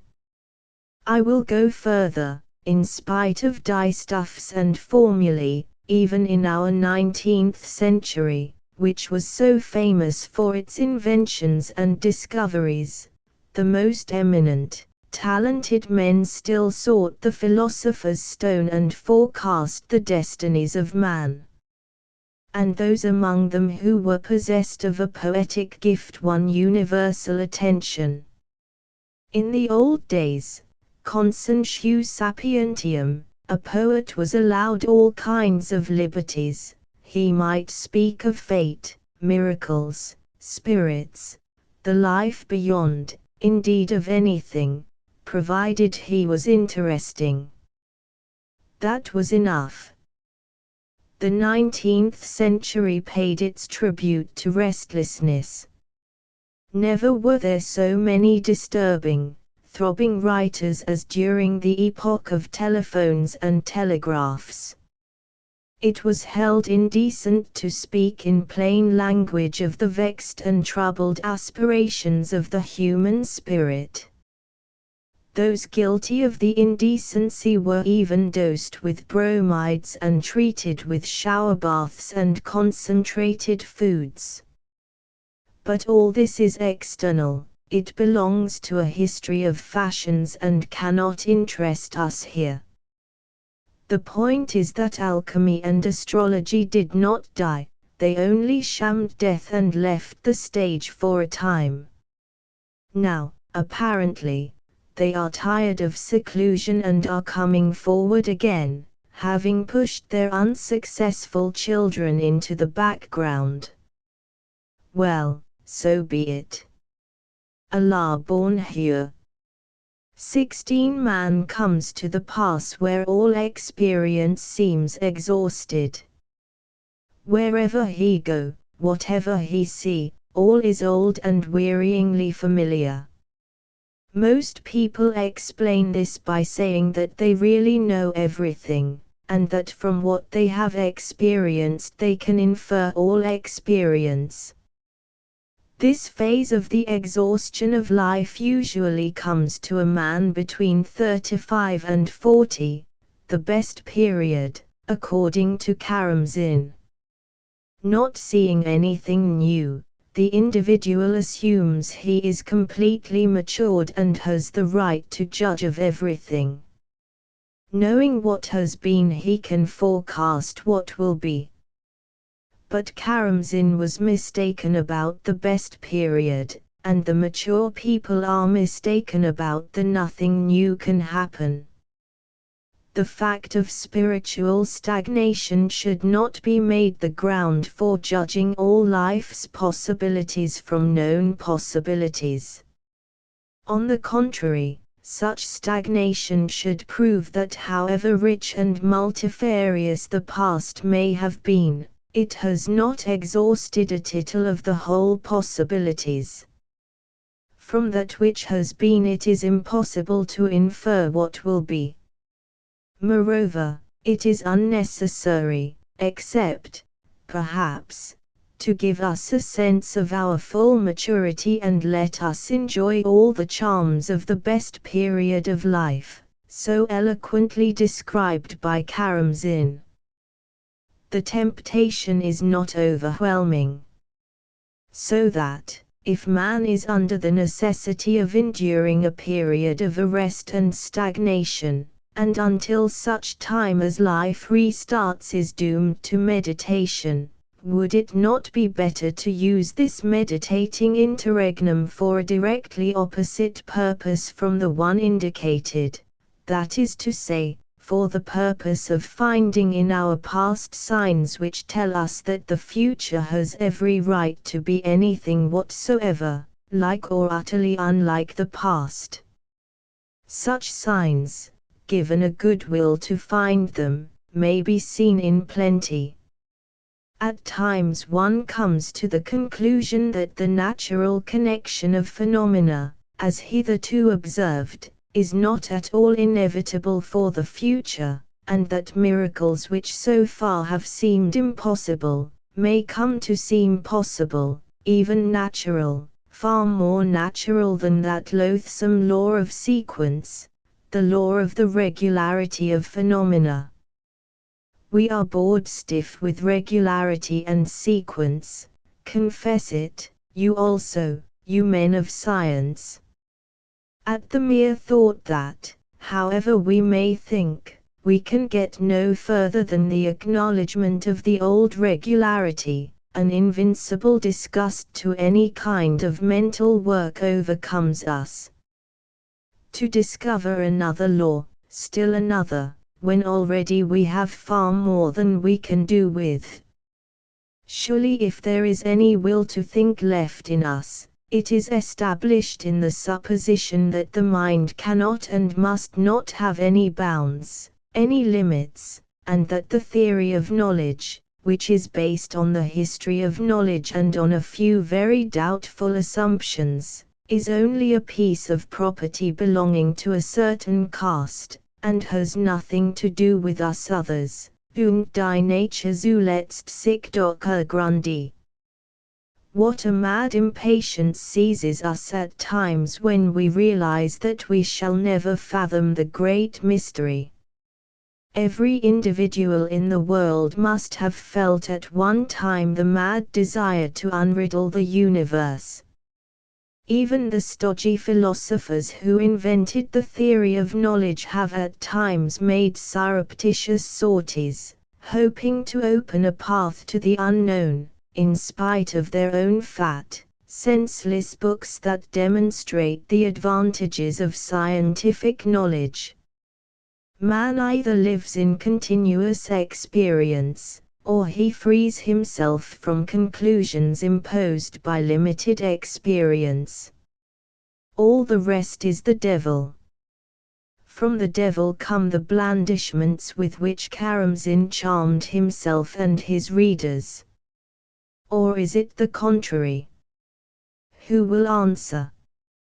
Once again, as usual, at the end of a pathetic speech one is left with a conjecture. Let every man please himself. But what about those who would like to live according to Karamzin, but cannot? I cannot speak for them. Schiller recommended hope. Will it do? To be frank, hardly. He who has once lost his peace of mind will never find it again. 17 Ever since Kant succeeded in convincing the learned that the world of phenomena is quite other than the world of true reality, and that even our own existence is not our real existence, but only the visible manifestation of a mysterious, unknown substance, substantia, philosophy has been stuck in a new rut, and cannot move a single millimeter out of the track laid out by the great Königsbergian. Backward or forward it can go, but necessarily in the Kantian rut. For how can you get out of the counterposing of the phenomenon against the thing in itself? This proposition, this counterposing seems inalterable. So there is nothing left but to stick your head in the heavy draft collar of the theory of knowledge. Which most philosophers do, even with a glad smile, which inevitably rouses a suspicion that they have got what they wanted, and their metaphysical need was nothing more than a need for a harness. Otherwise they would have kicked at the sight of the collar. Surely the contraposition between the world of phenomena and the thing in itself is an invention of the reasoning mind, as is the theory of knowledge deduced from this contraposing. Therefore the freedom-loving spirit could reject it in the very beginning, and basta. With the devil one must be very cautious. We know quite well that if he only gets hold of the tip of your ear he will carry off your whole body. So it is with reason. Grant it one single assumption, admit but one proposition, and finita la commedia. You are in the toils. Metaphysics cannot exist side by side with reason. Everything metaphysical is absurd, everything reasonable is positive. So we come upon a dilemma.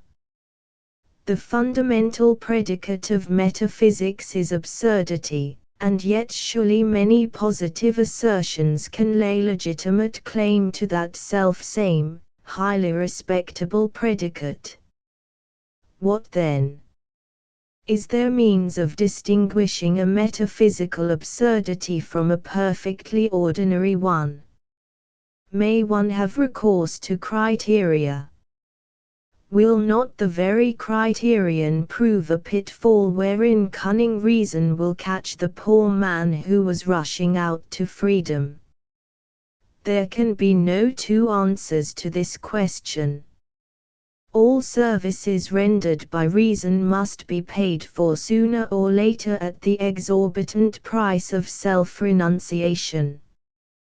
Whether you accept the assistance in the noble form of the theory of knowledge, or merely as a humble criterion, at last you will be driven forth into the streets of positivism. This happens all the time to young, inexperienced minds. They break the bridle and dash forward into space, to find themselves rushing into the same old Rome, whither, as we know, all roads lead, or, to use more lofty language, rushing into the stable whither also all roads lead. The only way to guard against positivism, granting, of course, that positivism no longer attracts your sympathies, is to cease to fear any absurdities, whether rational or metaphysical, and systematically to reject all the services of reason. Such behavior has been known in philosophy, and I make bold to recommend it. Credo, quia absurdum comes from the Middle Ages. Modern instances are Nietzsche and Schopenhauer. Both present noble examples of indifference to logic and common sense, particularly Schopenhauer, who, a Kantian, even in the name of Kant made such daring sallies against reason, driving her into confusion and shame. That astounding Kantian even went so far, in the master's name still, as to attempt the overthrow of the space and time notions. He admitted clairvoyance, and to this day the learned are bothered whether to class that admission among the metaphysical or the ordinary absurdities. Really, I can't advise them. A very clever man insists on an enormous absurdity, so I am satisfied. Schopenhauer's whole campaign against intellect is very comforting. It is evident that, though he set out from the Kantian stable, he soon got sick of hauling along down the cart ruts, and having broken the shafts, he trotted jauntily into a jungle of irreconcilable contradictions, without reflecting in the least where he was making for. The primate of will o' the reason, and music as the expression of our deepest essence, are not these assertions sufficient to show us how dexterously he wriggled out from the harness of synthetic judgments a priori which Kant had placed upon every thinker? There is indeed much more music than logic in the philosophy of Schopenhauer. Not for nothing is he excluded from the universities. But of course one may speak of him in the open, not of his ideas, naturally, but of his music. The European market is glutted with ideas. How neat and nicely finished and logically well turned out those ideas are! Schopenhauer had no such goods. But what lively and splendid contradictions he boldly spreads on his stall, often even without suspicion that he ought to hide them from the police.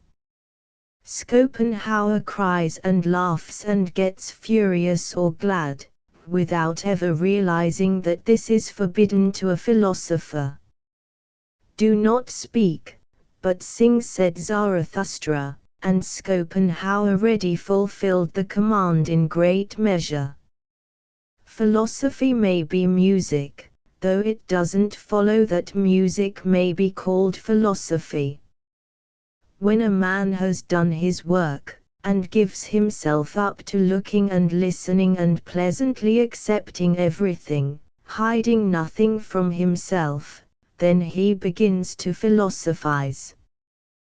What good are abstract formulae to him? Why should he ask himself, before he begins to think, what can I think about, what are the limits of thought? He will think, and those who like can do the summing up and the building of theories of knowledge. What is the earthly use of talking about beauty? Beautiful things must be created. Not one single aesthetic theory has so far been able to guess what direction the artist's mind will next take, or what are the limits to his creative activity. The same with the theory of knowledge. It may arrest the work of a man of learning, if he be himself afraid that he is going too far, but it is powerless to predetermine human thought. Even Kant's counterposing of things in themselves to the world of phenomena cannot finally clip the wings of human curiosity. There will come a time when this unshakable foundation of positivism will be shaken. All nosological disputes as to what thought can or cannot achieve will seem to our posterity just as amusing as the disputes of the schoolmen seem to us. Why did they argue about the nature of truth, when they might have gone out and looked for truth itself? The future historians will ask. Let us have an answer ready for them. Our contemporaries do not want to go out and seek, so they make a great deal of talk about a theory of knowledge. 18. Trust not thyself, young dreamer. However sincerely you may long for truth, whatever sufferings and horrors you may have surpassed, do not believe your own self, young dreamer. What you are looking for, you won't find. At the utmost, if you have a gift for writing, you will bring out a nice original book. Even, do not be offended, you may be satisfied with such a result. In Nietzsche's letters relating to the year 1888, the year when Brandes discovered him, you will find a sad confirmation of the above. Had not Nietzsche struggled, sought, suffered, and behold, towards the end of his life, when it would have seemed that all mundane rewards had become trivial to him, he threw himself with rapture on the tidings of first fame, and rushed to share his joy with all his friends, far and near.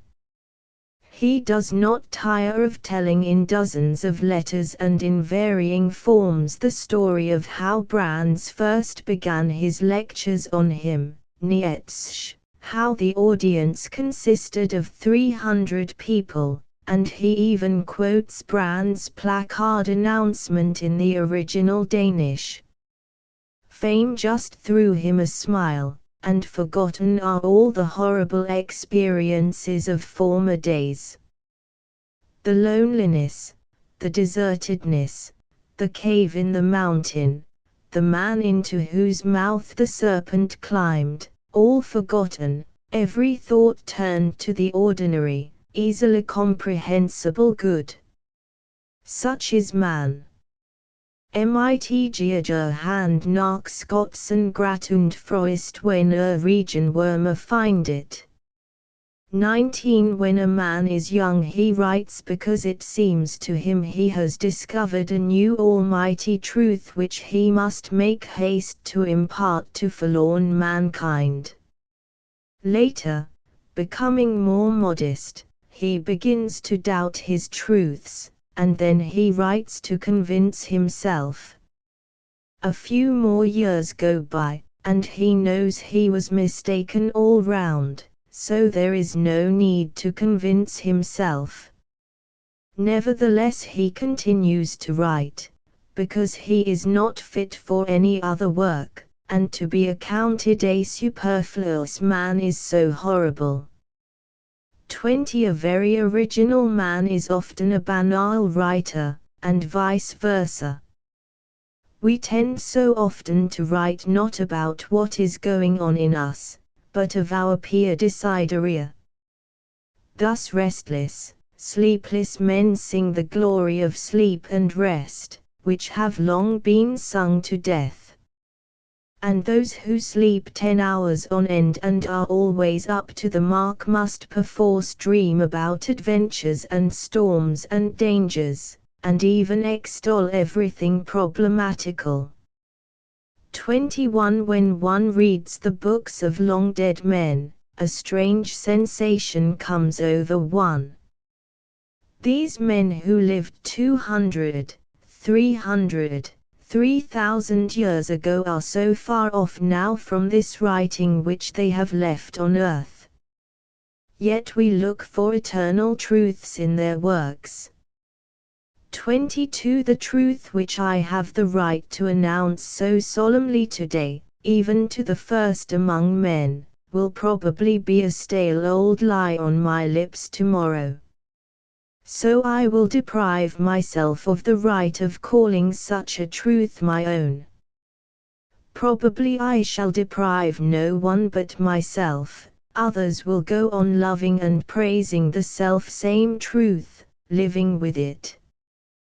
23. A writer who cannot lie with inspiration, and that is a great art, which few may accomplish, loves to make an exhibition of honesty and frankness. Nothing else is left him to do. 24. The source of originality. A man who has lost all hope of rooting out of himself a certain radical defect of character, or even of hiding the flaw from others, turns round and tries to find in his defect a pertain merit. If he succeeds in convincing his acquaintances, he achieves a double gain. First, he quiets his conscience, and then he acquires a reputation for being original. 25. Men begin to strive towards great ends when they feel they cannot cope with the little tasks of life. They often have their measure of success. 26. A belch interrupts the loftiest meditation. You may draw a conclusion if you like; if you don't like, you needn't. 27. A woman of conviction. We forgive a man his convictions however unwillingly. It goes without saying that we balk at any individual who believes in his own infallibility, but one must reconcile oneself with necessity.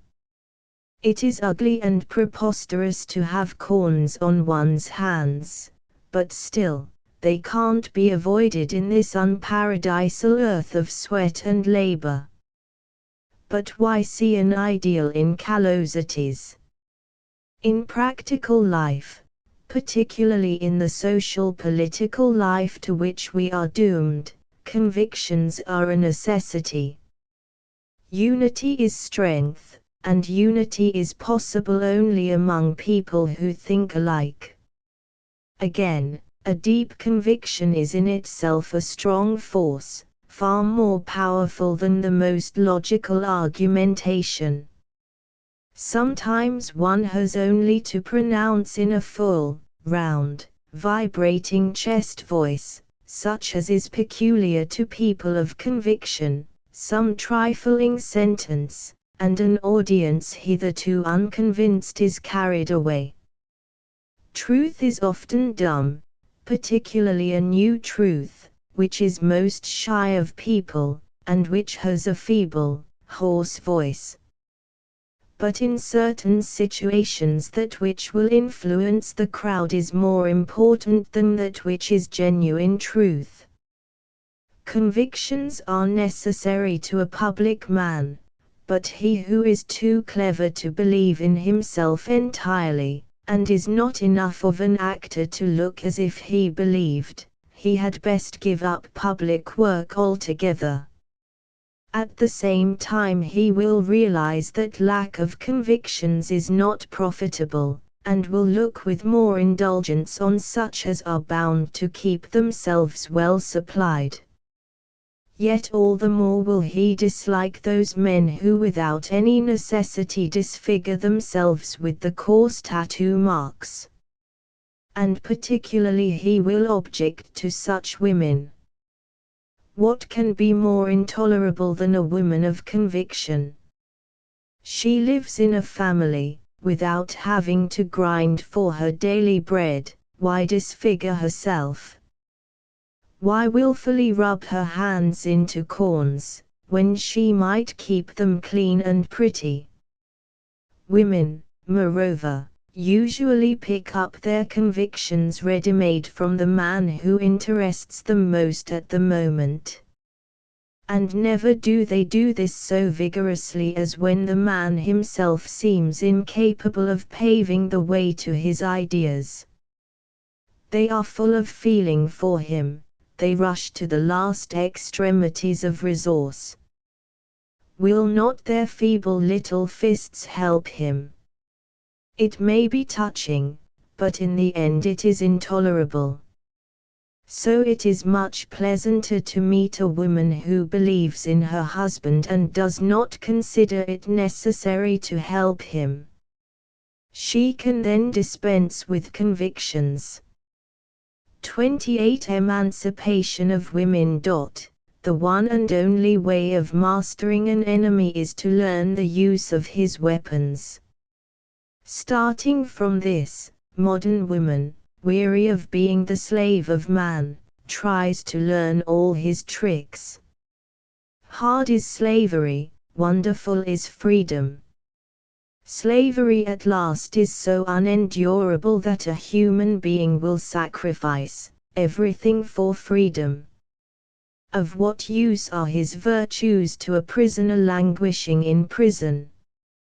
He has one aim, one object, to get out of prison, and he values only such qualities in himself as will assist his escape. If it is necessary to break an iron grating by physical force, then strong muscles will seem to the prisoner the most desirable of all things. If cunning will help him, cunning is the finest thing on earth. Something the same happens with woman. She became convinced that man owed his priority chiefly to education and a trained mind, so she threw herself on books and universities. Learning that promises freedom is light, everything else darkness. Of course, it is a delusion, but you could never convince her of it, for that would mean the collapse of her best hopes of freedom. So that in the end woman will be as well informed as man, she will furnish herself with broad views and unshakable convictions, with a philosophy also, and in the end she may even learn to think logically. Then, probably, the many misunderstandings between the sexes will cease. But heavens, how tedious it will be! Men will argue, women will argue, children will probably be born fully instructed, understanding everything. With what pain will the men of the future view our women, capricious, frivolous, uninformed creatures, understanding nothing and desiring to understand nothing. A whole half of the human race neither would nor could have any understanding. But the hope lies there. Maybe we can do without understanding. Perhaps a logical mind is not an attribute, but a curse. In the struggle for existence, however, and the survival of the fittest, not a few of the best human qualities have perished. Obviously, woman's illogicality is also destined to disappear. It is 1,000 pities. 29 All kinds of literature are good, except the tedious, said Voltaire. We may enlarge the idea. All men and all activities are good, except the tedious. Whatever your failings and your vices, if you are only amusing or interesting, all is forgiven you. Accordingly, frankness and naturalness are quite rightly considered doubtful virtues. If people say that frankness and naturalness are virtues, always take it cum grano salis. Sometimes it is permissible and even opportune to fire off truth of all sorts. Sometimes one may stretch oneself like a log across the road. But God forbid that such sincere practices should be raised into a principle. To outwit the truth at all times, always to reveal oneself entirely, besides being impossible to accomplish, never having been accomplished even in the confessions of the greatest men, is moreover a far more risky business than it seems. I can confidently assert that if any man tried to tell the whole truth about himself, not metaphorically, for every metaphor is a covering ornament, but in plain bare words, that man would ruin himself forever, for he would lose all interest in the eyes of his neighbors, and even in his own eyes. Each of us bears in his soul a heavy wound, and knows it, yet must carry himself as if he were aware of nothing, while all around keep up the pretense. Remember Lermontov, look around you. Playfully the crowd moves on the usual road. Scarce a mark of trouble on the festive faces, not one indecent tear. And yet is barely one amongst them but is crushed by heavy torture, or has gathered the wrinkles of young age save from crime or loss. These words are horribly true, and the really horrible should be concealed. It frightens one off. I admit, Byron and Lermontov could make it alluring. But all that is alluring depends on vagueness, remoteness. Any monster may be beautiful in the distance. And no man can be interesting unless he keep a certain distance between himself and people. Women do not understand this. If they like a man, they try to come utterly near to him, and are surprised that he does not meet their frankness with frankness, and admit them to his holy of holies. But in the innermost sanctuary the only beauty is inaccessibility. As a rule it is not a sanctuary but a lair where the wounded beast in man has run to lick his wounds. And shall this be done in public? People generally, and women particularly, ought to be given something positive. In books one may still sing the praise of wounds, hopelessness, and despair, whatever you like, for books are still literature, a conventionality.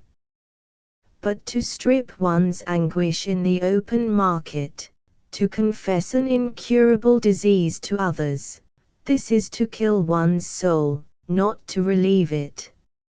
All, even the best men, have some aversion for you. Perhaps in the interest of order and decorum they will grant you a not too important place in their philosophy of life. For in a philosophy of life, as in a cemetery, a place is prepared for each and all, and everyone is welcome. There also are enclosures where rubbish is dumped to rot.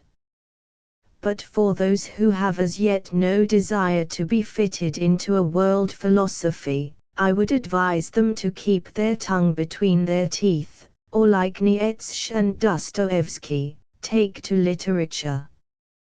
To a writer, in books and only in books, all is permitted provided he has talent. But in actual living even a writer must not let loose too much, lest people should guess that in his books he is telling the truth.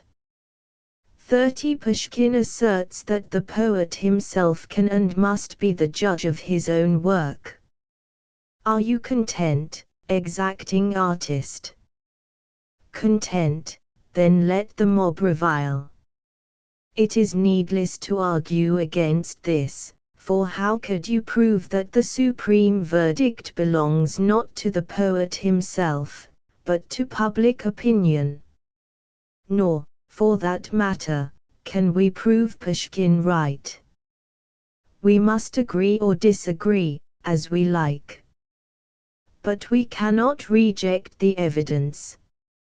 Whether you like it or not, Pushkin was evidently satisfied with his own work, and did not need his readers' sanction. Happy man! And it seems to me he owed his happiness exclusively to his inability to pass beyond certain limits.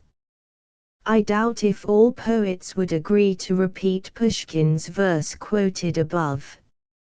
I decidedly refuse to believe that Shakespeare, for instance, after finishing Hamlet or King Lear could have said to himself, I, who judge my work more strictly than any other can judge, am satisfied.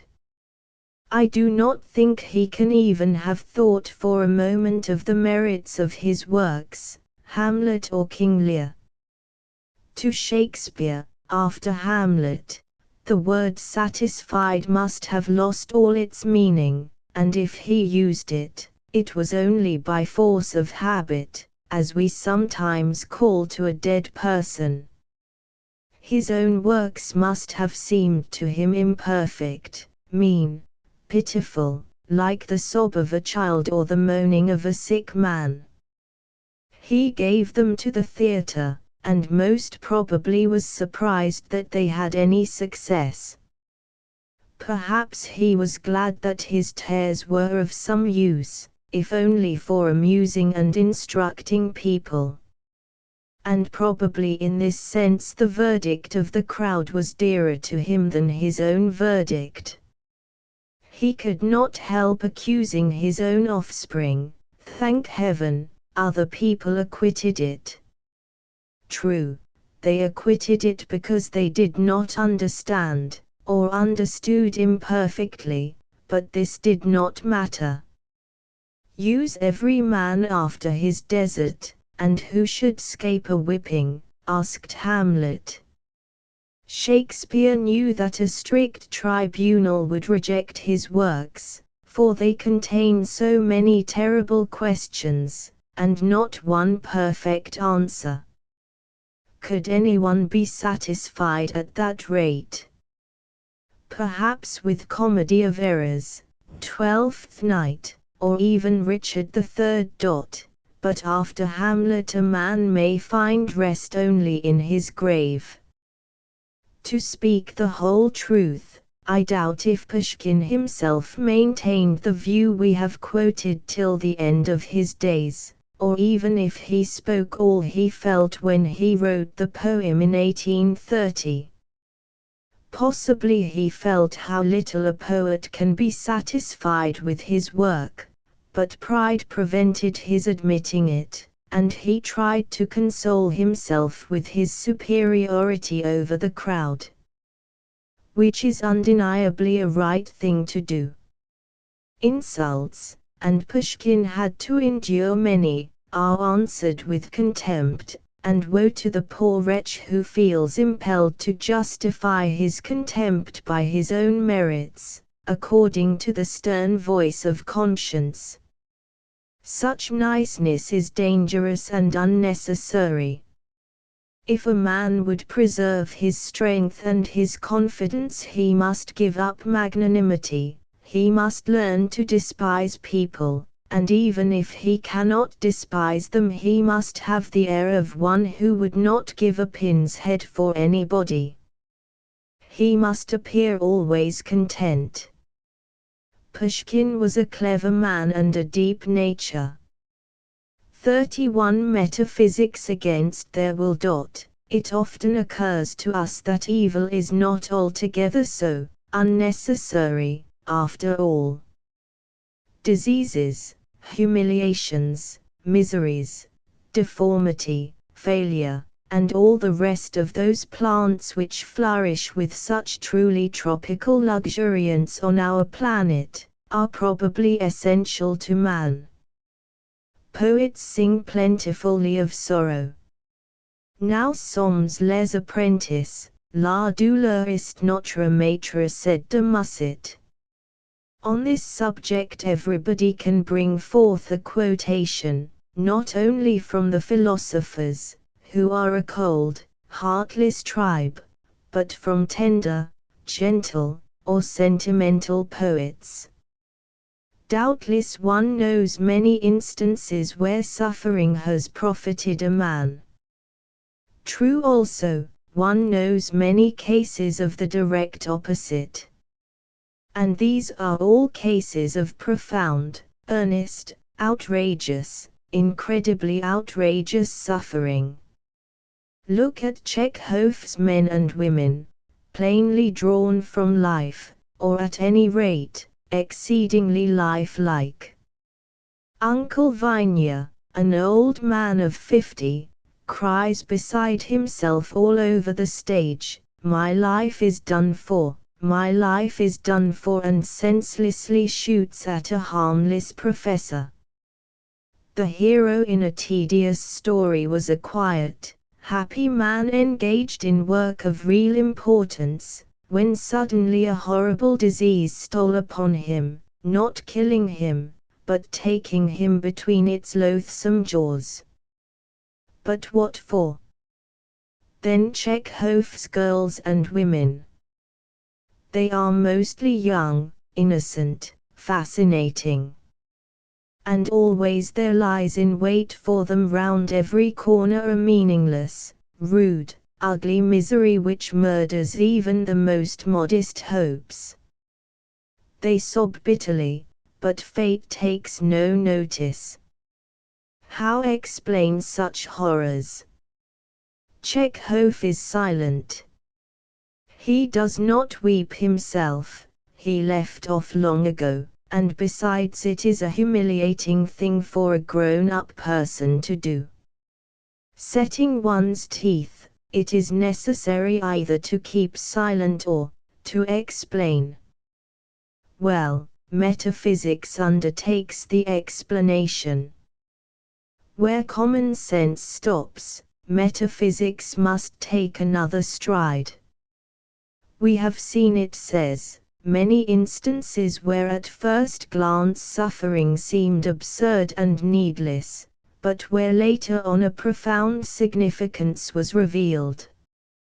Thus it may be that what we cannot explain may find its explanation in time.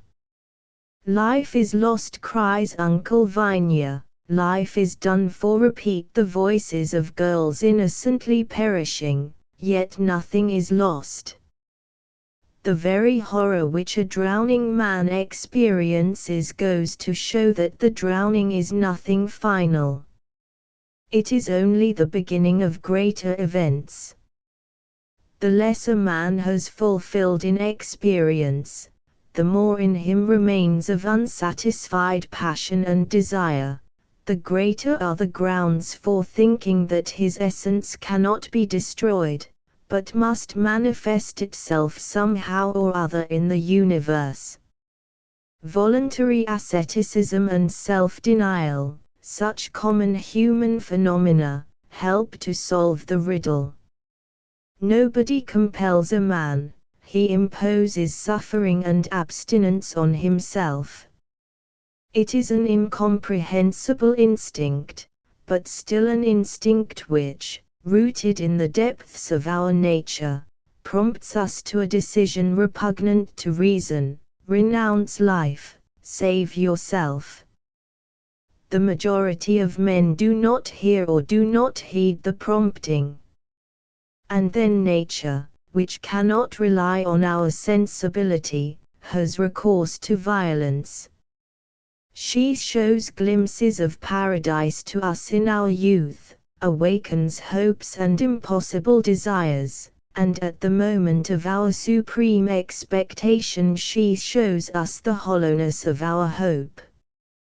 Nearly every life can be summed up in a few words: man was shown heaven, and thrown into the mud. We are all ascetics, voluntary or involuntary. Here on earth dreams and hopes are only awakened, not fulfilled. And he who has endured most suffering, most privation, will awaken in the afterwards most keenly alive. Such long speeches metaphysics whispers to us.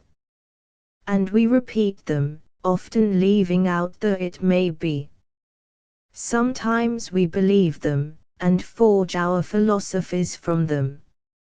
Even we go so far as to assert that had we the power we would change nothing, absolutely nothing in the world. And yet, if by some miracle such power came into our hands, how triumphantly we would send to the devil all philosophies and lofty world conceptions, all ideals and metaphysics, and plainly and simply, without reflection, abolish sufferings, deformities, failures, all those things to which we attach such a high educational value, abolish them from the face of the earth. We are fed up, oh, how fed up we are with carrying on our studies. But it can't be helped. Faute de mieux, let us keep on inventing systems, thinking them out. But let us agree not to be cross with those who don't want to have anything to do with our systems. Really, they have a perfect right. 32 Old age must be respected, so all say, even the old. And the young willingly meet the demand. But in such spontaneous, even often emphatic respect, is there not something insulting to old age? Every young man, by his voluntary deference, seems to say, and still the rising star shines brighter than the setting. And the old, accepting the respect, are well aware that they can count on nothing more. The young are attentive and respectful to the old only upon the express condition that the latter shall behave like old people, and stand aside from life. Let a real man try to follow Faust's example, and what a shindy there will be. The old, being as a rule helpless, are compelled to bow to public opinion and behave as if their only interests were the interests of righteousness, good name, and such like Platonic attributes. Only a few go against the convention, and these are monsters and degenerates. We do not wish old men to have desires, so that life is arranged as if old men desired nothing. This, of course, is no great matter. Even the young are compelled to be satisfied with less than nothing, in our system. We are not out to meddle with human rights. Our point is that science and philosophy take enforced appearances for reality. Gray hair is supposed to be a sure sign of victory over the passions. Hence, seeing that we must all come to gray hairs, therefore the ultimate business of man is to overcome the passions. On this granite foundation whole systems of philosophy are built. It is not worthwhile quarreling with a custom. Let us continue to pay respect to old age. But let us look in other directions for philosophic bases. It is time to open a free road to the passions even in the province of metaphysics. 33 Dostoevsky, Advocatus Diaboli. Dostoevsky, like Nietzsche, disliked Protestantism, and tried every means of degrading it in the eyes of the world. As normally he was not over-scrupulous, it is probable he never took the trouble to acquaint himself with Luther's teaching. His flair did not deceive him.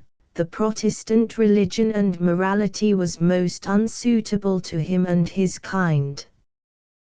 But does this mean that it was to be calumniated, and judged, as Dostoevsky judged it, merely by the etymological meaning of a word? Protestant, a protester, one who only protests and has no positive content. A child's textbook of history will show the absurdity of the definition. Protestantism is, on the whole, the most positive, assertive creed of all the Christian religions. It certainly protested against Catholicism, but against the destructive tendencies in the latter, and in the name of positive ideals. Catholicism relied too much on its power and its spell, and most of all on the infallibility of its dogmas to which it offered millions of victims.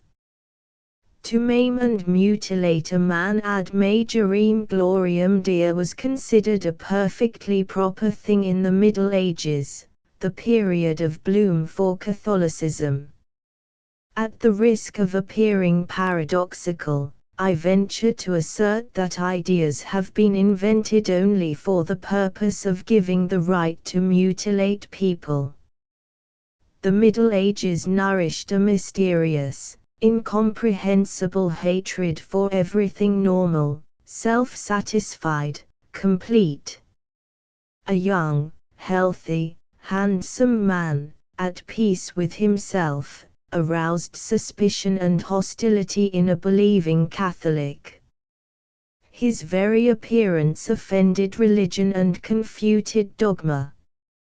It was not necessary to examine him.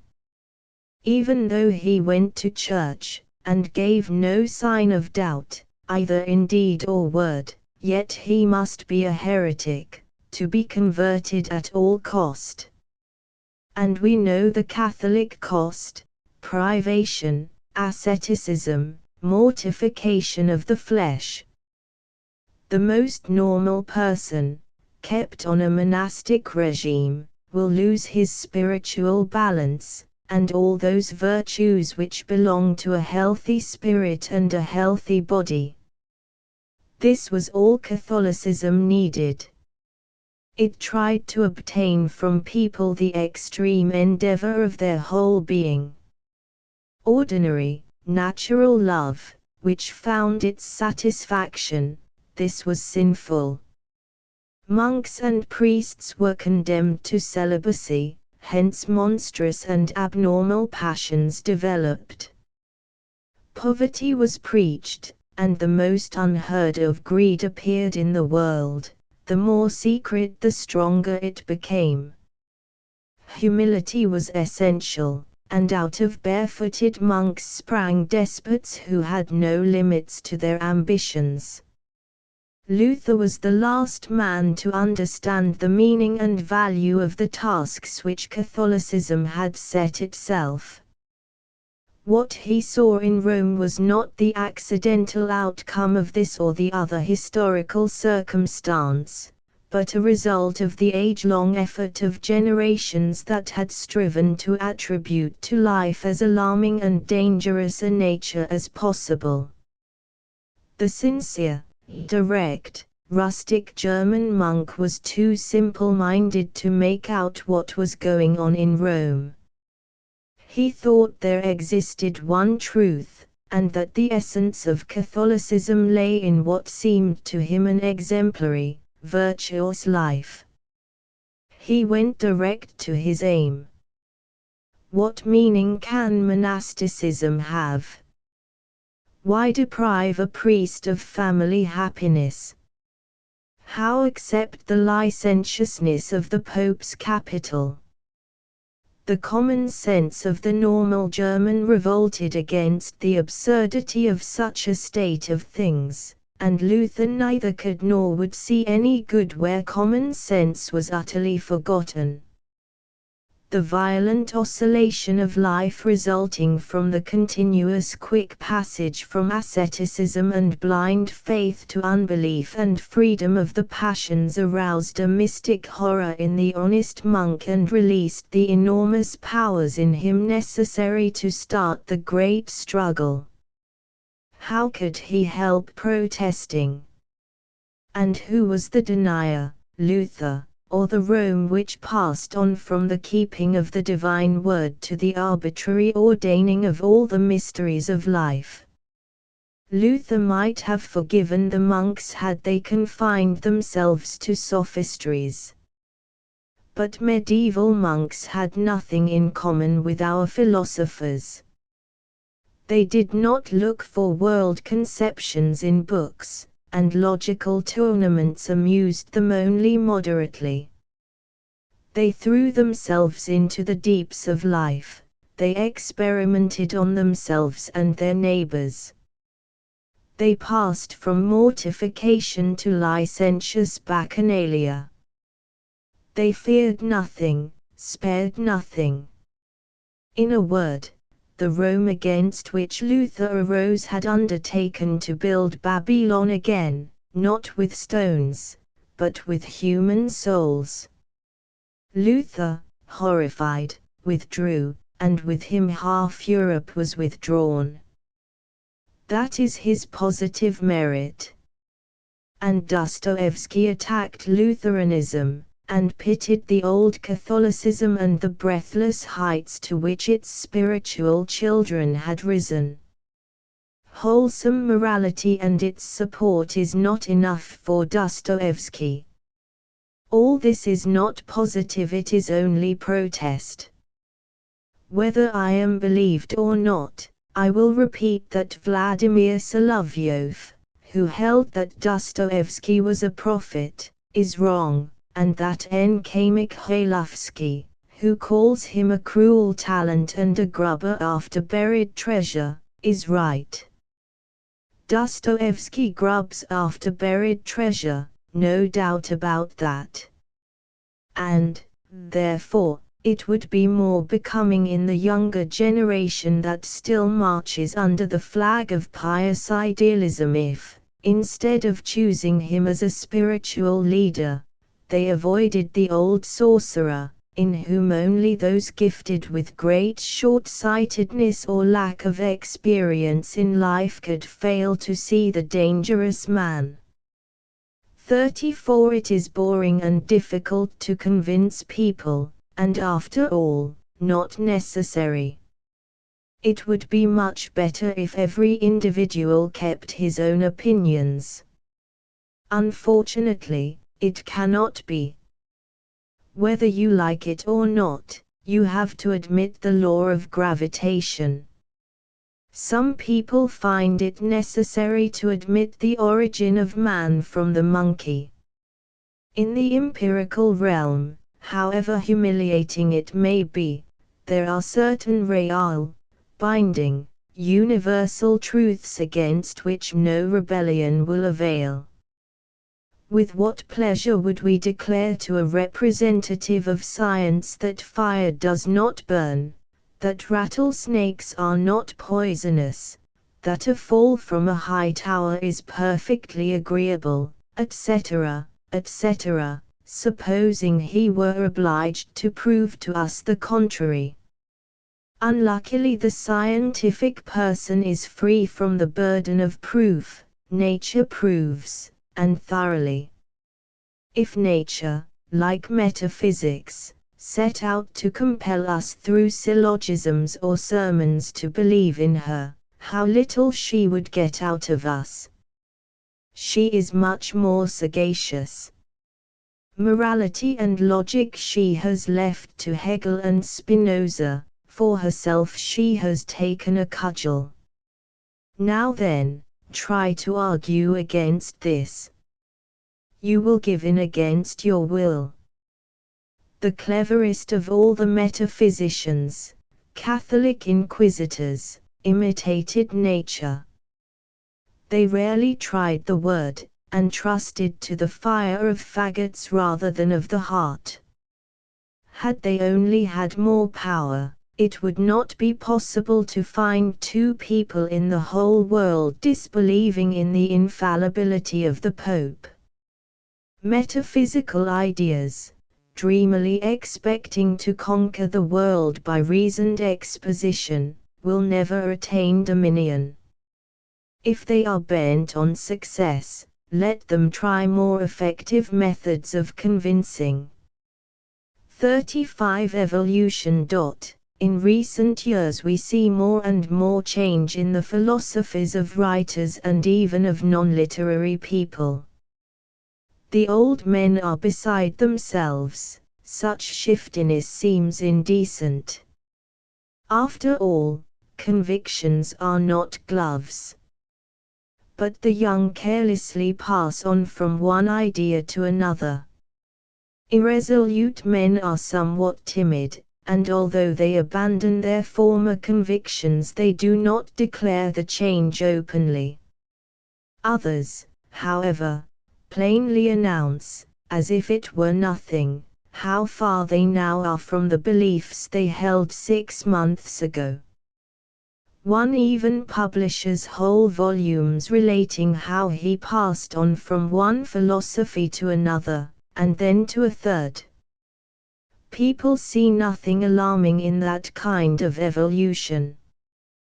They believe it is in the ordering of things. But not so at all. The readiness to leave off one set of convictions in order to assume another set shows complete indifference to convictions altogether. Not for nothing do the old sound the alarm. But to us who have fought so long against all kinds of constancy, the levity of the young is a pleasant sight. They will don materialism, positivism, Kantianism, spiritualism, and so on, one after the other, till they realize that all theories, ideas and ideals are as of little consequence as the hoop skirts and crinolines of our grandmothers.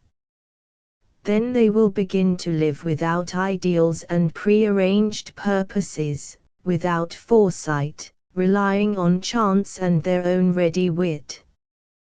This way, too, must be tried. Perhaps we shall do better by it. Anyhow, it will be more fun. 36 Strength of will. Weakness and paralysis of the will, a very dangerous disease in our times, and in most other times, consists not in the absolute loss of desire, such as takes place in the very old, but in the loss of the capacity to translate desire into deed. A diseased will is often met in violently passionate men, so that the proverb, "Say I will not, not I cannot," does not always hold good. Man often would, but cannot. And then the force of desire, instead of moving to outward creation, works inwardly. This is justly considered the most dangerous effect of the weakening of the will. For inward working is destructive working. Man does not only, to put it scientifically, fail to adapt nature to his needs, but he loses his own power of adaptability to outward circumstances. The most ordinary doctor, or even anybody, decides that he has before him a pathological case which must be treated with care. The patient is of the same opinion, whilst he still hopes. But when the treatment has had no results, the doctor draws back and speaks of the inadequacy of his science. Then what is the patient to retire upon? It is disgusting to speak of an incurable disease. So he begins to think all the time about things of which nobody thinks. He is gradually forgotten, and gradually he forgets everything, but first of all, that widespread truth which asserts that no judgments are valid save those that are accepted and universal. Not that he disputes the truth, he forgets it, and there is none to remind him. To him all his judgments seem valid and important. Of course he cannot advance the principle, "Let all men turn from the external world into themselves." But why advance a principle at all? One can simply say, "I am indifferent to the destinies of the external world. I do not want to move mountains or turn rivers aside or rearrange the map of Europe. I don't even want to go to the tobacconist to buy cigarettes. I don't want to do anything.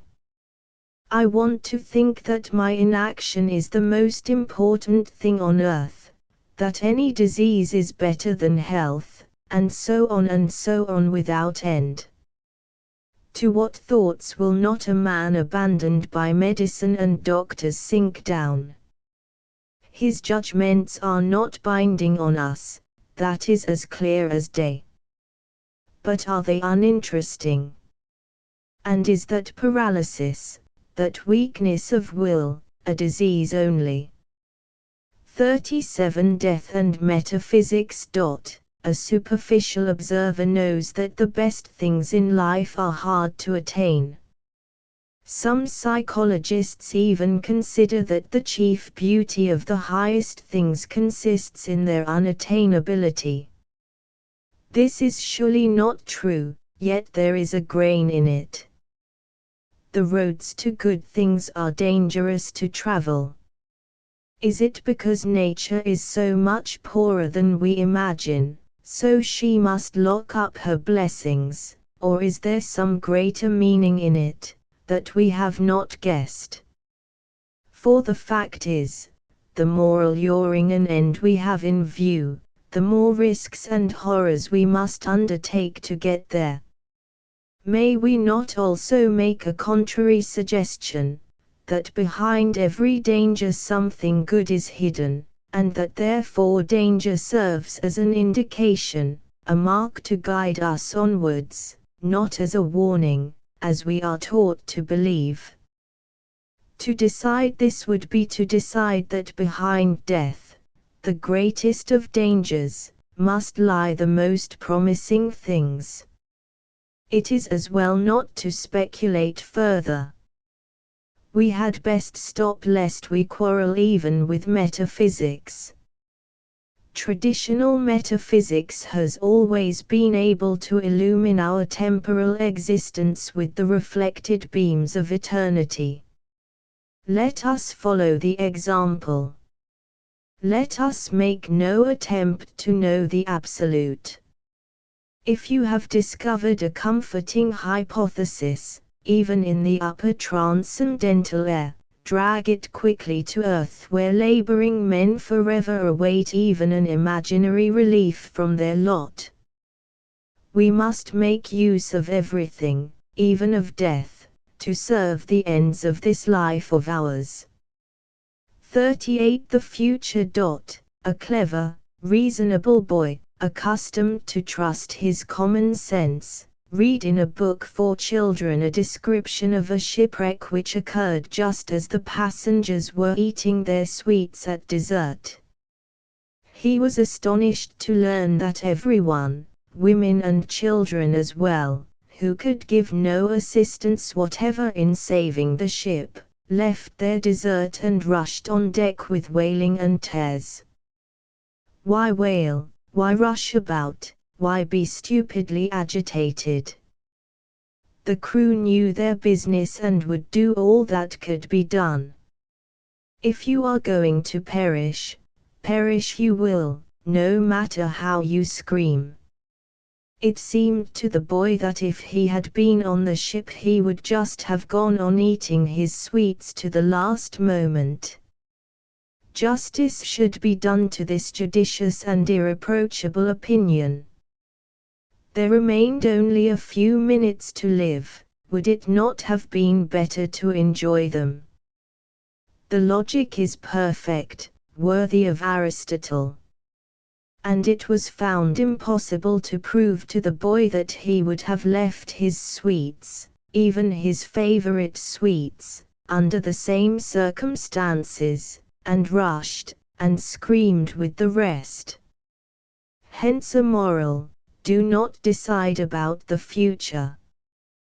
Today common sense is uppermost, and sweets are your highest law.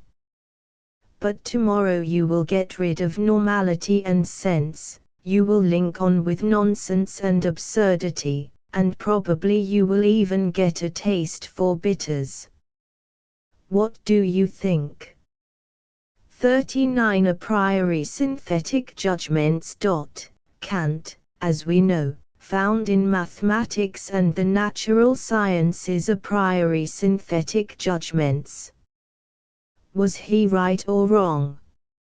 Are the judgments he indicated a priori or a posteriori? Anyhow, one thing is certain, they are not accepted as absolutely, but only as relatively indisputable. In metaphysics, where the only curious and important truths are hidden, the case is different. Kant was compelled to admit that just where metaphysics begin, the capacity of our human reason to judge a priori ends. But since we cannot dispense with metaphysical judgments, he proposed to substitute for them postulates. At the same time he admitted the optimistic presupposition that in the domain of the transcendental we shall find all that we miss in the world of phenomena. So that, because he could not invent a truly scientific metaphysics, he contrived to present us with a non-scientific sort. Which is to say, after many roundabout journeys he brings his readers along the opposite way right back to the very spot from which he led them off. Surely non-scientific metaphysics existed before Kant. The medieval philosophers had plenty of fantasies and speculations, all supported by moral proofs. If Kant wanted to reform metaphysics, he should have got rid of its favorite method of obtaining truths through inferential conclusions. Men are greedy, they want to learn much, and get their knowledge cheap. So they think that every truth they have paid for with experience and loss of energy entitles them to a few more truths gratis, or, in philosophic language, a priori, by deduction. They are not ashamed to speculate with a gift that has been given them. Instead of looking, listening, touching, seeking, they want to infer and conclude. Certainly if they could wring any secret out of nature, no matter by what means, cunning, impudence, fraud, we would forgive them. Conquerors are not judged. But nothing comes of their conclusions save metaphysical systems and empty prattle. It is surely time to give up conclusions, and get truth a posteriori, as did Shakespeare, Goethe, Dostoevsky.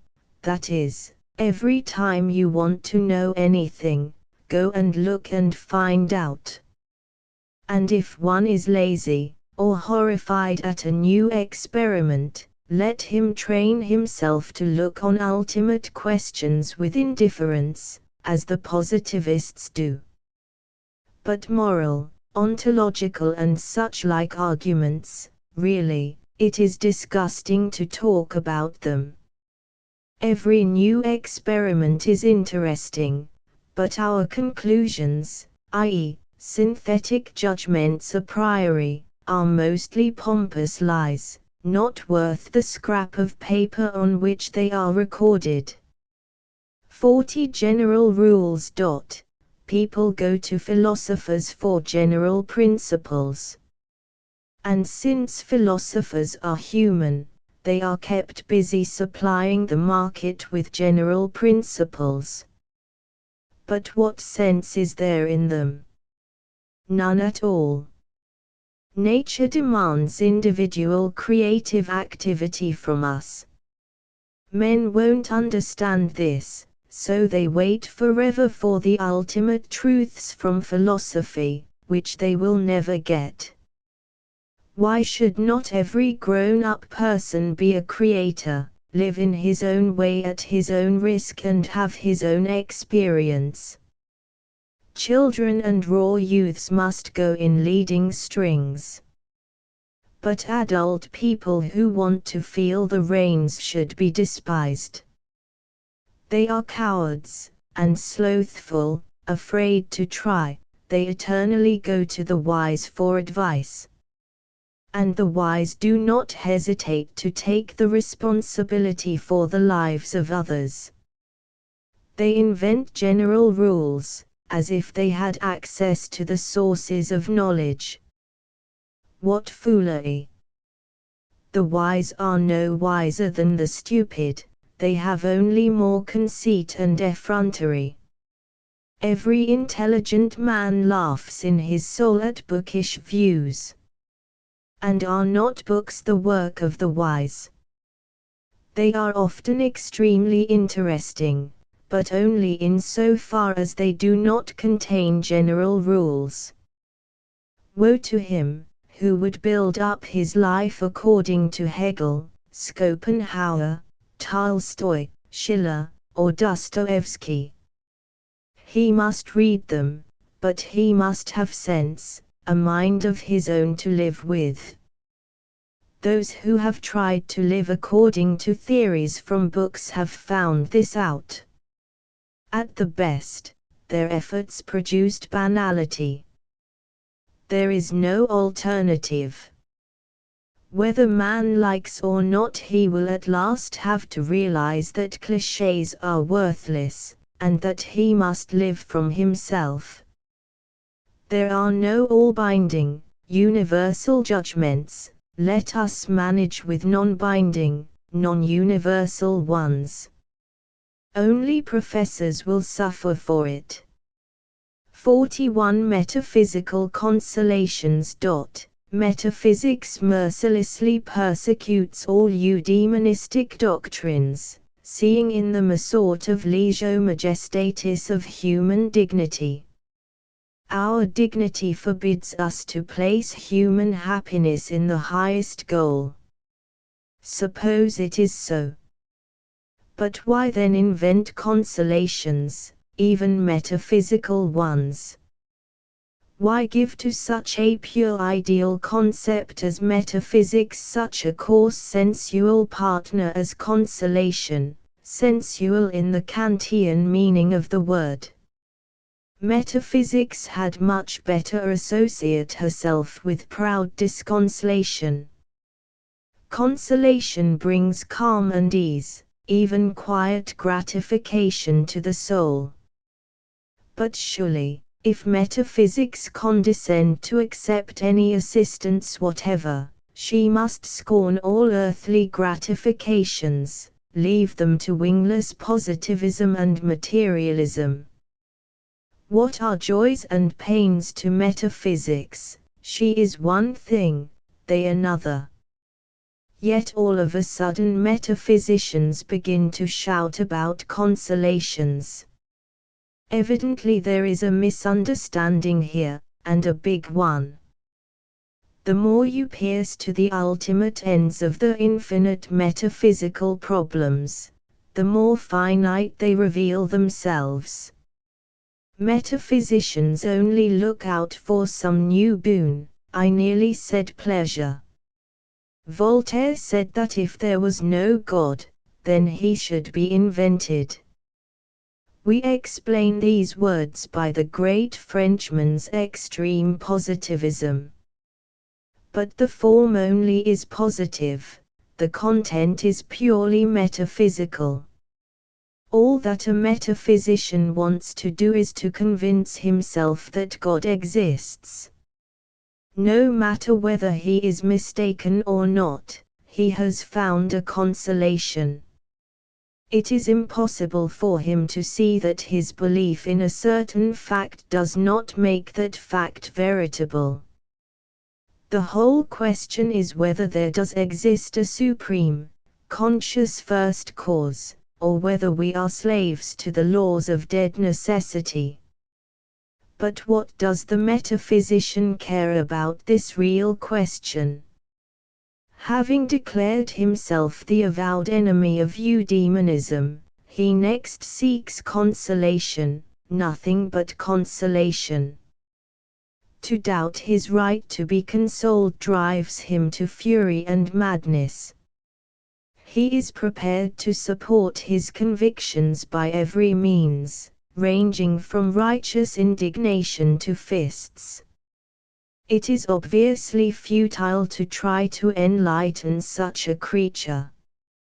Once a man cares nothing for God, and seeks only to make the best of his life, you will not tear away his attention from the immediate moment. But perhaps there is a God, and neither Voltaire nor the metaphysicians have any need to invent him. The metaphysicians never saw that an avowed disbelief in God does not prove the non-existence of God, but just the opposite. It is a surer sign of faith than ever belief is. Unfortunate metaphysicians! They might have found their greatest consolation here, and fists and moral indignation and other forms of chastisement to which they have been driven might have been spared us. 42 Practical advice. People who read much must always keep it in mind that life is one thing, literature another. Not that authors invariably lie. I declare that there are writers who rarely and most reluctantly lie. But one must know how to read, and that isn't easy. Out of 100 book readers, 99 have no idea what they are reading about. It is a common belief, for example, that any writer who sings of suffering must be ready at all times to open his arms to the weary and heavy-laden. This is what his readers feel when they read his books. Then when they approach him with their woes, and find that he runs away without looking back at them, they are filled with indignation and talk of the discrepancy between word and deed. Whereas the fact is, the singer has more than enough woes of his own, and he sings them because he can't get rid of them. Eluxello canto, nella gabbia, non diigio amar di rabbia, says the Italian proverb. The bird sings in the cage, not from joy but from rage. It is impossible to love sufferers, particularly hopeless sufferers, and whoever says otherwise is a deliberate liar. Come unto me all ye that labor and are heavy laden, and I will give you rest.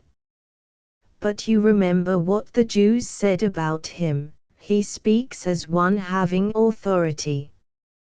And if Jesus had been unable, or had not possessed the right, to answer this skeptical taunt, he would have had to renounce his words. We common mortals have neither divine powers nor divine rights, we can only love our neighbors whilst they still have hope, and any pretense of going beyond this is empty swagger. Ask him who sings of suffering for nothing but his songs.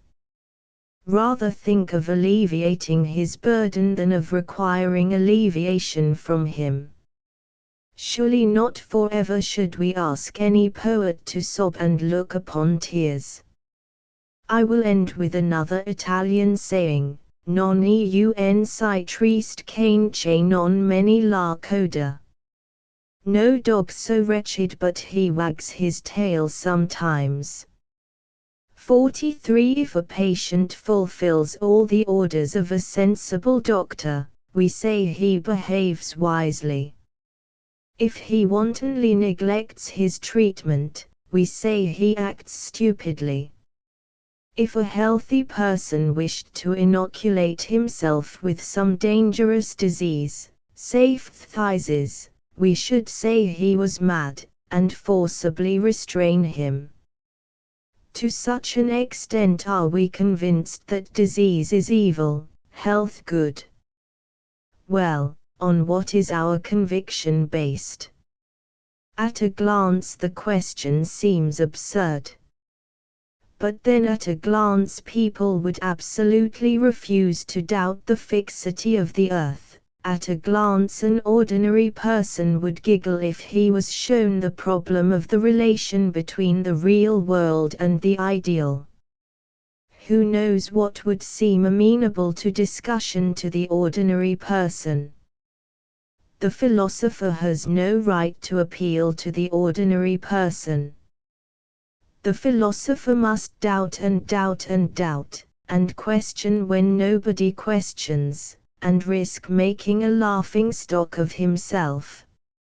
If common sense were enough to settle all problems, we should have known everything long age. So that, why do we value health more than sickness? Or even further, which is better, health or sickness? If we will drop the utilitarian point of view, and all are agreed that this has no place in philosophy, then we shall see at once that we have no grounds whatever for preferring health and sickness. We have invented neither the one nor the other. We found them both in the world along with us. Why then do we, who know so little about it, take upon ourselves to judge which are nature's successes, which her failures? Health is agreeable, sickness disagreeable. But this consideration is unworthy of a philosopher, otherwise why be a philosopher, why distinguish oneself from the herd? The philosopher invented morality, which has at its disposal various pure ideas that have no relation to empirical life. Then let us go further. Reason should have a supply of pure ideas also. Let reason judge in her own independent way, without conforming to conventional ideas.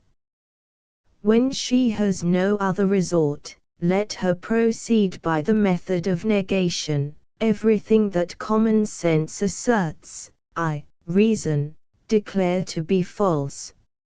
So, common sense says sickness is bad, reason therefore asserts that sickness is the highest boon. Such reason we should call autonomous, law unto itself. Like a real monarch, it is guided only by its own will. Let all considerations point in favor of health. Reason must remain inexorable and keep her stand till we are all brought to obedience. She must praise suffering, deformity, failure, hopelessness. At every step she must fight common sense and utilitarianism, until mankind is brought under. Is she afraid of rebellion? Must she in the last issue, like morality, adapt herself to the inclinations of the mob? 44 Experience and science. As we are well aware, science does not, nay cannot, admit experience in all its extent. She throws overboard an enormous quantity of individual facts, regarding them as the ballast of our human vessel. She takes note only of such phenomena as alternate constantly and with a certain regularity. Best of all she likes those phenomena which can be artificially provoked, when, so to speak, experiment is possible. She explains the rotation of the earth and succession of the seasons since a regular recurrence is observable, and she demonstrates thunder and lightning with a spark from an electric machine. In a word, in so far as a regular alternation of phenomena is observable, so far extends the realm of science. But what about those individual phenomena which do not recur, and which cannot be artificially provoked? If all men were blind, and one for a moment recovered his sight and opened his eyes on God's world, science would reject his evidence. Yet the evidence of one seeing man is worth that of 1,000,000 blind. Sudden enlightenments are possible in our life, even if they endure only for a few seconds. Must they be passed over in silence because they are not normal and cannot be provoked, or treated poetically, as beautiful fictions? Science insists on it. She declares that no judgments are true except such as can be verified by all and everyone. She exceeds her bounds. Experience is wider than scientific experiment, and individual phenomena mean much more to us than the constantly recurrent.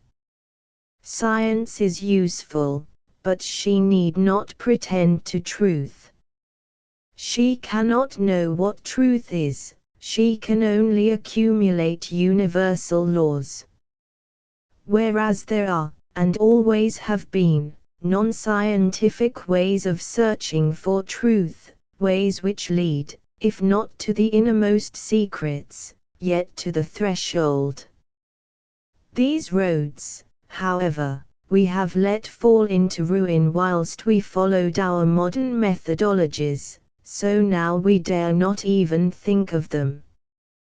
What gives us the right to assert that astrologers, alchemists, diviners, and sorcerers who passed the long nights alone with their thoughts, wasted their time in vain?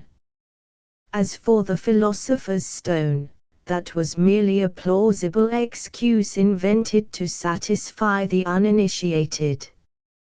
Could an alchemist dare to confess openly that all his efforts were towards no useful or utilitarian end? He had to guard against importunate curiosity and impertinent authority in outsiders. So he lied, now frightening, now alluring the mob through its cupidity. But certainly he had his own important work to do, and it had only one fault, that it was purely personal to him. And about personal matters it is considered correct to keep silent. Astonishing fact. As a rule a man hesitates over trifles. But it does sometimes occur that a moment arrives when he is filled with unheard of courage and resolution in his judgments. He is ready to stand up for his opinions against all the world, dead or living. Whence such sudden surety? What does it mean? Rationally we can discover no foundation for it. If a lover has got into his head that his beloved is the fairest woman on earth, worth the whole of life to him, if one who has been insulted feels that his offender is the basest wretch, deserving torture and death, if a would-be Columbus persuades himself that America is the only goal for his ambition, who will convince such men that their opinions, shared by none but themselves, are false or unjustifiable?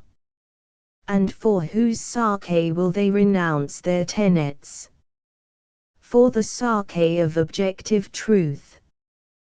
That is, for the pleasure of the assurance that all men after them will repeat their judgment for truth. They don't care. Let Don Quixote run broadcast with drawn sword, proving the beauty of Dulcinea or the impending horror of windmills. As a matter of fact, he and the German philosophers with him have a vague idea, a kind of presentiment, that their giants are but mill sails, and that their ideal on the whole is but a common girl driving swine to pasture.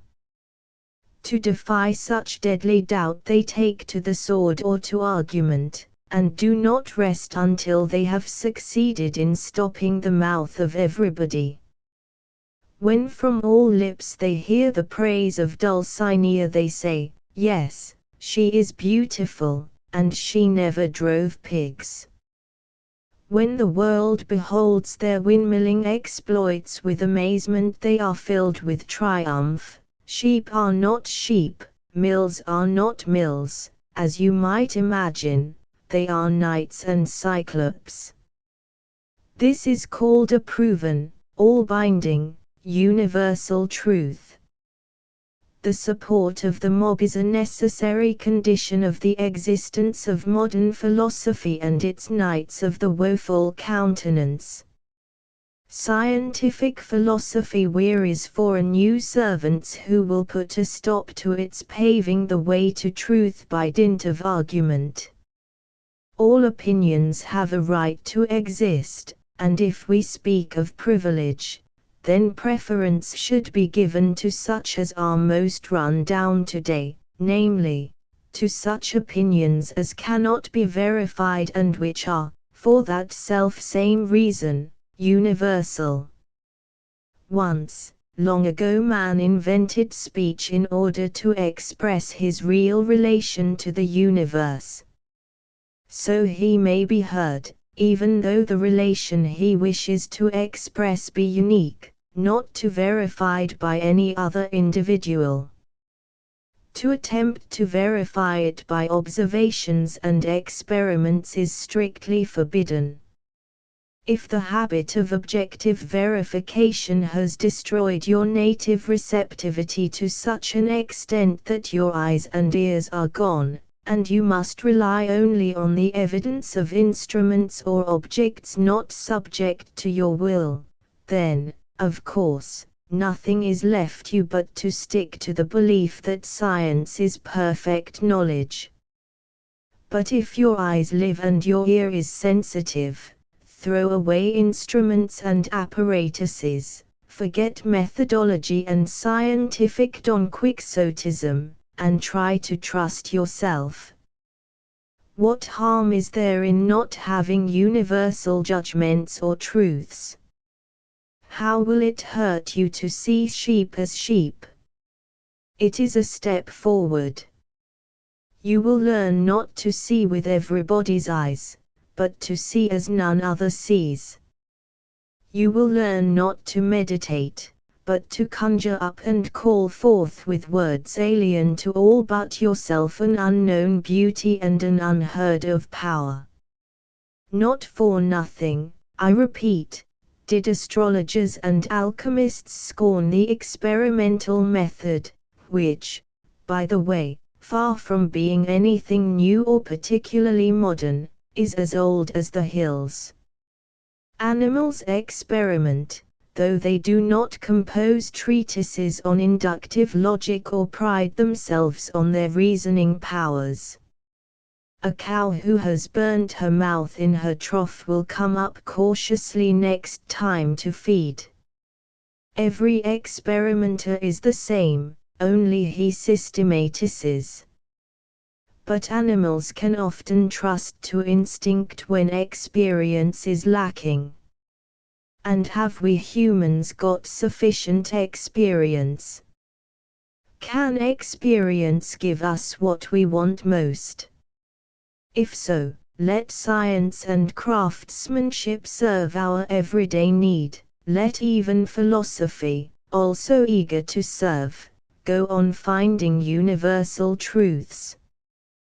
But beyond craft, science, and philosophy there is another region of knowledge. Through all the ages men, each one at his own risk, have sought to penetrate into this region. Shall we, men of the 20th century, voluntarily renounce our supreme powers and rights, and because public opinion demands it, occupy ourselves exclusively with discovering useful information? Or, in order not to appear mean or poverty-stricken in our own eyes, shall we accept in place of the philosopher's stone our modern metaphysics, which muffles her dread of actuality in postulates, absolutes, and such like apparently transcendental paraphernalia? 45. The Russian spirit.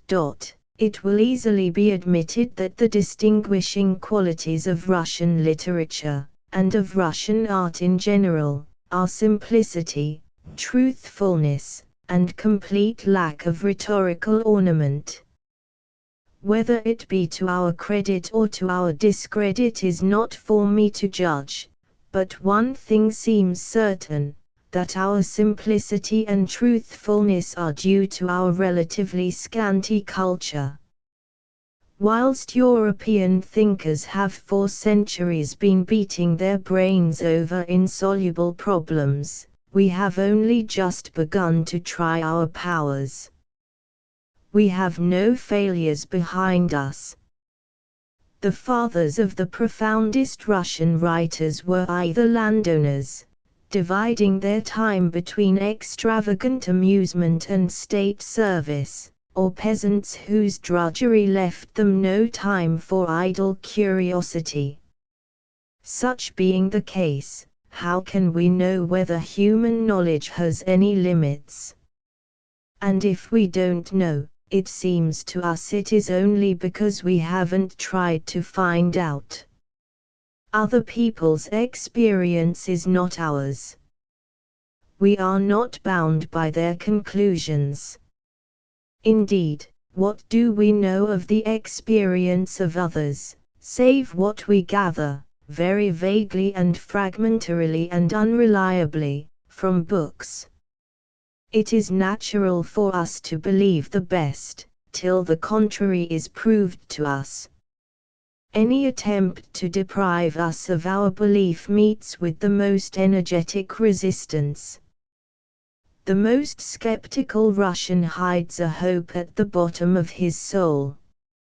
Hence our fearlessness of the truth, realistic truth which so stunned European critics.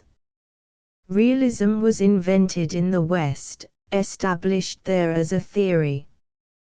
But in the West, to counteract it, were invented numberless other palliating theories whose business it was to soften down the disconsolate conclusions of realism.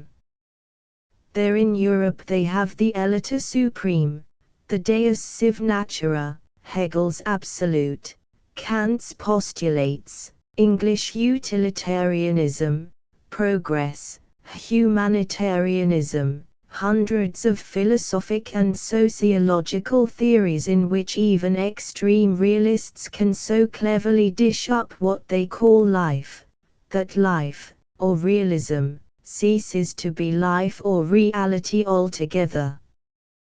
The Westerner is self-reliant. He knows that if he doesn't help himself nobody will help him.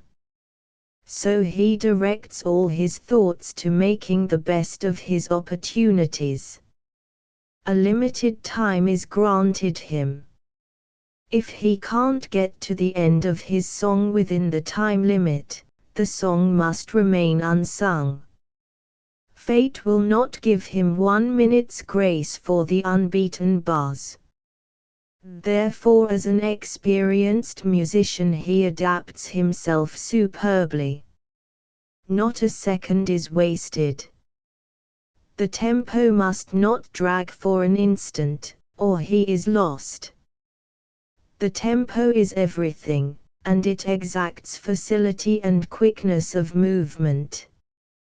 During a few short beats the artist must produce many notes, and produce them so as to leave the impression that he was not hurried, that he had all the time in the world at his disposal.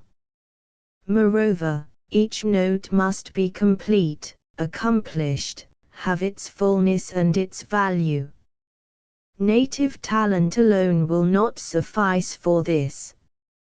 Experience is necessary, tradition, training, and inherited instinct. Carpe diem, the European has been living up to the motto for 2000 years. But if we Russians are convinced of anything, it is that we have time enough and to spare. To count days, much less hours and minutes, find me the Russian who could demean himself to such a bourgeois occupation. We look round, we stretch ourselves, we rub our eyes, we want first of all to decide what we shall do, and how we shall do it, before we can begin to live in earnest. We don't choose to decide anyhow, nor at second hand, from fragments of other people's information. It must be from our own experience, with our own brains, that we judge. We admit no traditions. In no literature has there been such a determined struggle with tradition as in ours. We have wanted to re-examine everything, restate everything. I won't deny that our courage is drawn from our quite uncultured confidence in our own powers. Bielinsky, a half-baked undergraduate, deriving his knowledge of European philosophy at third hand, began a quarrel with the universe over the long-forgotten victims of Philip II and the Inquisition. In that quarrel is the sense and essence of all creative Russian literature. Dostoevsky, towards his end, raised the same storm and the same question over the little terror of an unfortunate child. A Russian believes he can do anything, hence he is afraid of nothing. He paints life in the gloomiest colors, and were you to ask him, how can you accept such a life? How can you reconcile yourself with such horrors of reality as have been described by all your writers, from Pushkin to Chekhov? He would answer in the words of Dmitry Karamazov, I do not accept life. This answer seems at first sight absurd. Since life is here, impossible not to accept it. But there is a sub-meaning in the reply, a lingering belief in the possibility of a final triumph over evil. In the strength of this belief the Russian goes forth to meet his enemy, he does not hide from him. Our sectarians immolate themselves. Tolstoyans and votaries of the various sects that crop up so plentifully in Russia go in among the people, they go, God knows to what lengths, destroying their own lives and the lives of others. Writers do not lag behind sectarians. They, too, refuse to be prudent, to count the cost or the hours. Minutes, seconds, time beats, all this is so insignificant as to be invisible to the naked eye. We wish to draw with a generous hand from fathomless eternity, and all that is limited we leave to European bourgeoisie. With few exceptions, Russian writers really despise the pettiness of the West. Even those who have admired Europe most have done so because they failed most completely to understand her. They did not want to understand her.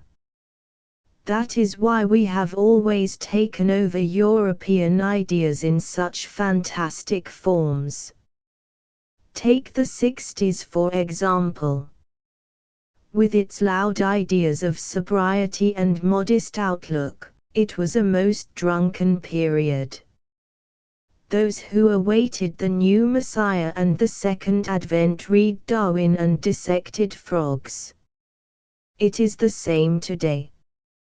We allow ourselves the greatest luxury that man can dream of, sincerity, truthfulness, as if we were spiritual Croesuses, as if we had plenty of everything, could afford to let everything be seen, ashamed of nothing.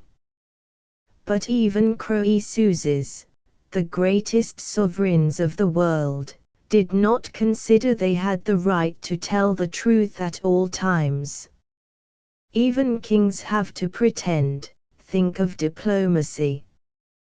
Whereas, we think we may speak the truth, and the truth only, that any lie which obscures our true substance is a crime, since our true substance is the world's finest treasure, its finest reality.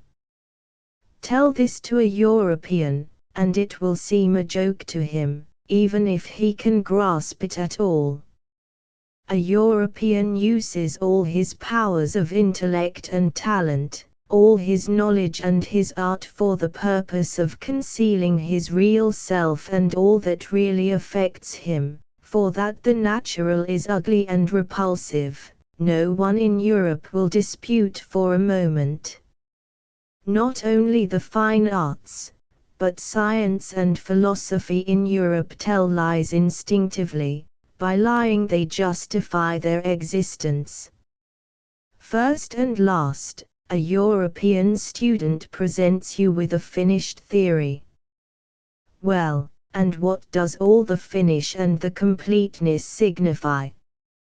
It merely means that none of our Western neighbors will end his speech before the last reassuring word is said. He will never let nature have the last word. So he rounds off his synthesis.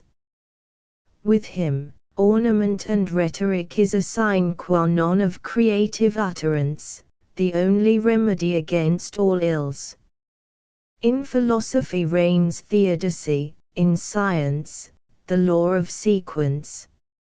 Even Kant could not avoid declamation, even with him the last word is moral necessity.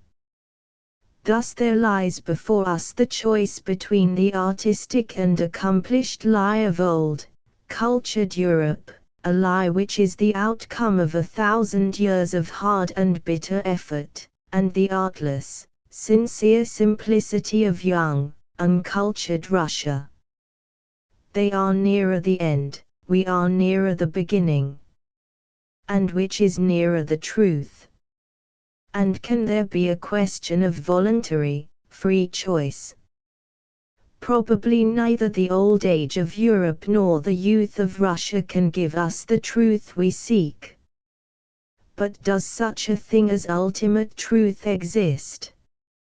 Is not the very conception of truth, the very assumption of the possibility of truth, merely an outcome of our limited experience? A fruit of limitation.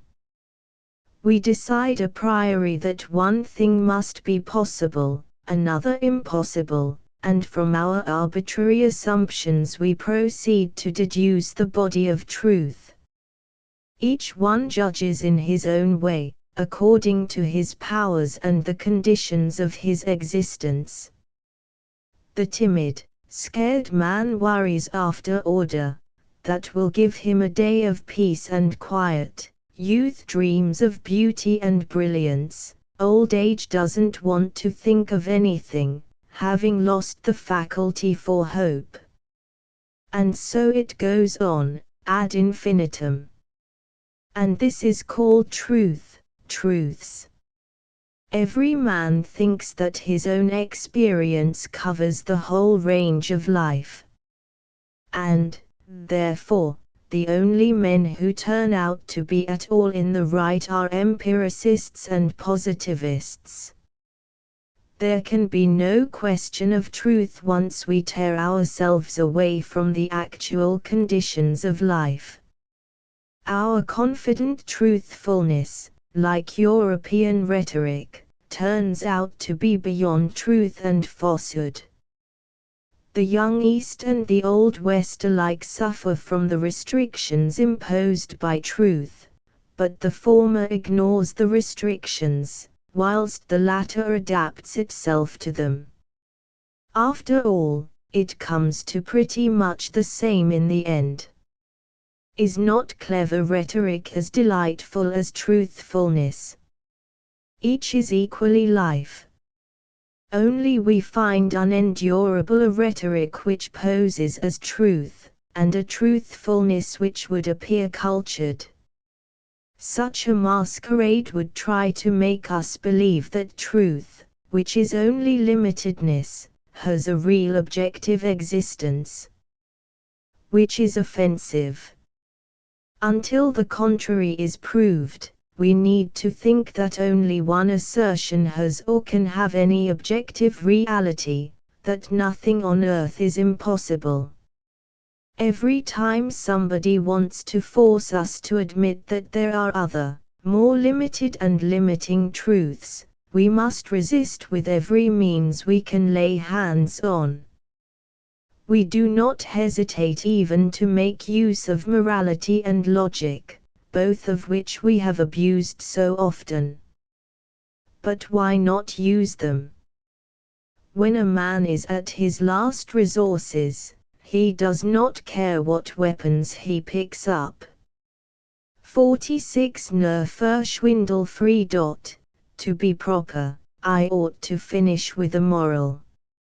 I ought to say to the reader that in spite of all I have said, or perhaps because of all I have said, for in conclusions, as you are aware, in spite of is always interchangeable with because of, particularly if the conclusion be drawn from many scattered data, well then, because of all I have said, hope is not lost.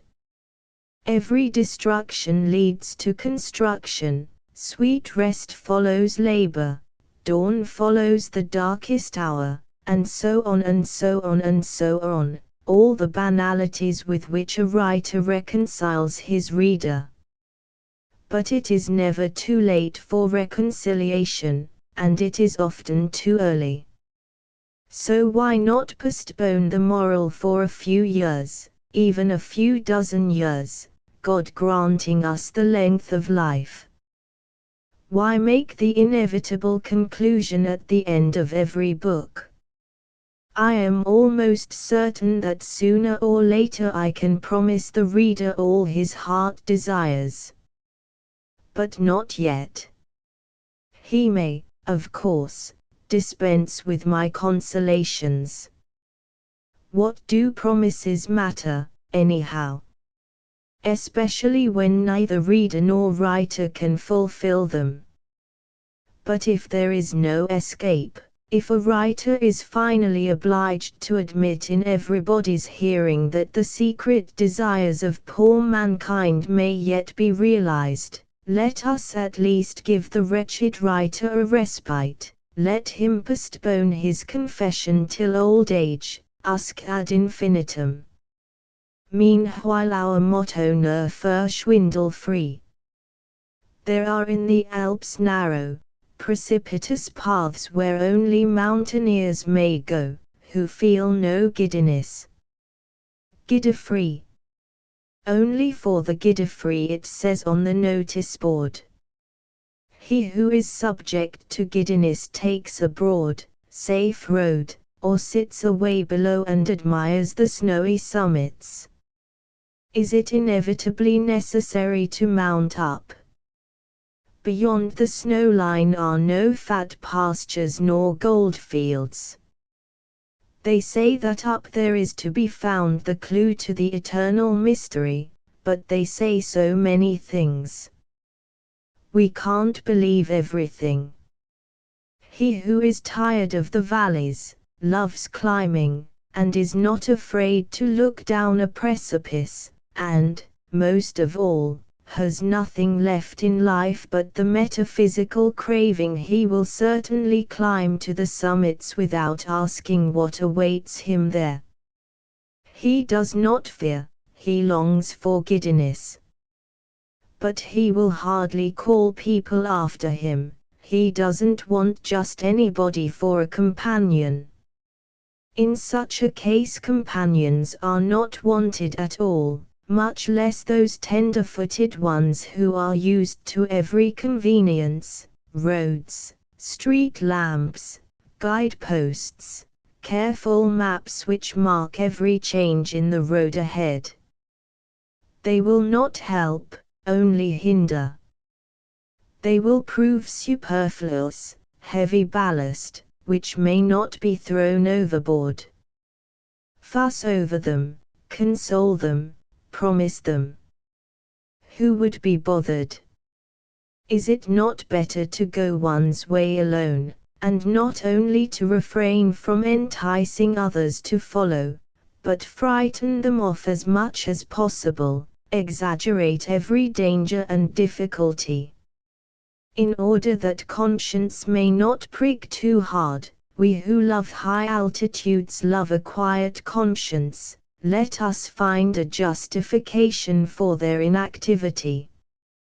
Let us tell them they are the best, the worthiest of people, really the salt of the earth.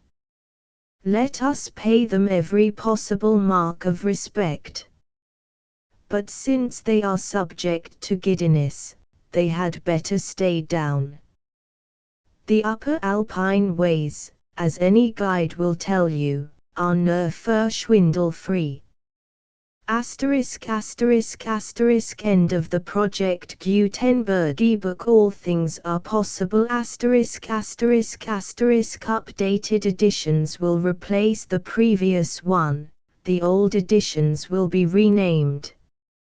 Creating the works from print editions not protected by U.S. copyright law means that no one owns a United States copyright in these works, so the Foundation, and you, can copy and distribute it in the United States without permission and without paying copyright royalties. Special rules, set forth in the general terms of use part of this license, apply to copying and distributing Project Gutenberg trademark symbol electronic works to protect the Project Gutenberg trademark symbol concept and trademark. Project Gutenberg is a registered trademark, and may not be used if you charge for an ebook, except by following the terms of the trademark license, including paying royalties for use of the Project Gutenberg trademark. If you do not charge anything for copies of this ebook, complying with the trademark license is very easy. You may use this ebook for nearly any purpose, such as creation of derivative works, reports, performances and research. Project Gutenberg ebooks may be modified and printed and given away. You may do practically anything in the United States with ebooks not protected by U.S. copyright law. Redistribution is subject to the trademark license, especially commercial redistribution. Start. Full license. The full Project Gutenberg license. Please read this before you distribute or use this work to protect the Project Gutenberg trademark symbol mission of promoting the free distribution of electronic works. By using or distributing this work, or any other work associated in any way with the phrase Project Gutenberg, you agree to comply with all the terms of the full Project Gutenberg trademark symbol license available with this file or online at www.gutenberg.org/license. Section 1. General Terms of Use and Redistributing Project Gutenberg Trademark Symbol Electronic Works 1.0. By reading or using any part of this Project Gutenberg trademark symbol electronic work, you indicate that you have read, understand, agree to and accept all the terms of this license and intellectual property, trademark/copyright, agreement. If you do not agree to abide by all the terms of this agreement, you must cease using and return or destroy all copies of Project Gutenberg trademark symbol electronic works in your possession. If you paid a fee for obtaining a copy of or access to a Project Gutenberg trademark symbol electronic work and you do not agree to be bound by the terms of this agreement, you may obtain a refund from the person or entity to whom you paid the fee as set forth in paragraph 1.e.8. 1.b. Project Gutenberg is a registered trademark. It may only be used on or associated in any way with an electronic work by people who agree to be bound by the terms of this agreement. There are a few things that you can do with most Project Gutenberg trademark symbol electronic works even without complying with the full terms of this agreement. See paragraph 1.c below. There are a lot of things you can do with Project Gutenberg trademark symbol electronic works if you follow the terms of this agreement and help preserve free future access to Project Gutenberg trademark symbol electronic works.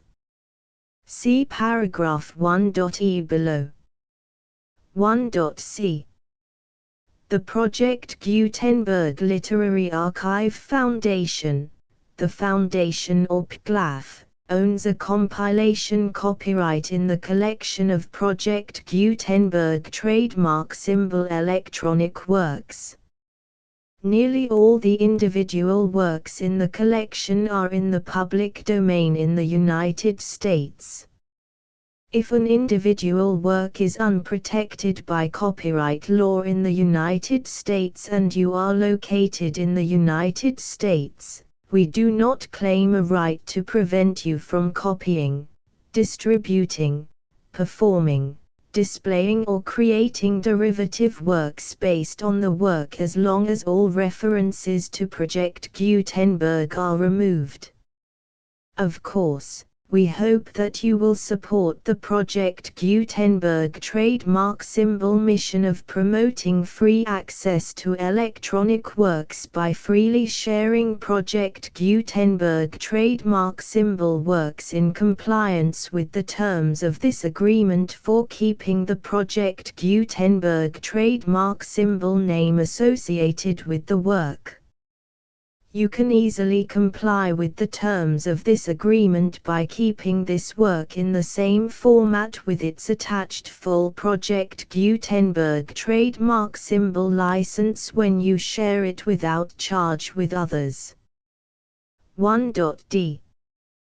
The copyright laws of the place where you are located also govern what you can do with this work. Copyright laws in most countries are in a constant state of change. If you are outside the United States, check the laws of your country in addition to the terms of this agreement before downloading, copying, displaying, performing, distributing or creating derivative works based on this work or any other Project Gutenberg trademark symbol work. The Foundation makes no representations concerning the copyright status of any work in any country other than the United States. 1.e. Unless you have removed all references to Project Gutenberg. 1.e.1.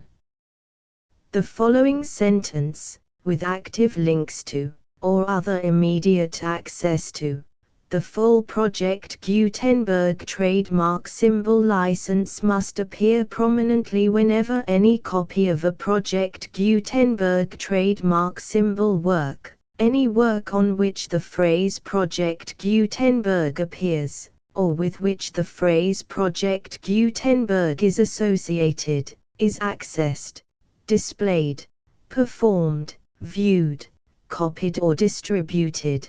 This ebook is for the use of anyone anywhere in the United States and most other parts of the world at no cost and with almost no restrictions whatsoever.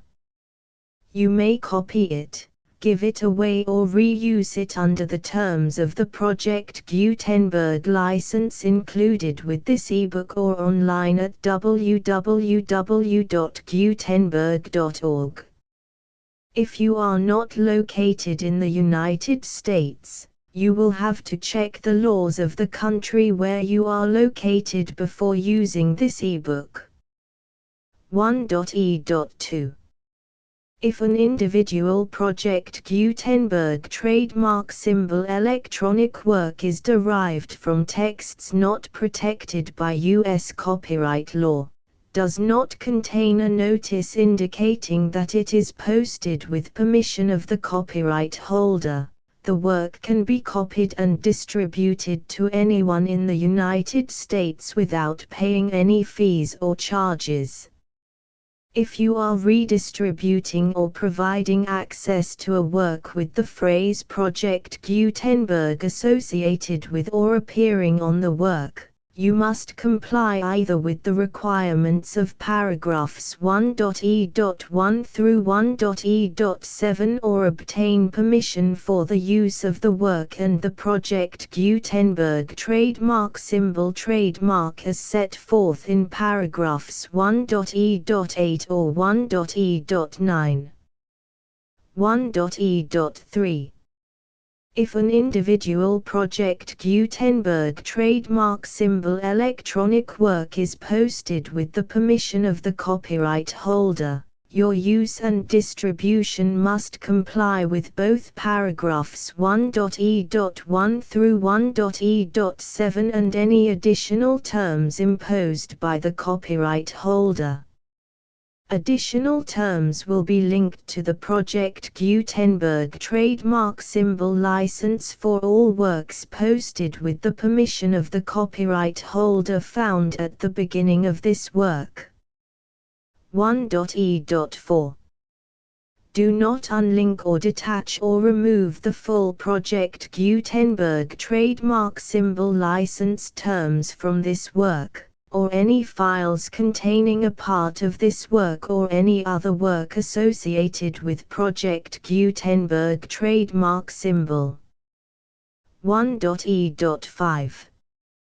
Do not copy, display, perform, distribute or redistribute this electronic work, or any part of this electronic work, without prominently displaying the sentence set forth in paragraph 1.e.1 with active links or immediate access to the full terms of the Project Gutenberg trademark symbol license. 1.e.6.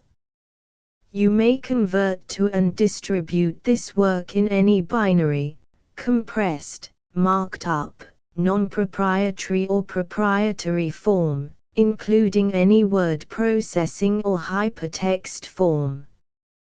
However, if you provide access to or distribute copies of a Project Gutenberg trademark symbol work in a format other than plain vanilla ASCII or other format used in the official version posted on the official Project Gutenberg trademark symbol website, www.gutenberg.org, you must, at no additional cost, fee or expense to the user, provide a copy, a means of exporting a copy, or a means of obtaining a copy upon request, of the work in its original plain vanilla ASCII or other form. Any alternate format must include the full Project Gutenberg trademark symbol license as specified in paragraph 1.e.1. 1.e.7. Do not charge a fee for access to, viewing, displaying, performing, copying or distributing any Project Gutenberg trademark symbol works unless you comply with paragraph 1.e.8 or 1.e.9. 1.e.8. You may charge a reasonable fee for copies of or providing access to or distributing Project Gutenberg trademark symbol electronic works provided that you pay a royalty fee of 20% of the gross profits you derive from the use of Project Gutenberg trademark symbol works calculated using the method you already use to calculate your applicable taxes. The fee is owed to the owner of the Project Gutenberg trademark symbol trademark, but he has agreed to donate royalties under this paragraph to the Project Gutenberg Literary Archive Foundation. Royalty payments must be paid within 60 days following each date on which you prepare, or are legally required to prepare, your periodic tax returns. Royalty payments should be clearly marked as such and sent to the Project Gutenberg Literary Archive Foundation at the address specified in Section 4. Information about donations to the Project Gutenberg Literary Archive Foundation. You provide a full refund of any money paid by a user who notifies you in writing, or by email, within 30 days of receipt that he does not agree to the terms of the full Project Gutenberg trademark symbol license. You must require such a user to return or destroy all copies of the works possessed in a physical medium and discontinue all use of and all access to other copies of Project Gutenberg trademark symbol works.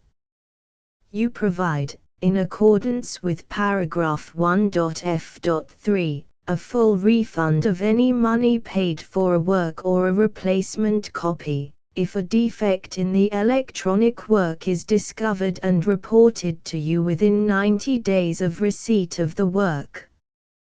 You comply with all other terms of this agreement for free distribution of Project Gutenberg trademark symbol works. 1.e.9.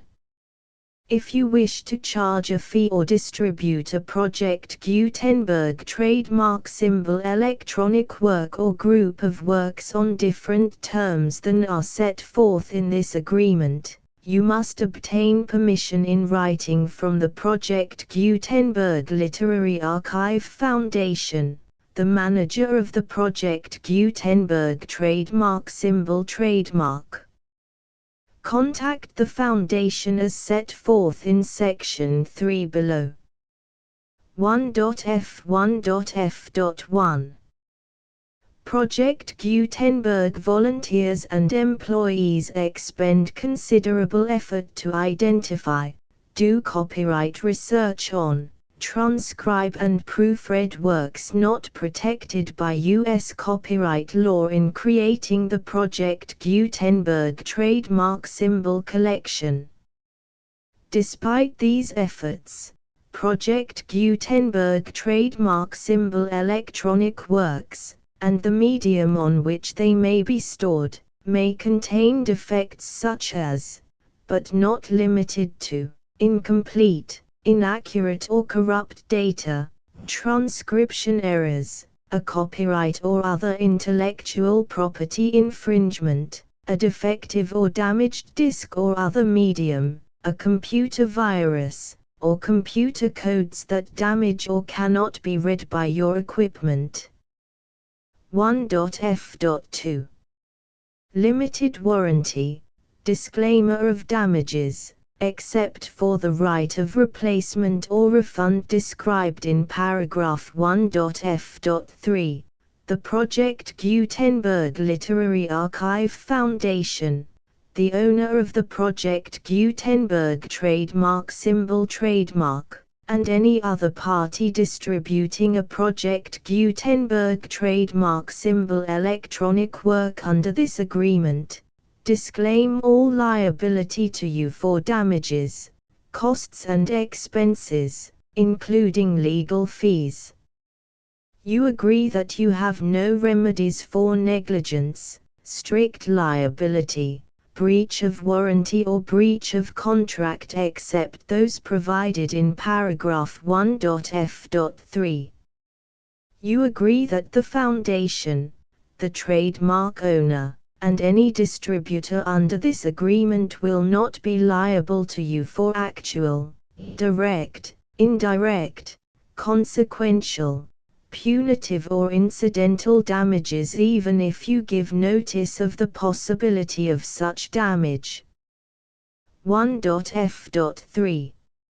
Limited right of replacement or refund. If you discover a defect in this electronic work within 90 days of receiving it, you can receive a refund of the money, if any, you paid for it by sending a written explanation to the person you received the work from.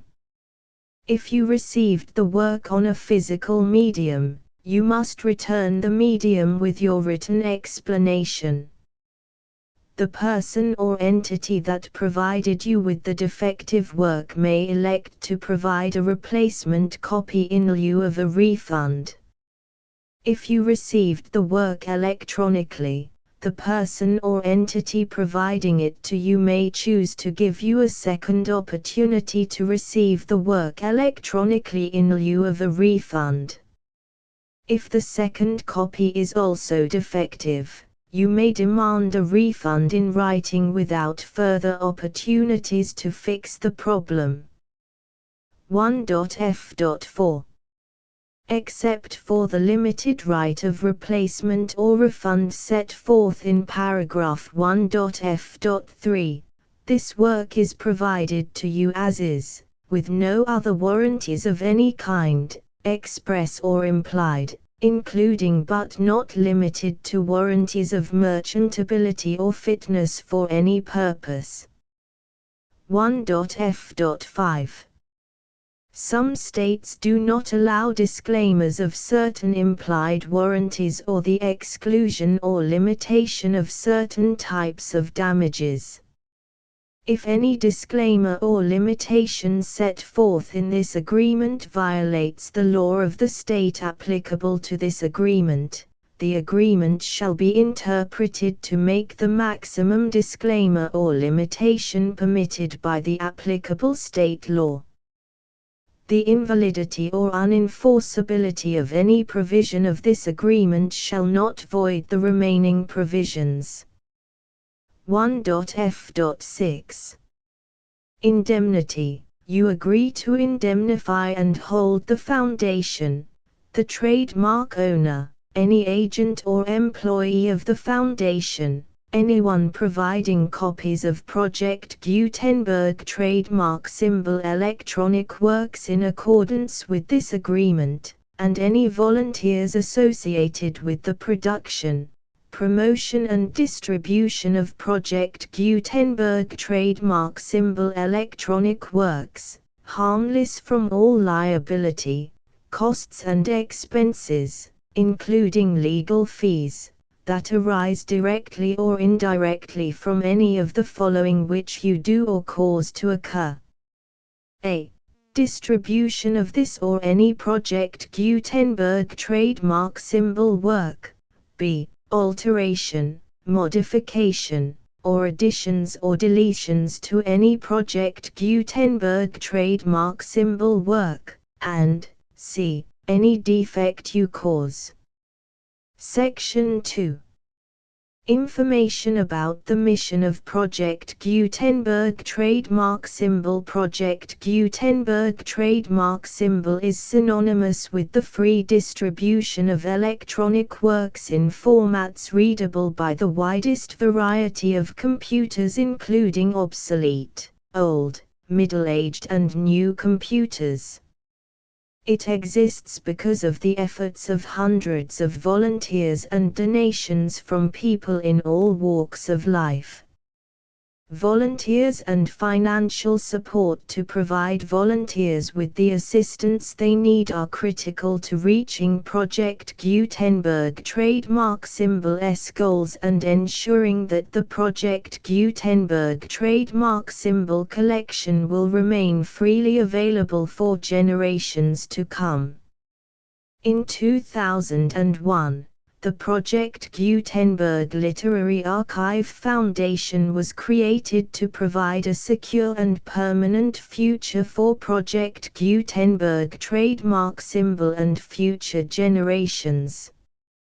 To learn more about the Project Gutenberg Literary Archive Foundation and how your efforts and donations can help, see sections 3 and 4 and the Foundation information page at www.gutenberg.org. Section 3.